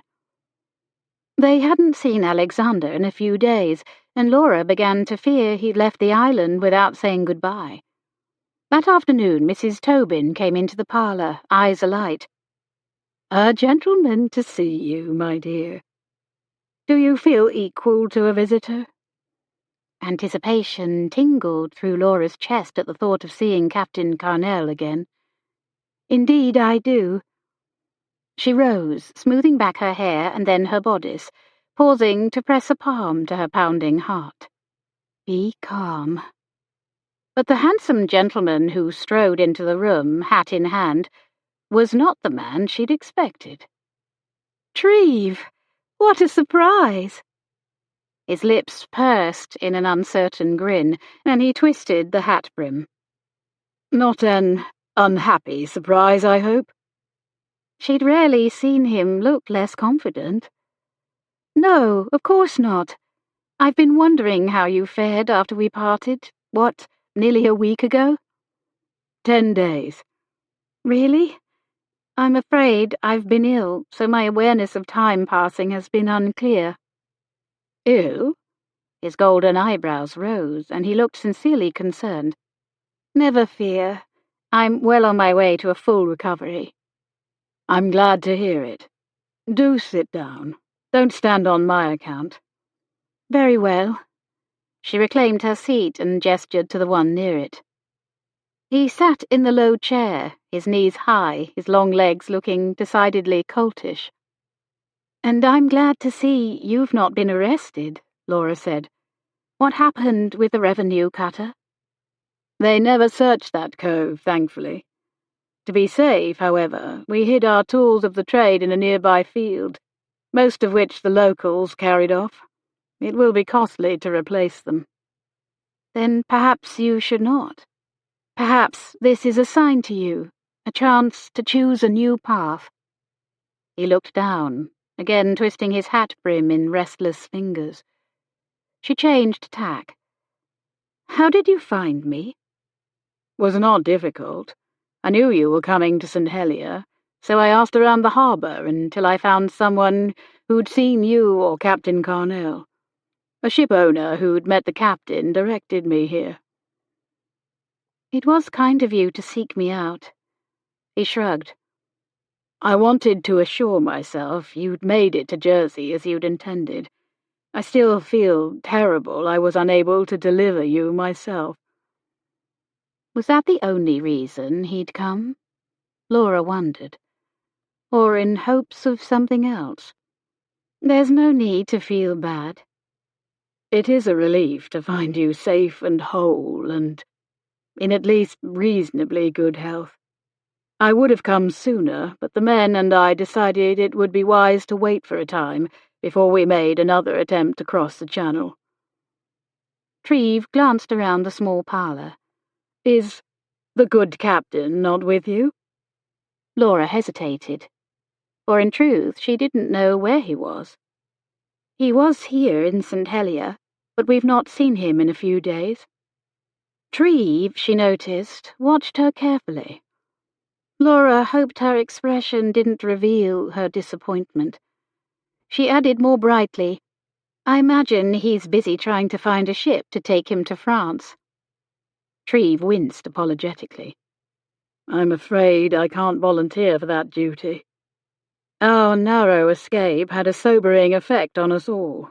I believe Dyer would mutiny if I suggested he sail into enemy waters, and I wouldn't blame him." "Nor I," Laura agreed. "After all, he has a family at home, as do you, Treve. Don't forget." "But Dyer has a wife, and I don't." He shifted uneasily in his chair. "Had I a wife encouraging me to get out of smuggling as Dyer has, it might be easier to do so." Laura slowly shook her head.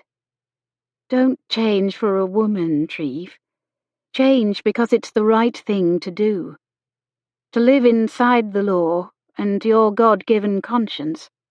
I know you said your family is facing financial hardships, but imagine the far worse hardship and heartache if their eldest son and heir were to be imprisoned." Again he looked at the floor, and regret stabbed Laura. "Forgive me. I didn't intend to speak harshly or to judge your actions. It's not my place." He looked up at her through blonde lashes. "It could be." "Oh, Treve." Laura's heart thumped and her stomach knotted. "Thank you. I'm flattered, truly. But you and I are not suited. Besides, I couldn't bear the thought of my home and livelihood being supported by ill-gotten gain.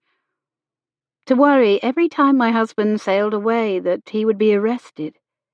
She shook her head and attempted a teasing tone. "Once an up-country lass, always an up-country lass, I suppose." She leaned forward. "But there is a woman worthy of your admiration and respect, who knows what you are involved in and cares for you deeply, even so. She, too, might demand you stop, but she would happily marry you. You have been fortunate indeed to win Miss Roskilly's regard. I hope you'll be mature enough not to disdain her for the flaw of admiring you.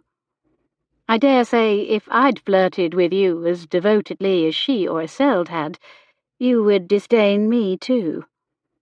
He managed a dry chuckle. "Sadly true. Aware of my faults as I am, I can't respect any woman who admires me." She studied his vulnerable expression. "You've always seemed so confident, but I've wondered if that was truly the case. It's nothing to be ashamed of. We all lack assurance in some areas, and we all have flaws."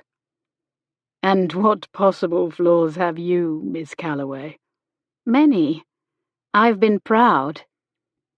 I've stood in judgment of my neighbours because their ways seemed foreign and wrong to me. I have felt superior to them, and at the same time unworthy of their acceptance. I have been unforgiving and resentful. Oh, and let's not forget my red hair. A shadow of a grin flickered over his lips. And is Cornwall aware of these so-called flaws of yours? He clearly admires you anyway. I believe he's aware of my faults, yes. As to the extent of his admiration, that remains to be seen. Shall I wait until the future is decided between you? Or is there no hope for me? Laura considered. It was tempting to leave this door open. A sure way to return to Cornwall and visit Uncle Matthew. But no, it wouldn't be right. Nor fair. Not to Treve, and not to Cana Roskilly. She slowly shook her head. We shall always be friends, Treve, and I shall always care about you. But don't wait. Go home to your family, and to Miss Roskilly. He rose. I thought you'd say that. Still, I had to try. Once more for old time's sake. She rose as well. I sincerely appreciate your visit. Please do greet my uncle and Isolde for me, won't you? Her voice cracked. And Perry and Miss Chegwin and... Well, I don't suppose you often socialize with Mary Chegwin, but... He raised a staying palm, accompanied by a brave smile. I will happily pass along your greetings to all who love and miss you. I include myself in that number. He took her hand and raised it to his lips. Goodbye, little turnstone. Laura blinked back tears, her throat burning. Goodbye, Treve Kent. The sound of footsteps penetrated the poignant moment. At the creaking of the door, Laura turned. There stood Captain Cornwall.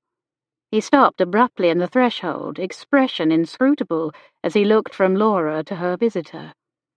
Laura extracted her hand from Treve's. Look who has come to visit. Treve Kent's bravado reasserted itself, and he straightened to his full lanky height. Hand to heart, he said in gallant tones, I couldn't rest until I assured myself all was well with Miss Callaway. And with you too, of course. A wary light shone in Alexander's eyes. I did not realize you planned to visit Mr. Kent. Nor I, Laura added. I was stunned, but relieved to see him well and free. I worried he might have landed in a spot of trouble after trying to help us. I worried about that too, Alexander said. Though I imagine Mr. Kent is too charming and too well connected to face any serious consequences. Your confidence in me is heartening, Captain, but I wouldn't have been the first gentleman to face legal consequences for smuggling. Is that why you are here? To free trade? Alex asked. Or simply to see Miss Callaway? Both. We hope for one more profitable haul to cover our expenses and help see us all through the long winter ahead. After that, Dyer is out. I can't speak for the others. And you? I've not yet decided. In the meantime, do be careful, Laura said earnestly. She touched Treve's arm, immediately drawing both men's gazes. Noticing, she quickly removed her hand. I shall be. Thank you. Well, I'd better take my leave. He bowed. A pleasure to see you both again. And you, Laura said. Godspeed. Laura and Alexander stood there awkwardly, as Treve's footfalls faded down the corridor, and the sound of a closing door echoed through the house. Well, that was a surprise, she said. Agreed, but perhaps it should not have been. The man obviously cares for you. Laura shifted uneasily. Well, we are friends, after all. He studied her face. How are you feeling? About seeing Treve again, or physically, she wondered, and chose to respond to the latter. So much better. Still a little weak, and I tire easily, but overall, I'm remarkably well. I'm glad to hear it. You gave me a scare. And what have you been doing? I've not seen you in days. I didn't wish to intrude on your reunion with your aunt, and along with seeking a ship, I searched for my grandparents' former house. Turns out it's not far from here. I would like to see it. I could give you the direction, but I may not be here long enough to show you. I've found a merchant who might be willing to take me to France on one of his ships. Oh, well done, she forced a smile. He didn't ask her to join him, she noticed. Alexander had a family after all, a father, brother, sister-in-law and nephew, who she guessed would rejoice at his return despite past arguments. She didn't belong at a Cornwall family reunion. Besides, she had made it to Jersey, which had been her goal. She began, "I would like to see you returned home, but—" He held up his hand. I know. You have just found your aunt again, and are reluctant to leave her. True, she allowed. Nor would she beg to go along. Aunt Susan entered, and Laura turned to include her in the conversation. Have you met my aunt, Susan Hillgrove? I have, yes. A pleasure to see you again, madame. And are you, Captain? Thank you again for bringing my niece to me. In truth, she brought me. Well, however you got here, thank you. I know you've done your best to take care of her and see her to safety. He winced. I regret the journey stole so much of her strength. Do not blame yourself, Laura said. It was my choice, and I'm growing stronger every day. And what will you do now, Captain Cornwall? Aunt Susan asked. I hope to sail to Brittany as soon as may be. A Mr. Gillen has offered to take me on one of his ships. Regularly trades there, apparently. He also mentioned being acquainted with you. A surprising blush rose to her aunt's cheeks. Yes, a charming man, if a bit eccentric. Alexander nodded. My impression as well. And when you reach Brittany? I shall visit my father and my brother in prison and see what I might do to help secure his release. In prison? Why? Shame coloured his features. He has been charged with treason for spying. I hope to prove another man was the informant officials tracked to our village. Laura knew he referred to Francois Laroche. Might he manage to escape the militia and return to Jersey? Spying for the British? Aunt Susan asked. Perhaps. Then you ought to speak to Admiral de Vergne. Wariness washed over Laura. That was the man Laroche had worked for. The captain's brows rose in surprise. Are you acquainted with him? Susan nodded. My husband was. He might call here at my invitation, if and when his duties allow. Alexander made a wry face. He might also arrest me. True, her aunt allowed, studying him. Shall I inquire? Alexander nodded decisively. Yes, please do.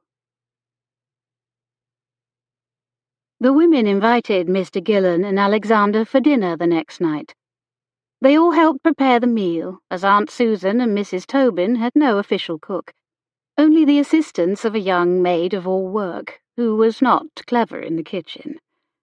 Their menu consisted of a rich conger soup, fish with a savoury sauce, potatoes and bouleau aux pommes, apples baked in pastry. At the appointed hour, Mr. Gillen arrived bearing a pot of boiled ormers, while Alexander brought flowers for their hostesses. When they'd all taken their places, Aunt Susan rose somewhat shyly and said, "I believe some sort of toast is in order.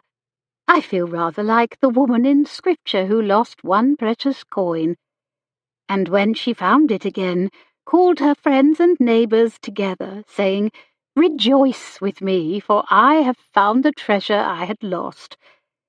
She raised her glass to her niece, tears sparkling in her eyes. "To Laura." "To Laura," the others echoed, glasses high. Laura's heart squeezed with poignant pleasure. "Now let us eat and be merry," Susan added. "Hear, hear," Mr. Gillen agreed, beaming at her. Her aunt sat back down, clearly feeling self-conscious, but pleased too. The meal began, and after several minutes of general conversation, Laura decided Mr. Gillen was a pleasant man. He had thick, bristly dark hair streaked with silver, and bushy side whiskers, weathered skin, and jolly blue eyes. He wasn't tall, only an inch or so above Aunt Susan's height, but he seemed larger, with his broad shoulders, stout stature, and vibrant personality. He was a bit loud and coarse, but only from lack of breeding, Laura thought, not from any smallness or meanness of character. On the contrary, he seemed kind and noble-hearted. His table manners weren't all they might be, but considering he usually ate alone or in the company of rough sailors, she didn't hold it against him. And most telling of all, he was clearly besotted with Susan Hillgrove, which spoke well of his character and discernment. His gaze lingered on her many times during the meal, and he was quick to offer her seconds and to refill her glass. "You are too thin, my dear lady. A strong wind would blow you right off the deck." And, "Here, have some more ormers. Gathered these from the rocks myself. Delicious." Mrs. Tobin spoke up. "Enjoy ormering, do you?" "Indeed I do. Enjoy eating them even more." He patted his straining waistcoat buttons. "And I cooked these long and slow for you." "In fish stock?" "What else?" Susan politely ate another of the boiled snail-like creatures. Laura could only be glad the man wasn't besotted with her.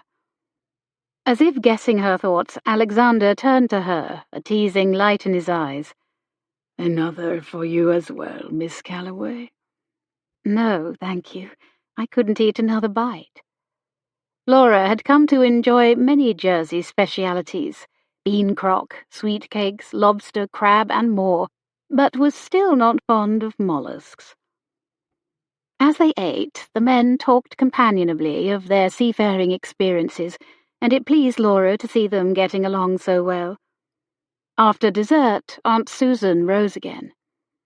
"Shall we leave you two to cigars and port?" Standing abruptly, Mr. Gillen said, "Not on my account, I beg you. Please stay, ladies. That is, if that meets with your approval, Captain." "Indeed it does," Alexander agreed. So together they lingered over tea, coffee, and genial conversation for another hour. Mr. Gillen insisted Alexander give up his room at the inn and stay with him instead, saying, "Any friend of Mrs. Hillgrove is a friend of mine, and we men need to stick together. I've bought myself a fine little house not far from here. Not that I'm on dry land often enough to truly get my money's worth, but I hope some day to settle down and have a real home." His gaze strayed to Susan at the words, then returned to Alex once more. "I would be honoured to have you as my guest." "Thank you, sir, I accept," Alexander said, "though I shan't be here much longer." Laura watched him as he said it, but he didn't look her way. The next day, Laura again rested in the protected garden, her shawl tucked around herself, a blanket on her lap. It was warmer in Jersey than in England, and she enjoyed the mild late autumn sunshine and sea breezes. She was feeling almost like her old self, with a clear mind, though she still tired more easily than before. Aunt Susan and Mrs. Tobin were busy in the kitchen, and Alexander was with Mr. Gillen, finalizing arrangements for their departure. Portly Dr. Braun came out to see her again, carrying a bottle of his prized fever elixir. "How are you this morning, Miss Callaway?" "I'm well, Dr. Braun, thank you." "Have you had your dose of medicine yet today?" Not yet. I don't think I need it any longer. It's important to continue the regimen for a full fortnight. Here, allow me." He poured a generous dose into her cup of tea. "I shall leave the bottle with Mrs. Tobin and remind her to be more punctual in administering it." She managed a wan smile and dutifully picked up the teacup as the man returned to the house. As soon as the door closed behind him, however, she set the cup back down, planning to dump it out at an opportune moment. Laura had just drifted off to sleep when the now familiar creak of the garden gate woke her from her doze. She opened her eyes, expecting to see Mr. Gillen or Alexander, but her anticipatory smile fell away. François Laroche. "Well, well, Miss Callaway, we meet again." He gave her a sly smile. An alarm bell sounded in her brain. "Monsieur Laroche." Laura swallowed and sat up straighter. "What are you doing here?" He sauntered nearer, Laura's heart rate accelerating with each step. "I have been to Jersey on several occasions in the past, though not in some time. I'm here to renew old acquaintances." "Captain Carnell is not here," she said, both relieved and grieved that Alexander was absent. "Not now, perhaps, but as you are here, I know he cannot be far away, any more than a bee can resist the fair flower." His words might have been flattering from anyone else, but coming from him it sounded suggestive and insulting. Should she call for help, and end up endangering her aunt and Mrs. Tobin in the process? She told herself to remain calm, to think. Last she'd seen Laroche, he was being held by the militia. She licked dry lips and said, "May I ask how you came to be here?" "The usual way, by ship. Your friend Tom Parsons was happy to oblige. Always eager for an excuse to trade on the Channel Islands. I would have arrived sooner, but it took time to extricate myself from the stupid authorities." "They let you go?" He smirked. "Parsons is a persuasive man." Without invitation, he sat down beside her. She noticed him eye the tea tray on the table. "May I offer you some refreshment, monsieur? You must be hungry and thirsty after your journey." "Pretending to be polite, are we?" He shrugged. "Eh bien, don't mind if I do." He wolfed down a biscuit, and she slid the untouched cup closer to him. "Help yourself." He ate another biscuit and drained the tea, then said, "I also hope to see my old friend Philippe d'Auvergne.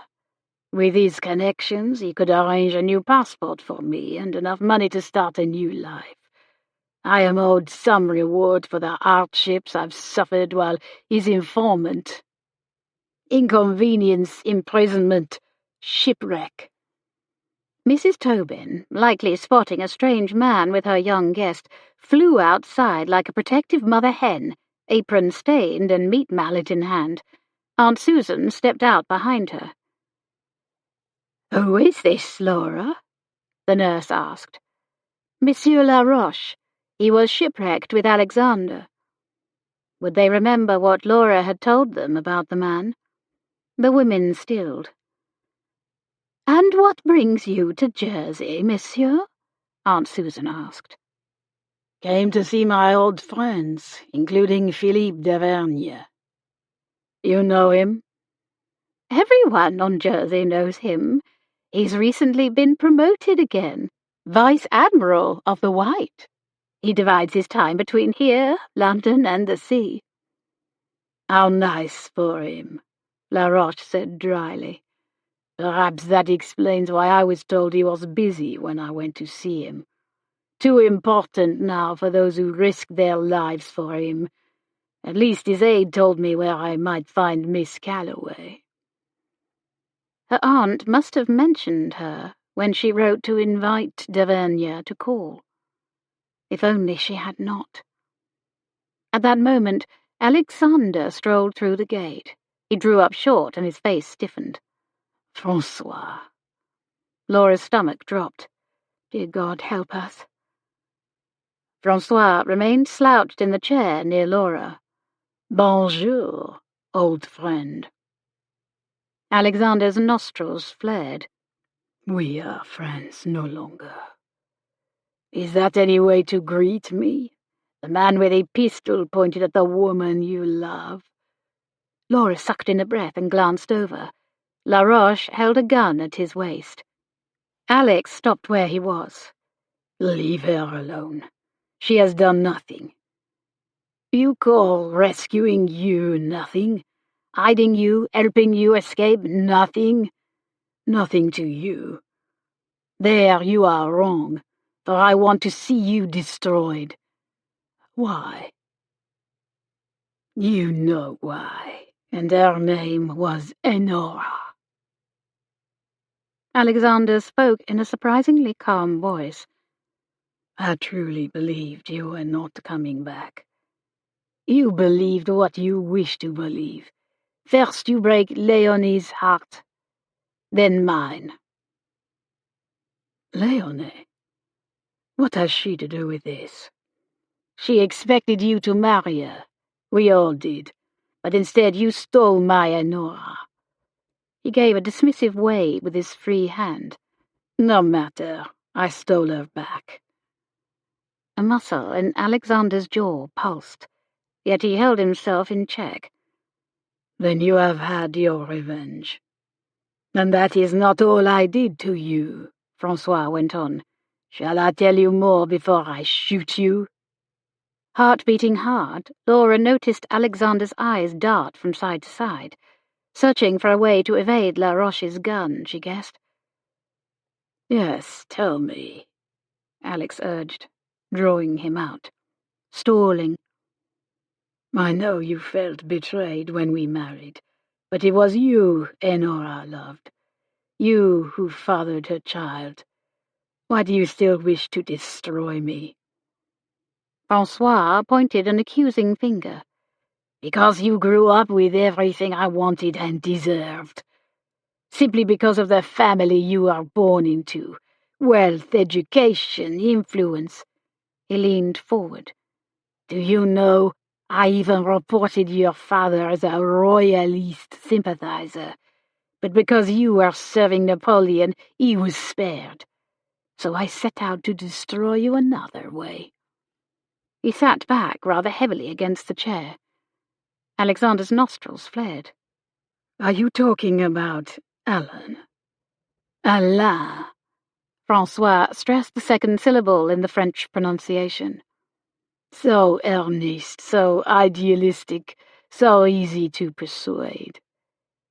You recruited him to spite me? Francois raised an unconcerned shoulder. I simply convinced him that helping the British foil Napoleon would help the royalists. Alex gritted his teeth. Alan was arrested, but you escaped. What is the English saying? Scot-free. Francois smirked again. I'm too cunning to be caught. Cunning? Another voice interrupted. Is that what you call it? Francois lurched to his feet, and Alexander whirled about in surprise. An impressive-looking older man in British naval uniform strode into the garden, hat under one arm, grey hair tied back and neatly trimmed at the brow. Laura noticed 2 soldiers just beyond the garden gate, but Laroche seemed to have eyes only for the man she assumed to be d'Auvergne. He stood as though at attention. "Vice Admiral, sir." The older man bowed toward the ladies. "Pray forgive the intrusion. Shall I tell you how Monsieur Laroche escaped when my other agents were arrested?" The women nodded. Alex, Laura noticed, kept his eye on Francois's gun as he tucked it away. "Laroche was one of my couriers. He and several others travelled from here to France for me many times, gathering information, which I then sent to London.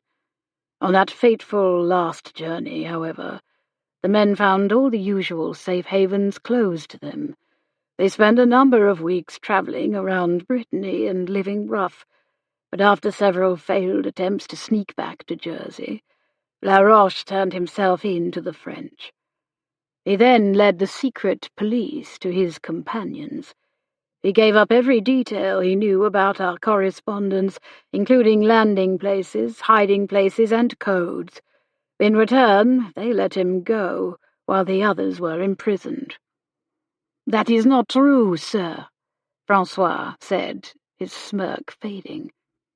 "I told you when I made my way back to Jersey, it was Préjean who informed.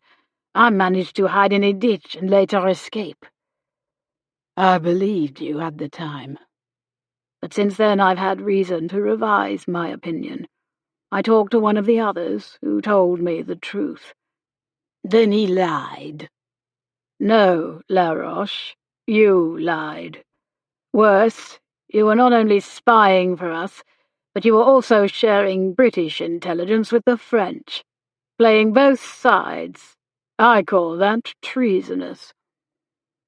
Laroche raised his hands and began an impassioned appeal in rapid-fire French, which Laura couldn't follow. D'Auvergne answered in kind, his neck and jowls reddening with barely controlled anger. "I hold you responsible for the lives of my men," the Admiral bellowed.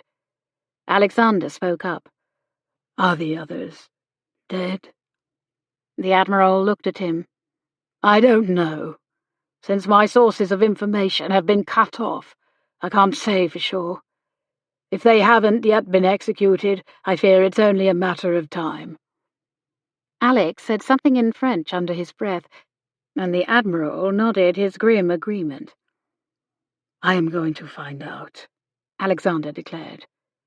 The older man's eyes narrowed. "Who are you?" "Alexander Carnell, Alan Carnell's brother." "Arrest him, sir," Francois exclaimed. "He is an officer in Napoleon's navy and an escaped prisoner of war." "I am not here as an officer," Alexander calmly replied. "I am here as a brother. If Alan is alive, I want to free him." "I want that too," D'Auvergne said. "If you are determined, I will deliver you to the Brittany coast in my own ship." "Thank you for the offer, sir, but I have already arranged a less conspicuous means of travel." The Admiral's brows rose, impressed.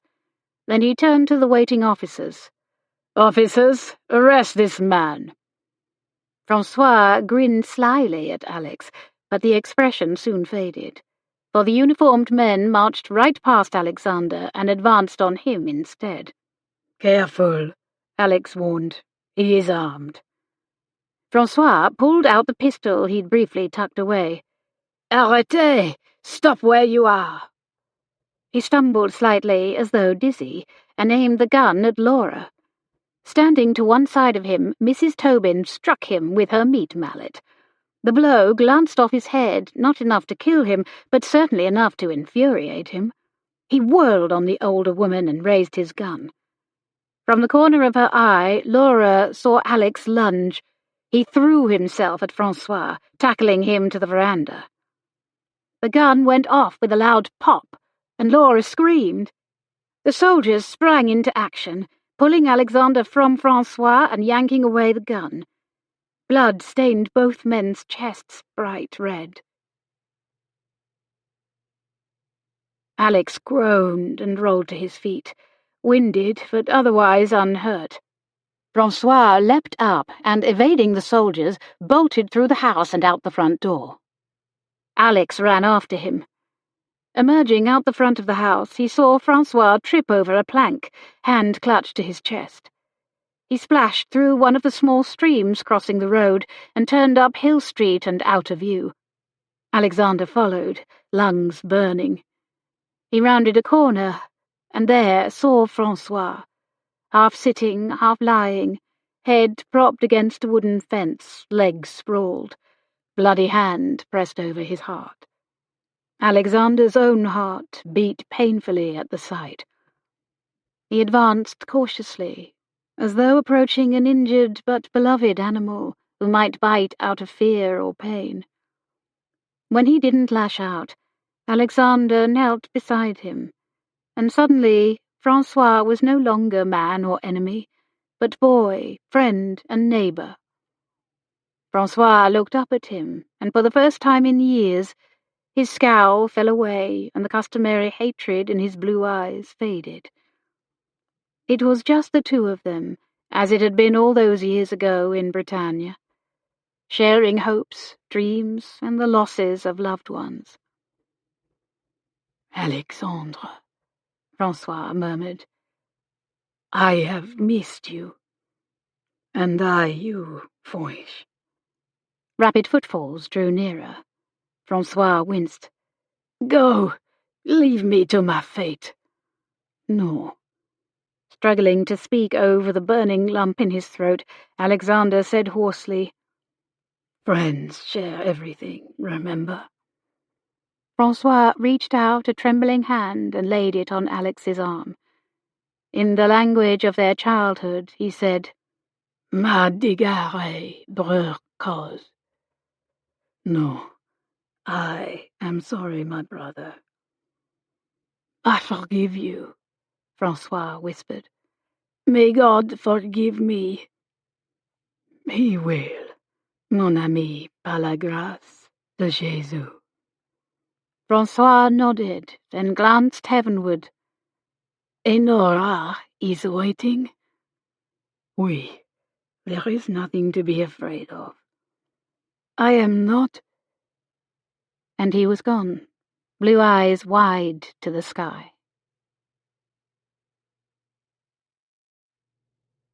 Chapter 22. From James, chapter 1, verse 6, English Standard Version. But let him ask in faith, with no doubting, for the one who doubts is like a wave of the sea that is driven and tossed by the wind. After Francois Laroche's body had been carried away, and the Admiral and his men departed, Alexander and Laura sat together in the parlour, sipping soothing cups of chocolate. It was strange to see Francois unsteady like that, Alex said. He's usually deadly accurate with a gun and fast on his feet. I wonder if he had been drinking. He drank the tea I gave him, Laura explained, which contained a large dose of potent fever medicine. Dr. Braun poured it for me when he was here. Francois came before I could dispose of it, so I offered it to him. I hoped it would put him out, as it did me, but at least it hindered his ability to react quickly. Clever girl. Alexander watched her closely. And you are sure you are all right? Francois didn't hurt you? Shaken, but otherwise perfectly well. He didn't touch me. Good. And how are you faring with all this? She asked in turn. Being an officer, you've probably seen men shot before, although with an old friend it must still have been difficult. He looked up, eyes distant in thought. More difficult than I would have imagined. I am relieved he isn't here any longer to endanger us, yet I am grieved as well. His voice thickened. Despite everything, we were once as close as brothers. Laura nodded her understanding. "It reminds me of Alan," he went on. "I know now he was working for Davernier. Yet he is still my brother, and I love him." "Of course you do." Laura reached over and squeezed his hand. "I will pray for him and his family. Which reminds me, I'm planning to venture out to church tomorrow with my aunt and Mrs. Tobin. Will you join us?" Alexander hesitated. He seemed about to refuse, then relented. "Yes, much needed in my case. It has been too long." The next day, as they readied for church, Aunt Susan came into the guest bedchamber and handed Laura her father's prayer book. Laura held it to her chest, then kissed her aunt's cheek. "Thank you. I shall treasure it." Alexander arrived as prearranged to go to church with them. He offered Laura his arm, and she laced hers through it, glad for his support during her first lengthy walk since falling ill. Together they strolled through the streets of St. Helier, amid warm sunshine and cool breezes, until they reached the parish church. From the church's tall tower, the bell rang as they entered the nave. Around them, the congregation filled the pews. Laura decided it felt good to be in the church where her parents and Alexander's grandparents had worshipped. As they waited for the service to begin, Laura prayed for Alexander's family, as promised, and thanked God Francois hadn't injured or killed anyone the day before. The parish clerk rose to call the service to order and announced a hymn. Aunt Susan stood on one side of her and Alexander on the other. How pleasant to stand beside him, to share a hymnal and her father's prayer book. Alexander sang quietly and tentatively, perhaps not as familiar with the English lyrics. Even so, his rich, deep baritone voice was like warm chocolate, and she leaned nearer to better hear him. Later, when the vicar climbed into the three-tiered pulpit, Laura felt a stab of nostalgia, thinking of dear Uncle Matthew, her favourite, much-loved clergyman. The vicar read from the letter of James. "I let him ask in faith, nothing wavering. For he that wavereth is like a wave of the sea, driven with a wind and tossed." As Laura listened to the sermon, she slowly realized that while she'd believed in God since a young girl, after losing her brother, parents, and Aunt Anne, her faith and trust in him had wavered and diminished. She prayed, attended church, and went through the motions, but didn't really believe God acted in her life. Had she come to the wrong conclusion? God hadn't spared her family or given her everything she wanted, as her doting papa had. But did that mean he did not care? Did not hear her or answer? As if sensing Laura's inner thoughts, Aunt Susan squeezed her hand, and beside her, Alexander subtly pressed his shoulder into hers. The presence of these two people seemed proof of something, of God's love, if nothing else. Did he hold her future in his hands? And did Alexander figure into that future? After the service, Alexander walked home with them. Aunt Susan and Mrs. Tobin went to the kitchen to prepare Sunday dinner, but they insisted Laura rest in the parlour and keep the captain company. Laura was happy to oblige them. But Alexander, she quickly noticed, was restless. He briefly sat, then rose and paced across the room. "You are not overtired?" he asked her. "No, I enjoyed the walk and the service." "Good." He took a few more steps, then turned to her. "Laura, now that you are out of danger, it is time I left for Brittany." She'd guessed this was coming, but dread weighed down her stomach even so. "Though Alan and I chose different allegiances, we are both Carnels and Bretons and Frenchmen. I must try to help him." "I understand." In other circumstances I might have asked you to accompany me to Brittany, but look how far you have brought me, to a French-speaking island only 12 nautical miles from the French coast." He reached down and touched her shoulder. "You have done well, Laura. It is enough.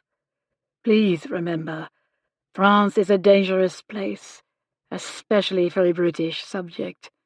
We are still at war, and conflict continues between the Royalists and those who support Napoleon."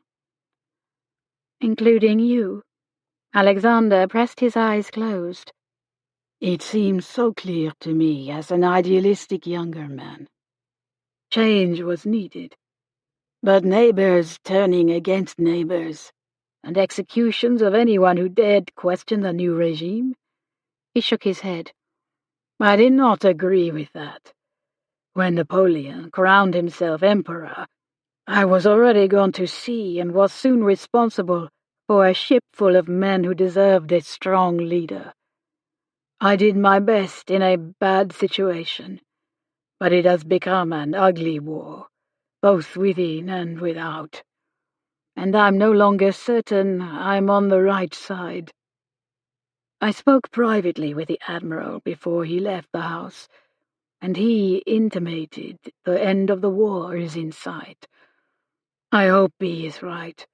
It is one of the reasons he has decided not to detain me, besides wanting his men freed, if there is any chance. Being a French officer, I will have more access to the prison than most." Confusing emotions swamped Laura's soul. Alexander was leaving. Yes, she'd wanted to see the lost man return home, but she was disappointed he said nothing about returning to Jersey. She'd begun to hope for a future between them, and had thought he did as well. She'd presumed too much. Her chest ached, and his dear face blurred through her tears, a face she might never see again. "Laura, there is another war going on here." He pressed a fist to his chest. "Our countries are at odds. Our desires—" "I think our desires are very much aligned," she said softly. "This is something I must do.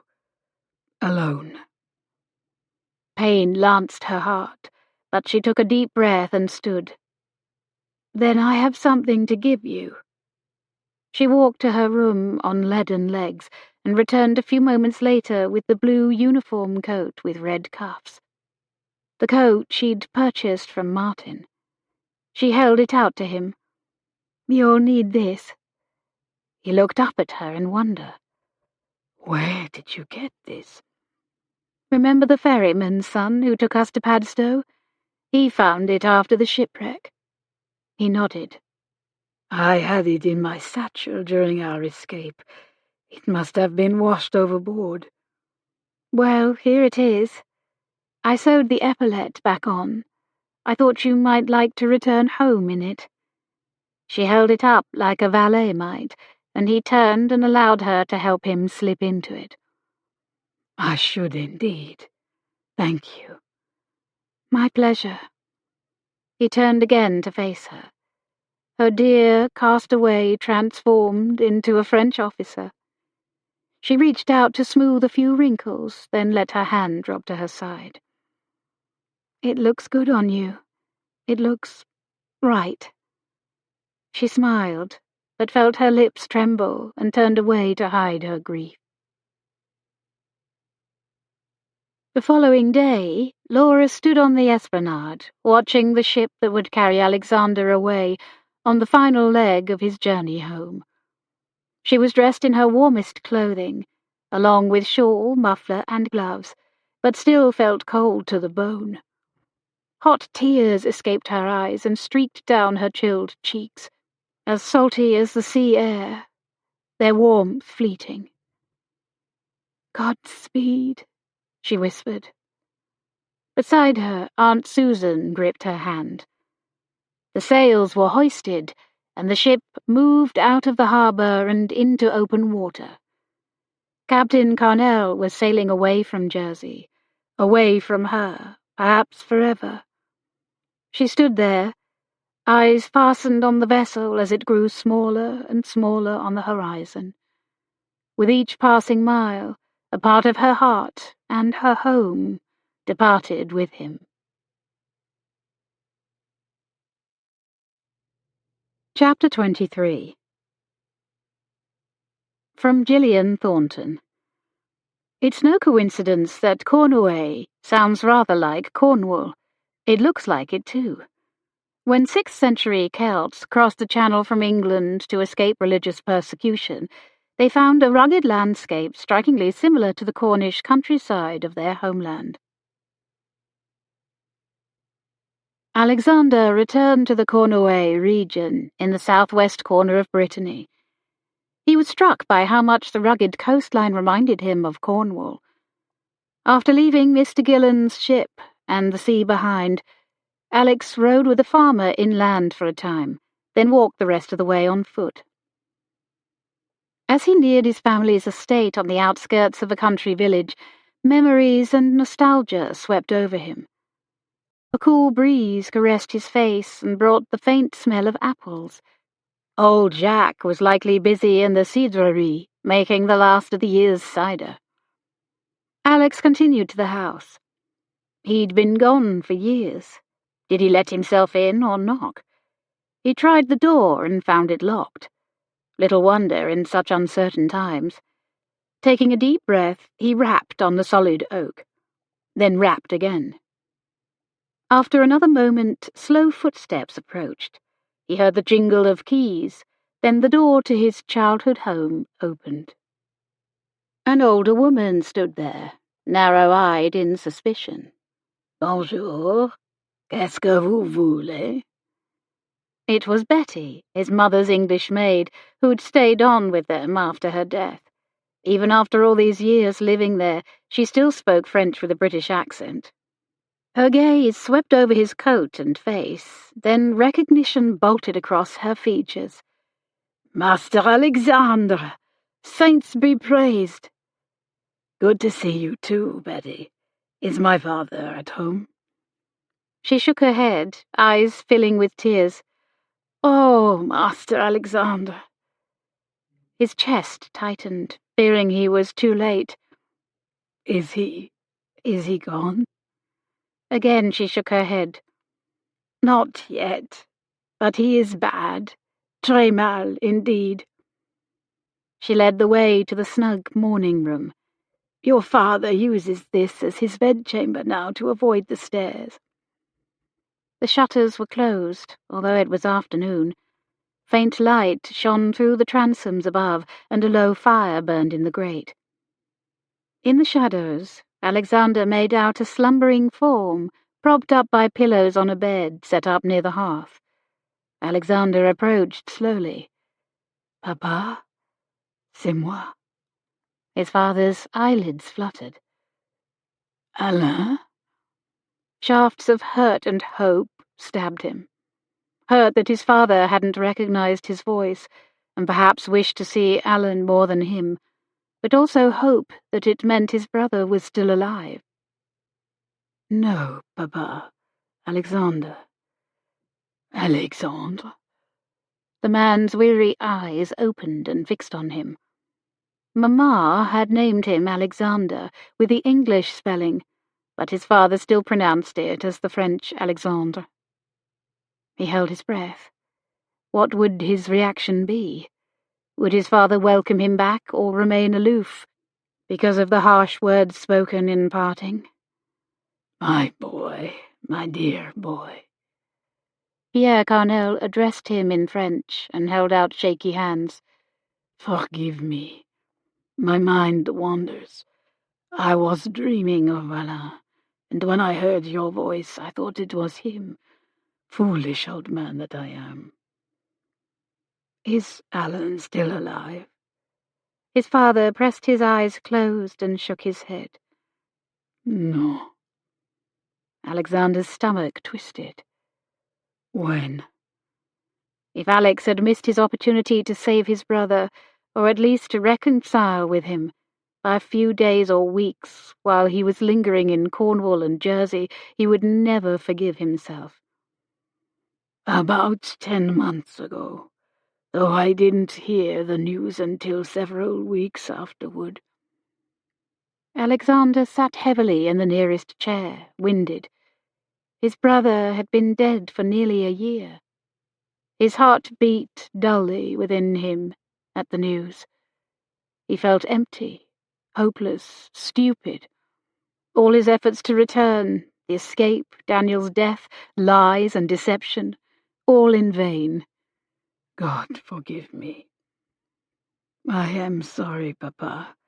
I tried to get home to help him, but I failed." "It is not your fault. Nothing you could do, mon fils, except pray.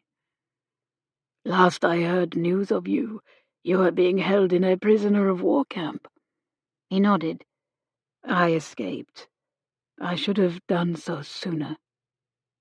"Then you risked your own life, which is more than I have done. Thank you for trying. I know you loved Alain, despite your differences, and he knew it too. Don't blame yourself." "I shall try not to, but that will be difficult." Alexander swallowed. "I'm sorry too, Papa, for the tensions between us during my last leave. The arguments about Alan and politics. I know I spoke harshly and I regret it. Please forgive me." "I do. I forgave you long ago, and I hope you forgive me. I know I did not respond well. My own loyalties torn, the struggle within my own soul, played out in real life by my beloved sons. I fear God is not pleased with me." "God is merciful, Papa. You taught me that. He will forgive us if we ask him for his son's sake." His father nodded. "I will meet my Maker soon, I believe, if he will accept me." "He will, Papa. But please don't be in a hurry to go." Alex's voice grew thick with emotion. How old his father looked, how frail, how dear. "We have just been reunited, and I have missed you. And I you, my dear boy." The door creaked open, and Alexander turned. A small head appeared, with a pair of large dark eyes. Alan's eyes. "Grandpapa?"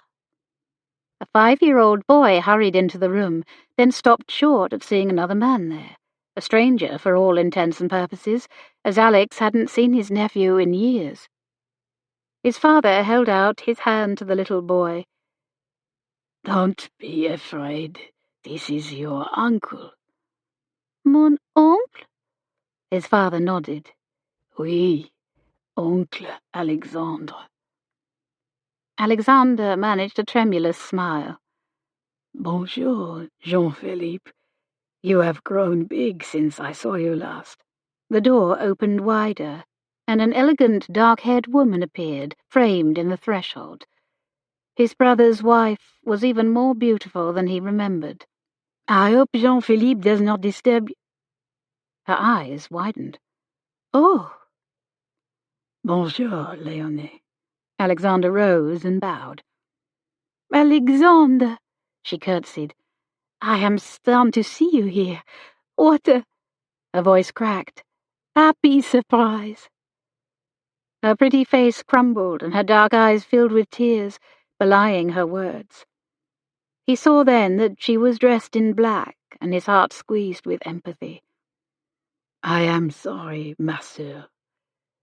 She pulled a handkerchief from her sleeve and wiped her eyes. "Je t'en prie, pardonne-moi. It is only that you are so much like him." Her beautifully accented French was music in his ears, even though the words and her obvious grief pained him. "That is a compliment indeed." "Is it?" she asked, studying him as she walked closer. "Yes, he was my brother, and I will always love him." She kissed his cheek. Me too. The following day, on a chilly grey afternoon, Alexander and Léonie visited the churchyard together. "Your father's connections were not powerful enough to save Alain," she said, "but at least they were able to return his body to our home parish." Alexander nodded, unable to speak over the lump in his throat. "The headstone just arrived last week," she added. Alexander read the inscription, the carved words searing pain into his chest. "Ici repose le corps de Alain Philippe Carnel, 1784 to 1813. Regret éternel." Tears filled his eyes as he whispered, "Je suis désolé, mon frère." Eternal regrets, indeed. After a few quiet moments, his sister-in-law asked, "Would you like to see the grave of Enora and the infant?" Alexander hesitated only a moment. "Oui." She led him to a simple headstone carved with small figures of Madonna and Child, and her name, Enora Angèle Carnel. She had borne his name at the end, though not his child. "I forgive you," he whispered in his heart. He sincerely hoped both Enora and François rested in peace. Beside him, Léonie slipped her hand into his in silent comfort and empathy. A few days later, Alexander undertook the visit he knew he couldn't put off any longer. Knapsack over his shoulder, he went to see Daniel's widow, Vivienne. He found her in lodgings in Quimper, a newborn child in arms. His heart expanded at the sight. How was it that such a small, innocent face could look so much like his dearest friend? There was no doubt who this boy's father was. The realization brought both pain and pleasure. "I can see Daniel in him." She nodded. "So can I. I am so sorry, Vivienne." She looked up from the swaddled babe, eyes wide. "He isn't coming home?" Alex shook his head, throat tight. He managed only one syllable. "No." Tears filled her eyes, and answering tears filled his. "He died in a shipwreck," Alexander explained. "We were trying to get home. He was so eager to return in time for the birth of your child. I wish I had been able to save him. I tried." "Could you not have tried harder?" Vivienne's voice broke, and Alexander's heart broke with it. "Dear God, why? Oh, to exchange his life for Daniel's."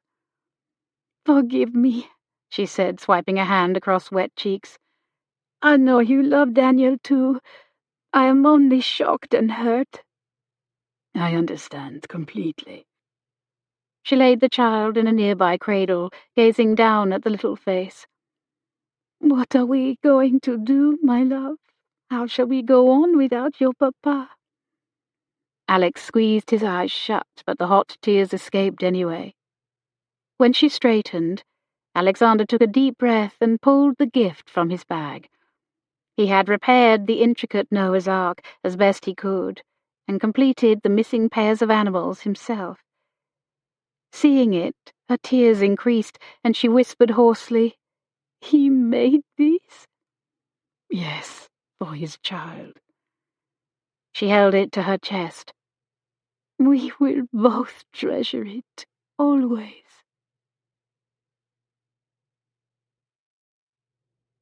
Chapter 24. From Honoré de Balzac, The Chouan. Why do we rouse Brittany and La Vendée? Why bring civil war into France?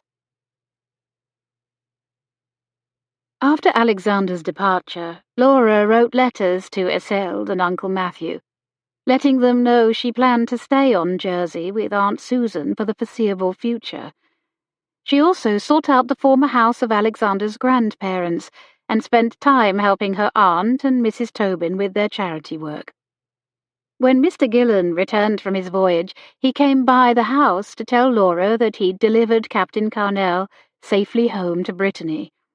He added, "I asked him to come on one of my ships when his business there is finished. He thanked me, but turned me down. Said he wasn't certain what the future held. I replied, 'Who of us is?' But he would not be moved." Disappointment sank in Laura's stomach. It was as she feared. He had no plans to return. Even so, she thanked Mr. Gillen for bringing her the news and led him into the parlour to visit Aunt Susan. A fortnight after Alexander left, Mrs. Tobin brought in the post. "Letter for you, Laura, from France." Laura's pulse quickened. Would it contain good news or bad? "Dear Miss Callaway, I pray this letter finds you in good health. I hope neither you nor your aunt mind my taking the liberty of writing. I realize that after all we have been through together, it might seem a little late to worry about propriety, but I want you to know that I respect you as a gentlewoman of the highest character. I regret that my coming to Cornwall caused you to throw caution to the wind. I appreciate your sacrifices on my behalf, and hope your reputation and relationships have not suffered irreparable harm because of me. I trust you and your uncle have been in contact. I have written to him myself to apologize for exposing you to danger and gossip. I have not heard back, but with the war slogging on, perhaps the post is not yet getting through to England. I hope my letter to you does not meet a similar fate. I'm afraid I have some bad news to relay. My brother Alain died almost a year ago, executed by firing squad. I was unable to help him, or even see him before he died, to my deep regret. My brother leaves behind a wife, Leonie, and a 5-year-old son who live with my father. My nephew's name is Jean-Philippe. He is the handsomest boy I ever saw, with his mother's beauty and his father's keen mind. He has won my heart already, and I'm very much enjoying my role as Oncle Alexander. Sadly, my father is in poor health, and his heart is failing. The doctors say it is only a matter of time. I am forever grateful that I am here with him for however many days, weeks, or months God grants us. We have forgiven one another and have been reconciled. Our daily conversations are sweet and precious to me, knowing each may be the last. I will never forget that it is you I have to thank for returning me home to his side. Most sincerely, A.L.C. Her aunt came in as Laura was reading the letter a second time. "Mrs. Tobin mentioned a letter from France. Good news, I hope?" "I'm afraid not," Laura replied. "Alexander's brother was executed, and his father is near the end of his life. He was unable to see his brother, but at least he's been reunited with his father." "That is thanks to you, my dear." Laura shrugged. "He would have managed one way or another, but yes, he expresses his gratitude." She wondered if gratitude was all he felt for her now that he was home. She added, "He mentions he's enjoying spending time with his young nephew. He and his widowed mamma live with the Carnells, both very handsome, apparently." The words Alexander had written echoed through her mind. The handsomest boy I ever saw, with his mother's beauty. What was it Francois Laroche had said about Leonie? She expected you to marry her. We all did. And now that she was a widow... Her aunt watched her closely, her eyes downturned with concern and far too knowing. Anything about his plans for the future? She asked. Has the French Navy given him another commission? He doesn't say. Well, perhaps in his next letter. You will reply, I trust? Yes, if you don't mind. I wish to express my condolences. And so much more. A few weeks after his homecoming, Alexander sat reading the newspaper after dinner, his father propped on pillows on his daybed, and Léonie seated near the fire screen for light and warmth as she sewed. Jean-Philippe came in with a book and climbed onto the sofa beside him. Alexander smiled at the boy, pulled him onto his lap, and the two read together. Léonie looked up from her needlework to watch them, her lovely dark eyes glimmering with affection. And something more? Alexander quickly returned his attention to the book. Later, after Léonie had taken Jean-Philippe up to bed, his father said, Léonie is very pretty, is she not? Yes, though black does not suit her. The older man's eyes twinkled. She will not wear black much longer. Awareness prickled over Alexander. Papa. His father raised a hand to forestall his protests. Don't say anything. I realize it is too soon to be thinking of such things. I won't be here much longer, or I would have waited to mention it. But it would ease my mind. Léonie and Jean-Philippe would be provided for. You could share this house together, and I could die in peace. She is my sister. Bah! Not every country shares England's laws. In some traditions, a man is encouraged to marry his brother's widow. That was true, although Alex thought it wiser not to concede the point. Instead, he said, Rest assured, I will make certain Léonie and Jean-Philippe are provided for after you are gone. And she has a sister yet living as well. She will never know want, whether she remarries or not. Just consider it. I can tell she still admires you. And you've allowed she is attractive. Yes, but I don't. Again his father raised a palm to cut him off. Don't answer me now. Just tell me you won't dismiss the idea out of hand. Alex felt torn. He wanted to please his ailing father, but felt guilty at the same time. Was it a betrayal to agree? Very well. I will think about it to make you happy. Thank you. His father settled back against his pillows and closed his eyes, a small smile on his lips. Wary, Alexander asked, Tell me you have not said anything to Léonie. I may have mentioned something. Alexander groaned. Papa. In his mind's eye, he saw Laura Callaway's beautiful face, looking at him with affection and even desire in her golden brown eyes. Where did his duty lie? The following morning, his mother's former maid brought in the post. Letter for you, Master Alexander. Thank you, Betty. His father slept on, undisturbed, but Léonie watched him with interest. Alexander saw the St. Helier postmark, and his heart instantly lightened. Laura. He pried open the seal and read. Dear Captain Carnell, thank you for your letter. I very much appreciated hearing from you, although I was dreadfully sorry to hear the news of your brother. It must have been difficult for you to learn he died. I know how hard you tried to get home to help him. You did your best, and that's all any of us can do.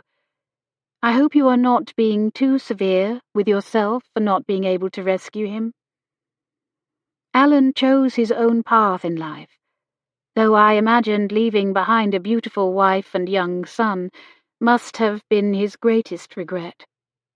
I pray this war ends soon, and am sure you do as well. My aunt asks if you have been called back into active duty or given another ship like your old favourite, the Victorine. I suppose you would be gratified, but I, for one, would be sorry to see you rejoin the fighting, especially now that the end is in sight, at least if the newspapers can be believed. Aunt Susan, Mrs. Tobin, and I are doing well here. 3 women living as a little clutch of hens. Mrs. Tobin is all graciousness, and I'm enjoying every minute with my aunt. However, I believe if Mr. Gillen has his way, one of us will find herself living elsewhere before much longer. I think my aunt hesitates to accept him because of me, but I've assured her that her happiness is mine. I finally received a reply from my uncle. You'll be glad to know that he has forgiven us both, and that he and Mrs. Bray are well and in good health. They are delighted with Eselle's recent engagement to Perry Kent, and eagerly anticipate their upcoming wedding. I hope your father still lives, and that God grants you many days together to store up in your heart and treasure for years to come. In spending time with my mother's sister and nurse, and hearing their reminiscences of my parents' final days, I feel I have been given back some of our lost hours to treasure in my heart as well. Your sister-in-law and your nephew have my condolences. May God grant them comfort as they grieve their loss. How good of him to bring you home just when they needed you most. Most sincerely, Miss Laura Callaway. When he refolded the letter, Leonie said, I hope it is not from the Navy, offering you another commission. Funny that his sister-in-law should express the same concern Laura had. Duty had compelled Alexander to write to his superiors to inform them he was back in France, but his letter had been met with silence. No, a letter from a friend. So the post is now getting through? At least from Jersey. Ah, the woman who rescued you and nursed you to health? He'd already given them an abbreviated account of his escape, shipwreck, and journey from Cornwall, but he'd left out certain details. Yes, though she had help from the nurse next door and a young doctor. He chuckled awkwardly. It was a group effort. But she's the one who helped you get home? Yes. Leonie watched him closely. She remains on Jersey? He nodded. Her aunt lives there, her last living blood relative. They have been reunited after many years apart. She hasn't anyone else. Has she not? He looked at his sister-in-law, saw the arched brow, and said, She is not remaining on my account, if that is what you are implying. What is her name, this rescuer of yours? Laura, Miss Callaway. With a mischievous grin, Leonie asked, And is Laura, Miss Callaway pretty? He took a deep breath. She is. And young? Perhaps too young. Only 23. I was even younger when I married Alain. Leonie ran her fingers over the pillow fringe. Had she no suitors before you came along? He considered. There is one young man who admires her. He took us as far as he could in his ship until a revenue cutter forced him to set us ashore. He would do anything for her, I think.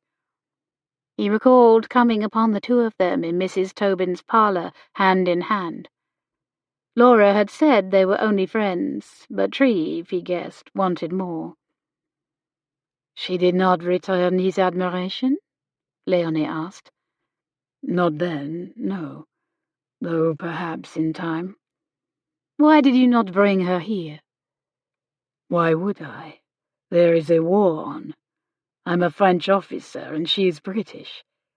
Besides, I was focused on father and Alain. There were too many uncertainties. And now? He looked at her, then away again. There are still too many uncertainties. Chapter 25. From Gratiana Longworth Knocker, Trebetherick. The dark, drear days of November came along, and with them hurried mists and sweeping rains, wrapping the headlands in their mantle of grey, shutting out from the Padstow folk all sight of what lay beyond. Winter passed in quiet domesticity. Together Alexander, his father, sister-in-law and nephew celebrated Christmas and the New Year.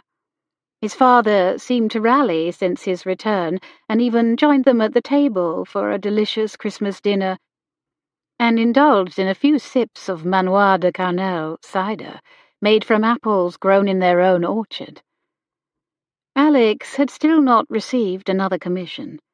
Perhaps this was due to the blockades and the fact that the fighting focused on land versus sea. Or perhaps because they considered him compromised after his time in England and his relationships with Alan and Francois, two known spies. Whatever the reason, Alexander wasn't sorry. He felt he was where he was supposed to be, at his father's side. By February, his father's rally lagged, and his beleaguered heart began its slow final march, like the last laboured ticks of an ancient clock. He died peacefully in his sleep the following month, Alexander holding his hand. At the end of March, France's allied enemies invaded and captured Paris, forcing Napoleon to abdicate.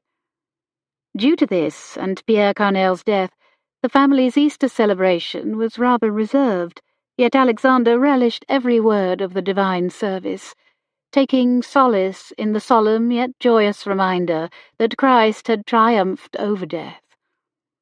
Because of his resurrection, Alexander knew he would see his father again, one day in heaven. On a beautiful spring day near the end of April, Alexander walked around the kitchen gardens Betty tended so carefully, and then out to the orchard and small family vineyard beyond. The air was warm and carried the scent of apple blossoms, but Alexander was too distracted to appreciate it, striving to get his thoughts in order. Torn between keeping his word to his father and his feelings for Laura. Was he obligated to marry his sister-in-law after their mourning periods ended? It would not be a hardship. Léonie was beautiful, and they'd always liked and respected one another. Many marriages were forged on far flimsier foundations. And then there was Jean-Philippe.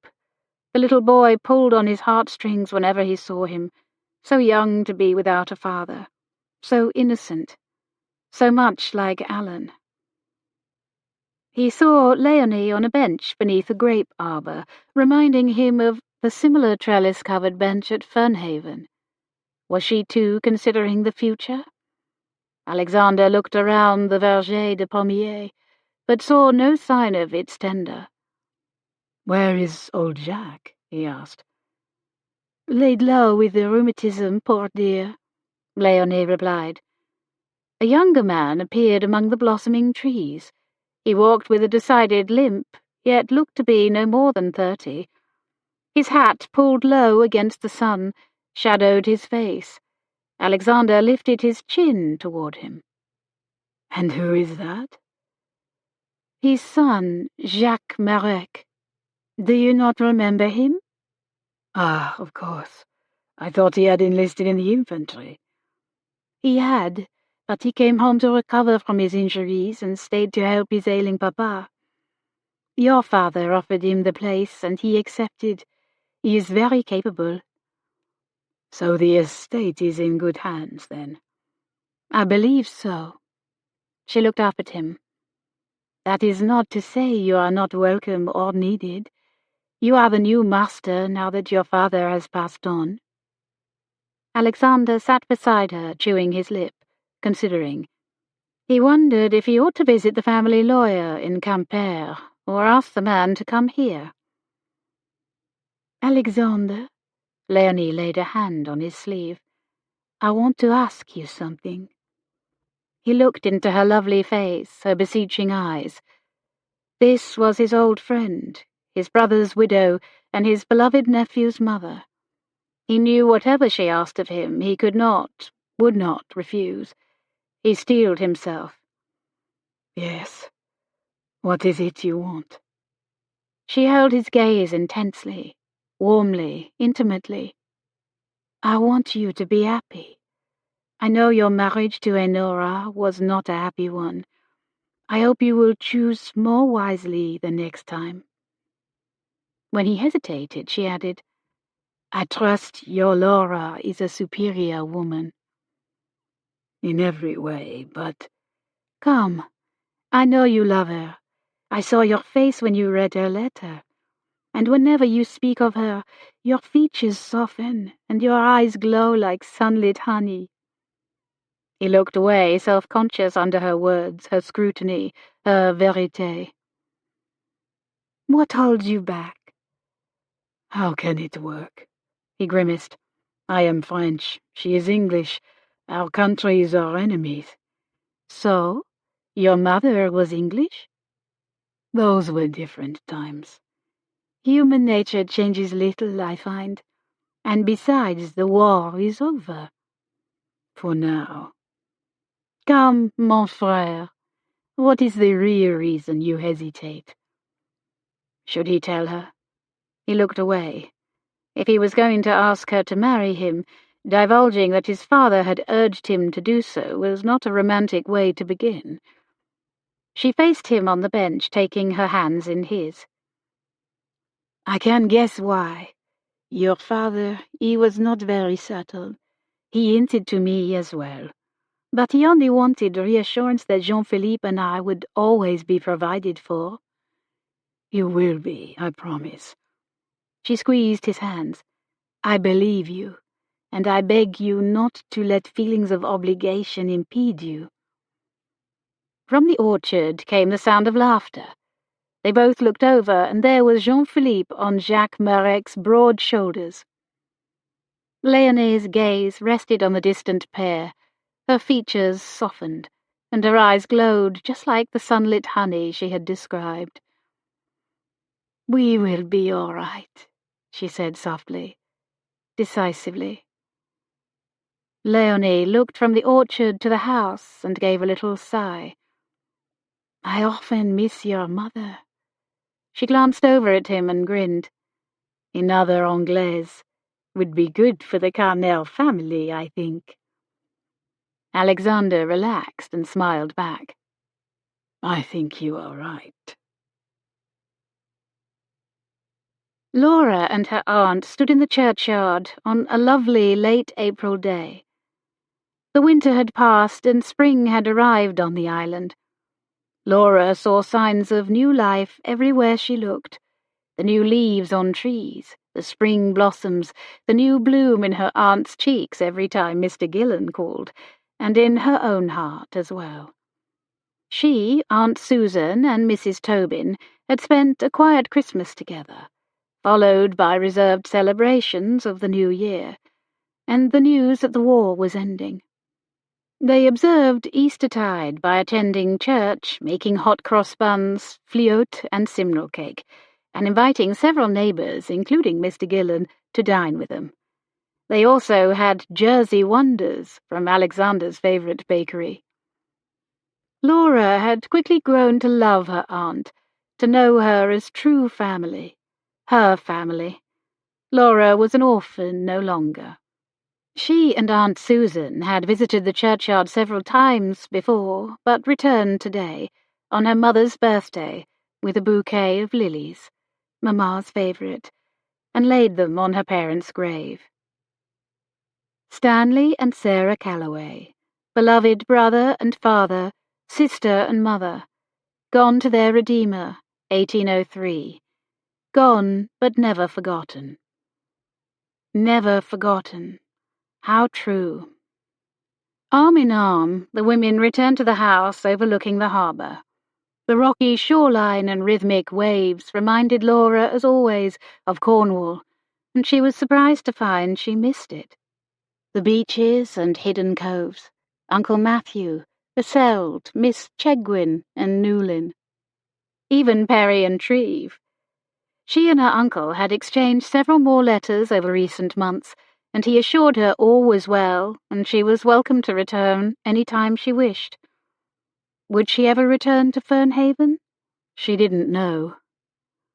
Laura had also received a chatty letter from Seld describing her wedding to Perry and joyous in her expressions of happiness over her new wedded state. Seld had written, "Mum was angry with you at first for running off like that, fearing it would harm my reputation and chances of an advantageous match, but Perry's proposal set her mind at ease. In fact, now that you and I are both gone from Fernhaven, she seems to be filling the role of parson's wife more actively than before." She also wrote, "Treve has sold his ship. He continues to flirt with Kana Roskilly, but she's giving him the cold shoulder. So I doubt if there is any hope of another Kent wedding any time soon."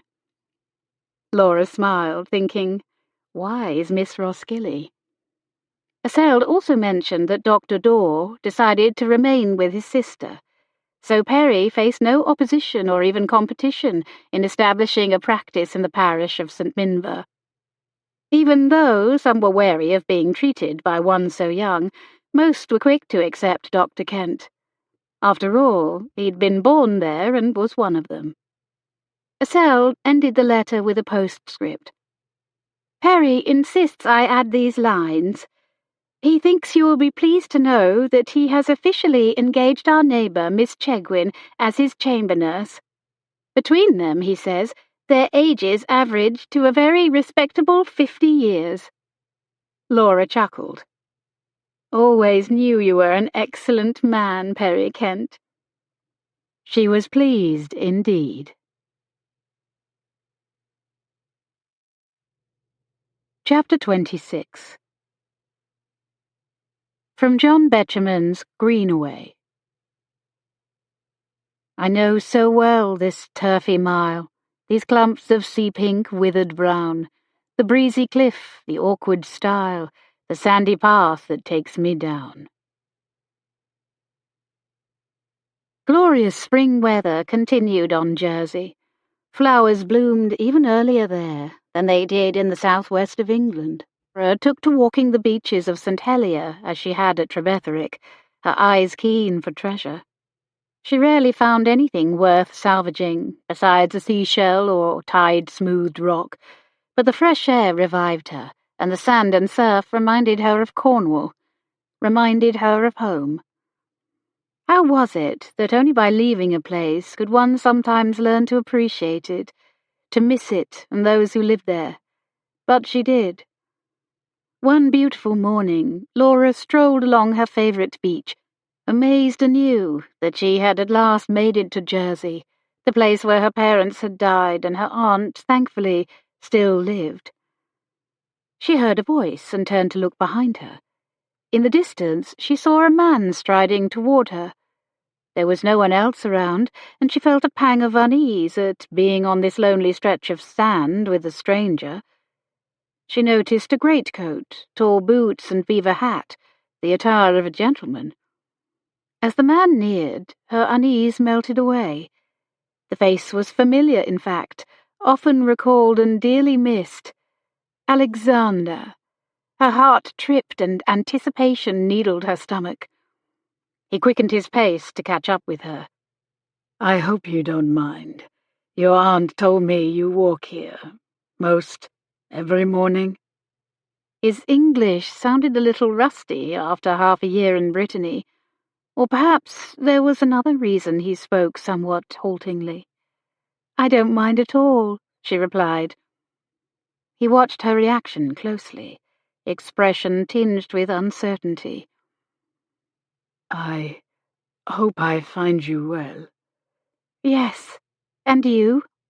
Her eyes slid to the black armband he wore. Stomach sinking, she asked, Your father?" He nodded. "He died in March. I am glad I was able to be with him at the end." "Me too." "I suppose you have heard the monarchy has been reinstated?" "Yes." "So Alan got what he wanted in the end, though he didn't live long enough to see it. The new government is supposedly a democratic monarchy, but we shall see. At all events, the result is my brother did not die in vain, and I take solace in that." She longed to reach out and take his hand, but made do with lacing her own fingers together. "Again, I am sorry for your losses." "Thank you." He shifted, then cleared his throat. "Sorry I did not come here to bring you sad news." "Seeing you again is good news. It was kind of you to come and tell me about your father in person." She supposed he was duty-bound to go back. After all, he was his father's heir and had a sister-in-law and nephew to provide for. And what about his obligation to the French Navy? But Laura wasn't ready to ask him those questions. She needed a little time to steel her heart. "Come, let's walk a while." Hands behind their backs, the two continued along her usual route. Several yards ahead on the sand, something caught Laura's eye. Light green glass sparkling in the morning sunshine. Excitement prickled over her, reminding her of former times when she went searching for treasure on the beaches near Fern Haven. "Excuse me a moment." She hurried toward the glinting glass and picked it up. A corked bottle. And inside, a whisper of white paper. Her pulse rate accelerated. Had she finally found something of value on Jersey? She pulled up the cork and worked out the piece of paper with her little finger. Successful, she unfurled the slip and read the words written there. "My dearest Laura, will you marry me?" She sucked in a breath and whirled to face Alexander. "How did you—" A crooked grin lifted one corner of his mouth. "I could not resist." She hesitated. Was he asking her to live in France with him, or— Perhaps guessing her thoughts, he added, "I have resigned my commission. I remained long enough to bury my father and deed the family home to Alan's wife and son." "But that is your home." He shook his head. "My heart is not there any longer."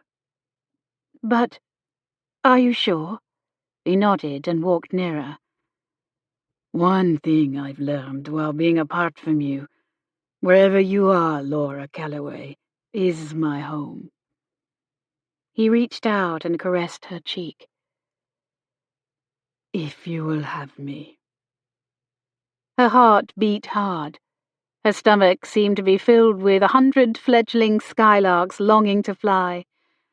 "Yes," she breathed. With a relieved smile, he wrapped his arms around her waist. She looked up into his dear face and teased, "Unless, did you only come back to Jersey because so many people here speak French?" He pursed his lips. "I admit a French oasis amid the British Empire sounds parfait to me, but only with you at my side." He drew her closer, his gaze tracing her cheeks, her eyes, her mouth. Then he leaned down and kissed her with love, adoration, and a pent-up passion that mirrored her own. Raising his head at last, he said, "Come, let's walk to the harbour. Mr. Gillen said he has something very important to show me." "Mr. Gillen? He mentioned he'd asked you to command one of his ships, but you didn't accept." "At the time, I had unfinished business in Bretagne. Now, he assures me he has, how do you say, sweetened the deal. He has something up his sleeve. Do you know what it is?" "No, but let's go and find out." They continued to the harbour and walked along the old stone quay. Several ships were moored in the calm waters of the protected bay, and there they saw Mr. Gillen in a smaller boat with a crewman rowing to shore. He waved to them. "Ah, you came. Excellent, Captain. And Miss Callaway, too. Good." "Morning, sir," Alex replied as the men drew closer. The boat reached the stone steps, and the older man climbed nimbly up them. "I have exciting news," he said, rubbing his hands together. "I bought a French privateer for a very good price. The Royal Navy captured her on the way back from the Indies with a cargo of spices, sugar, and coffee. The British crew shared the prize money, but for some reason they did not take her back into service. Their loss is our gain." "How so?" Alexander asked. "She sails remarkably well, and has a history I think you'll find interesting. The ship was originally a Spanish brig until the British captured her. After that, she was captured by the French, and then recaptured by the British.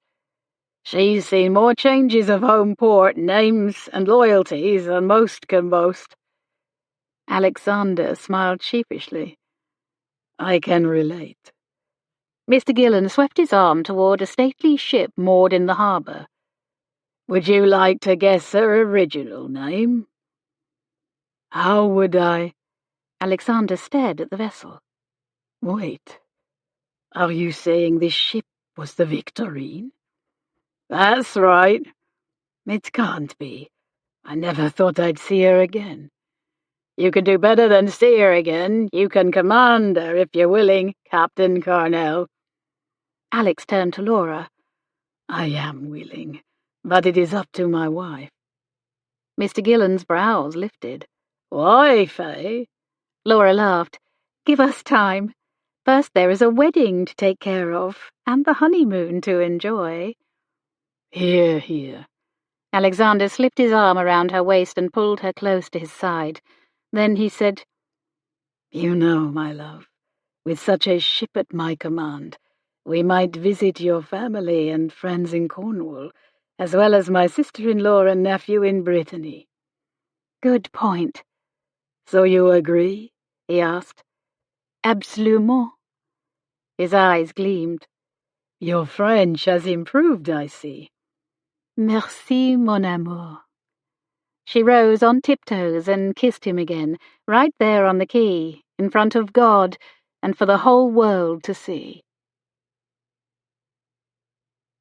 Standing on the quarterdeck, surrounded by the sounds of the splashing sea, flapping sails and snapping rigging, Laura counted the hours until she would reach Fernhaven. Nearby, Alexander consulted with Mr. Gillen over a chart and instructed the helmsman at the wheel. They were sailing to Cornwall together, Alexander and Laura, Aunt Susan and Mr. Gillen, and a modest crew. It was Aunt Susan's first trip back to the mainland in more than 15 years, and Laura and Alexander's first voyage as man and wife. They'd had a small, simple wedding with Aunt Susan, Mrs. Tobin, and Mr. Gillen in attendance. They had enjoyed a few days at a seaside inn before embarking. And now their honeymoon continued aboard the Victorine, too. The newly wedded couple shared the great cabin together, at Mr. Gillen's insistence, while he and Aunt Susan each had small cabins of their own. Aunt Susan and Mr. Gillen hadn't yet married, but planned to do so soon. Laura's heart rate accelerated as they passed Trevose Head, then neared Stepper Point.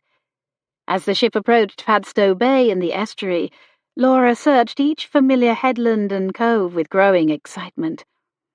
Recognizing Trebetherick Point in the distance, she strained her eyes for a glimpse of Fernhaven at its summit. Understanding her longing, Alexander handed her a glass, and through it she saw the dear whitewashed house at last, and smaller Bray Cottage as well. Within the hour, she was once again in Uncle Matthew's embrace. He held her close, as if he would never let her go. "How I have missed you, my girl." "And I you," she whispered over a tight lump in her throat. Eselde greeted her next, throwing her slim arms around her in an enthusiastic embrace. "My dear cousin, I couldn't wait to see you. So I came here to await your arrival. I am glad. How goes life at Rosearrow? Very well. I couldn't be happier. Did I not tell you the apple peels would reveal our future husbands? You did, and you were right. Isolde stepped back and gave her a satisfied grin. While Uncle Matthew shook Alexander's hand, Laura turned hesitantly to Isolde's mother. I hope you are well, Mrs. Bray. I am indeed. She leaned forward and kissed Laura's cheek. Welcome back. I am glad to see you. Amazement flooded Laura. Are you? Absolutely. Laura took a steadying breath and turned to introduce Aunt Susan.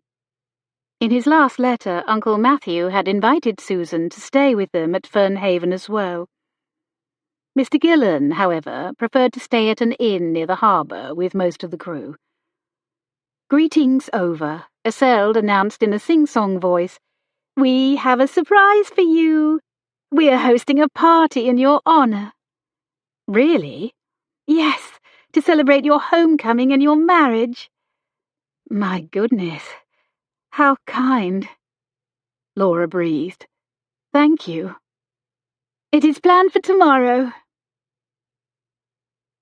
We thought you would need to rest from your journey first, Mrs. Bray added.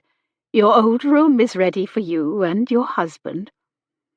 Unless you'd prefer the guest room again, Uncle Matthew sent Alexander a teasing grin. With a mischievous glimmer in his eyes, Alex replied, No, thank you. I will happily share with my wife. After showing Aunt Susan to the guest room Alexander had once occupied, Laura and her groom retreated to her old room. There he helped with her fastenings and bent to kiss her neck. Are you glad to be home? I don't know that Fernhaven is home, but I'm certainly glad to be back. Did you ever imagine the two of us sharing a room here? At least with your aunt and uncle's consent? He winked. No, feels strange, does it not? Feels good, he replied, turning her in his arms and murmuring against her lips, Feels right. In the morning, Laura rose before anyone else in the family and dressed herself simply. Quietly letting herself out of the house, she hurried over to Bray Cottage, eager to see Miss Chegwin. Mary was in the kitchen pouring tea. She looked up at her entrance. Laura, Dinarthes. She threw wide her arms, and Laura entered the old woman's embrace. Mitten da, Mamwin. Hearing the commotion, Jago came in, hair in more disarray than usual. Our Laura, mitten da. Good morning to you too, old friend. You are keeping well, I trust? Indeed, I am. Good. And you are both coming to the party? Mary nodded. We wouldn't miss it. Newlyn asked Jago to help with preparations and to play during the festivities. Did she? I'm glad to hear it. Laura visited with them a while longer, then returned to Fernhaven. The party preparations began a short while later. The men set up a wide open tent on the sands of Greenaway, Laura's favourite beach, just down the path from Fernhaven. Then they set up a long table. Everyone helped carry down chairs for the older folks, as well as plenty of blankets for a picnic-style meal. Later that afternoon, Laura watched as Jago helped Newlyn carry big heaping platters and urns of tea, the usually timid maid smiling her thanks at the big man. Soon the long buffet table was overflowing with food of all descriptions, including a large cake and a bowl of punch. Laura walked over to the old cook-housekeeper. What a feast you've prepared, Werner, she praised. You must have been working for days. Indeed I was, she replied, but many were eager to help, Newlyn, Miss Chegwin, and several other neighbours. The captain and I sincerely appreciate it. Oh, miss. Werner squeezed her hand. You know we would do anything for ye. Fernhaven just ain't the same without ye." Laura hugged her and went to thank the others who'd contributed to the feast.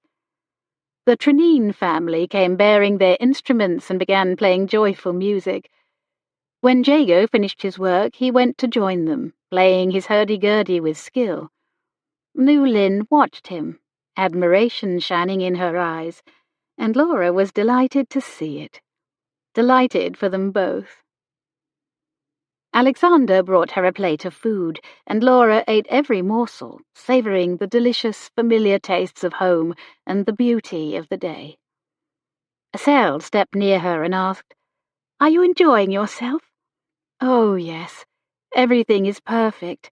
Thank you for suggesting the party." "It was Mum's idea." Surprise flashed through Laura. "Was it?" "Yes, though I eagerly seconded the notion." Taking Estelle's arm, Laura led her through the crowd to Mrs. Bray. Reaching her, she began, "Thank you, Mrs. Bray. Estelle tells me the party was your idea, and I sincerely appreciate it." Looking self-conscious, Lamorna Bray glanced at her daughter. "Was it? Well, we were speaking of your return, and it just sprang to mind." "It was definitely your idea, Mum," Estelle said. "An excellent one I heartily agreed with." Mrs. Bray tried in vain to suppress a smile. "It was my pleasure. I wish you and your husband every happiness, Laura." "Thank you. Will you come and visit us on Jersey? You would be most welcome." "That's very kind, and I hope it goes without saying that you will always have a place to stay with us when you visit here. You will visit again, I trust?" "Yes, we hope to." "Good." Estelle returned to Perry's side, but Mrs. Bray lingered near Laura. She shifted and bit her lip. "Laura, I know I wasn't, that I didn't treat you as warmly as I should have when you lived here. I apologize. My dearest wish, and indeed duty, was to pave the way for a good marriage for Isolde, and having you here, with your eye-catching hair and ladylike graces, seemed like a threat to my plans. Now that Isolde is happily married, and you as well, I hope we can put all that behind us and start anew." "With all my heart," Laura agreed. "Good," the older woman sighed in relief. "And I know I didn't encourage it before, but I would be honoured if you would call me Aunt instead of Mrs. Bray." Laura blinked. Yet another surprise. "Thank you, Aunt Lamorna." "You are more than welcome." She nodded in apparent satisfaction and went to rejoin her husband. Heart overflowing, Laura stood alone for a few moments to reflect, enjoying the warmth of the sun and the sweet sounds of waves, Cornish accents and congenial laughter. Across the tent, her groom stood talking with her uncle and aunt, his uncle and aunt now too. Seeing her alone, Treve Kent walked over to join her. "Well, Mrs. Cornell, I wish you happy." "Thank you, Mr. Kent, and thank you again for visiting us on Jersey." "You're welcome. I'm glad things have worked out for you." She cocked an eyebrow at him. "I mean it. You were right in what you said to me, but I'm growing up, by and by, and I find the effort has had its rewards." "In the shape of one Miss Cana Roskilly?" They turned to pick her out among the crowd. There she was, laughing with her father. She looked beautiful in her green dress with a sprig of flowers in her dark hair, and an affectionate smile on her face. "She is lovely, is she not?" Treve said. "She is indeed." He squeezed Laura's hand, held her gaze a moment, and turned to go. She watched as he walked over and bent to whisper in Miss Roskilly's ear, causing the young woman's smile to brighten. Another wedding in the near future, Laura guessed. Near them, Perry sat on a blanket with his arm around his wife, a besotted smile on his boyish face. How good to see the two so happy together. Even Mrs. Bray, Aunt Lamorna, looked contented and relaxed, surrounded by her family. Family. Tears heated Laura's eyes at the thought. She was deeply grateful she'd been able to come back to Cornwall to see them, and with Aunt Susan, too. Oh, Lord, thank you. Yet her gratitude was threaded with sadness, knowing they would soon have to leave. She felt Miss Chegwin's gaze on her. The older woman crossed the tent to her, hand extended. Laura silently took it, and for several moments the two stood there, hand in hand. Mary tilted her head to one side. I know you're happy with Alexander, but do I sense sadness as well? Yes, both. How can that be? That's life, my dear. Joy and loss in the same moment. Laura nodded and squeezed Mary's fingers. I miss you, you know. And I you, up-country lass. Mary teased, even as tears glistened in her eyes. Then she brightened, saying, Have you heard the news? Dr. Kent has asked me to serve as his chamber nurse. I'm busier and happier than ever. Yes, and I was delighted to hear it. They talked for a few minutes longer, then Laura embraced the woman and excused herself. She helped herself to 2 pieces of cake and went to find her uncle among the guests. She handed him one of the pieces. Thank you, Uncle Matthew, for everything. He accepted it with a smile. I did little, in all honesty, though I was happy to foot the bill. He winked and fondly pinched her chin. And happier still to be reunited with you, my dear girl. I'm so very thankful to be here.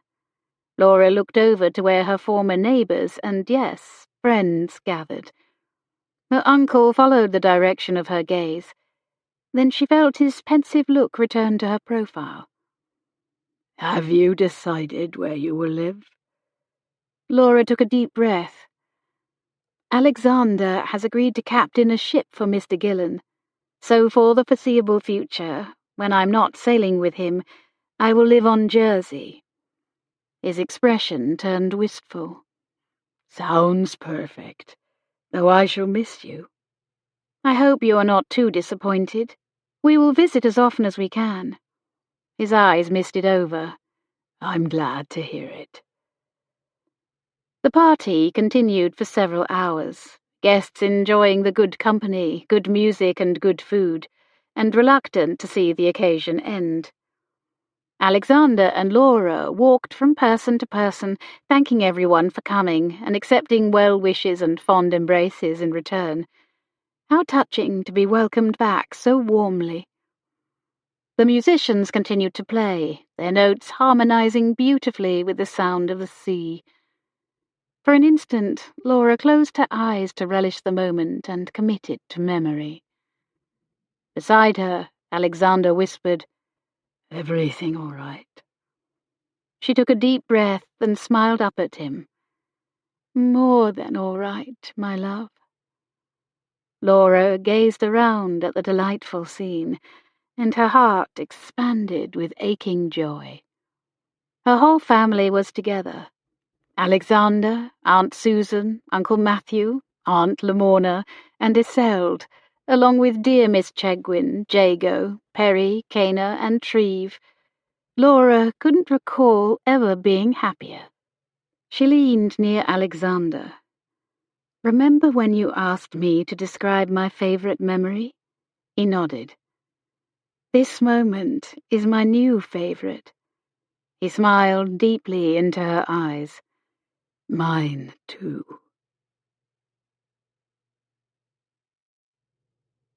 Epilogue.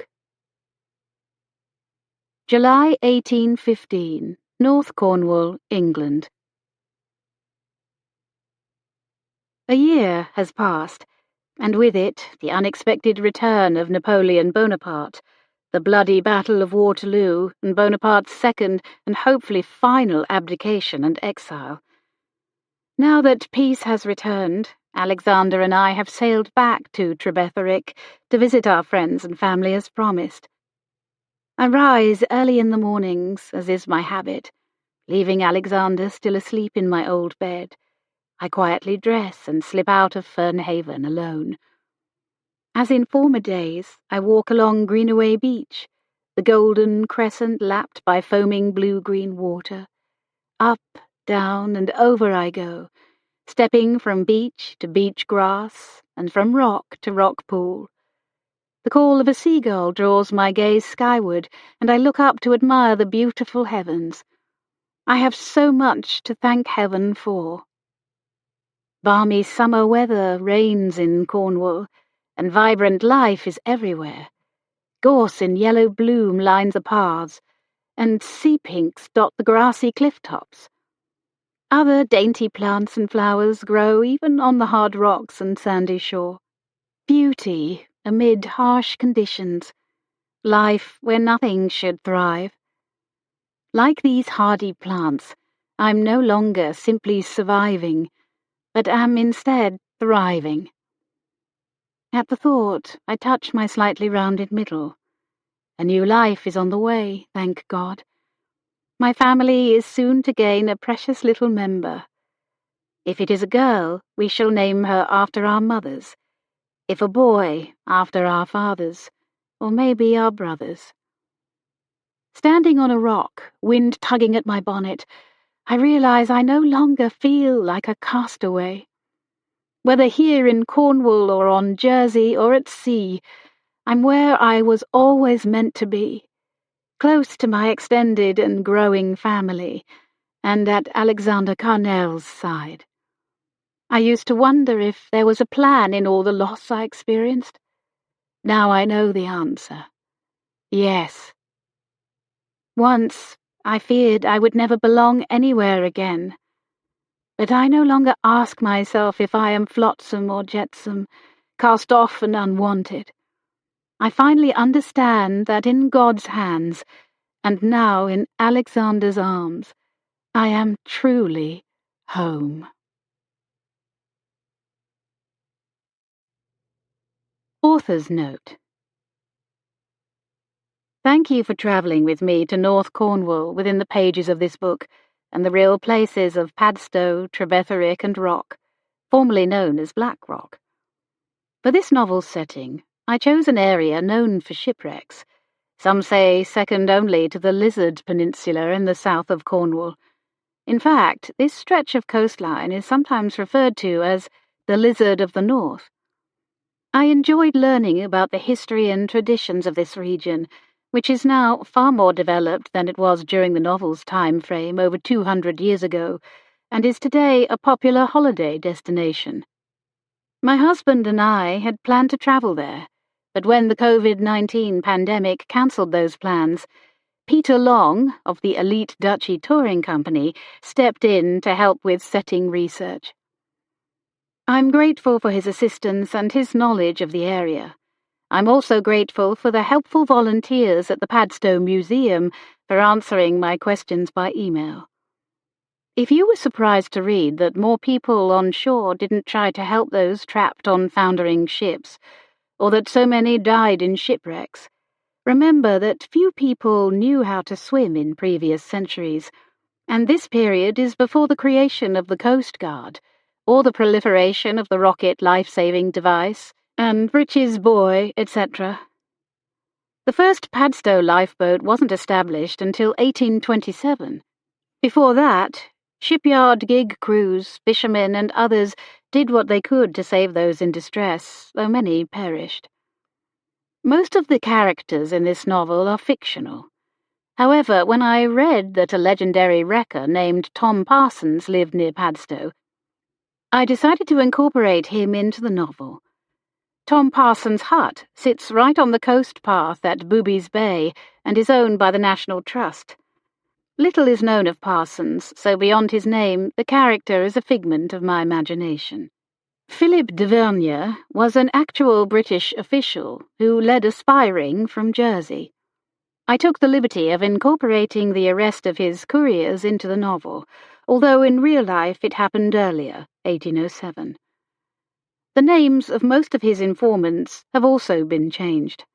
François Laroche and Alan Carnell are fictional. St. Enodirk is a real place. From the 16th to the middle of the 19th century, the chapel was virtually buried by sand.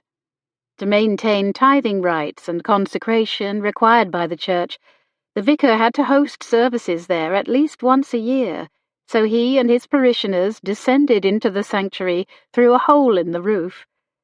By 1864, the sand was removed and the church restored, primarily through the efforts of the vicar of St. Minver, Reverend W. Hart Smith. His son later wrote, "The sands had blown higher than the eastern gable. The wet came in freely. The high pews were mouldy green. The sand was removed, the little churchyard cleared, and the roof renewed. I remember the pains and energy my father spent to raise the money to restore the building." So, although the character of Matthew Bray is fictional, he represents the campaigning clergyman who was finally able to bring about the chapel's restoration, along with, of course, the help of skilled masons and other workmen. Also, while many shipwreck victims are buried in the area's churchyards, old headstones are difficult to read. Therefore, the inscriptions used are fictional, though based on actual epitaphs. A note about the Cornish words used in this novel. You may have read that a woman named Dolly Pentreath was the last Cornish speaker before her death in 1777. However, other Cornish speakers were identified decades after Dolly died, and well into the 19th century. Nowadays, the Kernuic language is experiencing a revival, and I hope experienced speakers will view my no doubt imperfect attempt to include a few words as a tribute to this revival.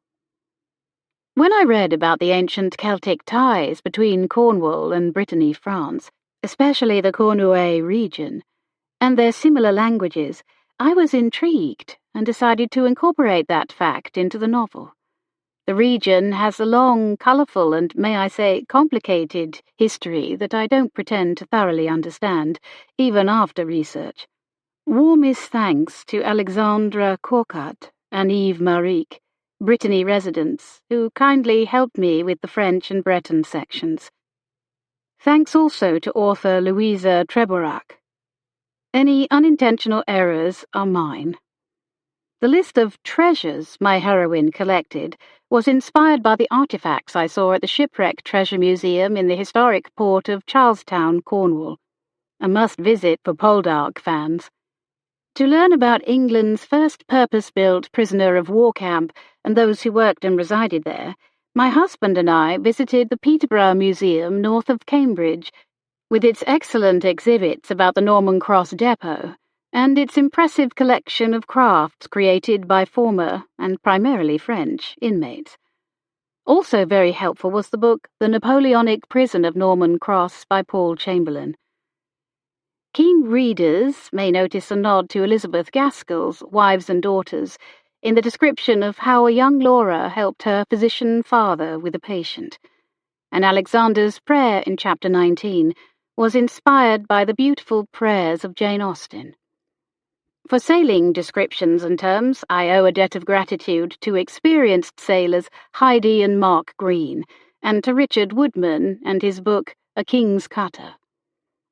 If you'd like to read more about the history and traditions of Cornwall, I recommend Cornish Wrecking by Catherine Pearce, and any of the books quoted in the epigraphs at the beginning of each chapter. Thank you to my editors, Karen Schurer, Kate Deppy, Jolene Steffer, and Rayla Schoenherr, and my entire team at Bethany House Publishers, including Jennifer Parker, who designed yet another gorgeous cover. Thanks also to my first reader, Carrie Weber, as well as Anna Paulson, Michelle Greep, and my agent, Wendy Lawton. Finally, thank you for reading A Castaway in Cornwall. I appreciate you. For more information about me and my other books, please follow me on Facebook or visit my website, www.shipwrecks.com. julieclassen.com.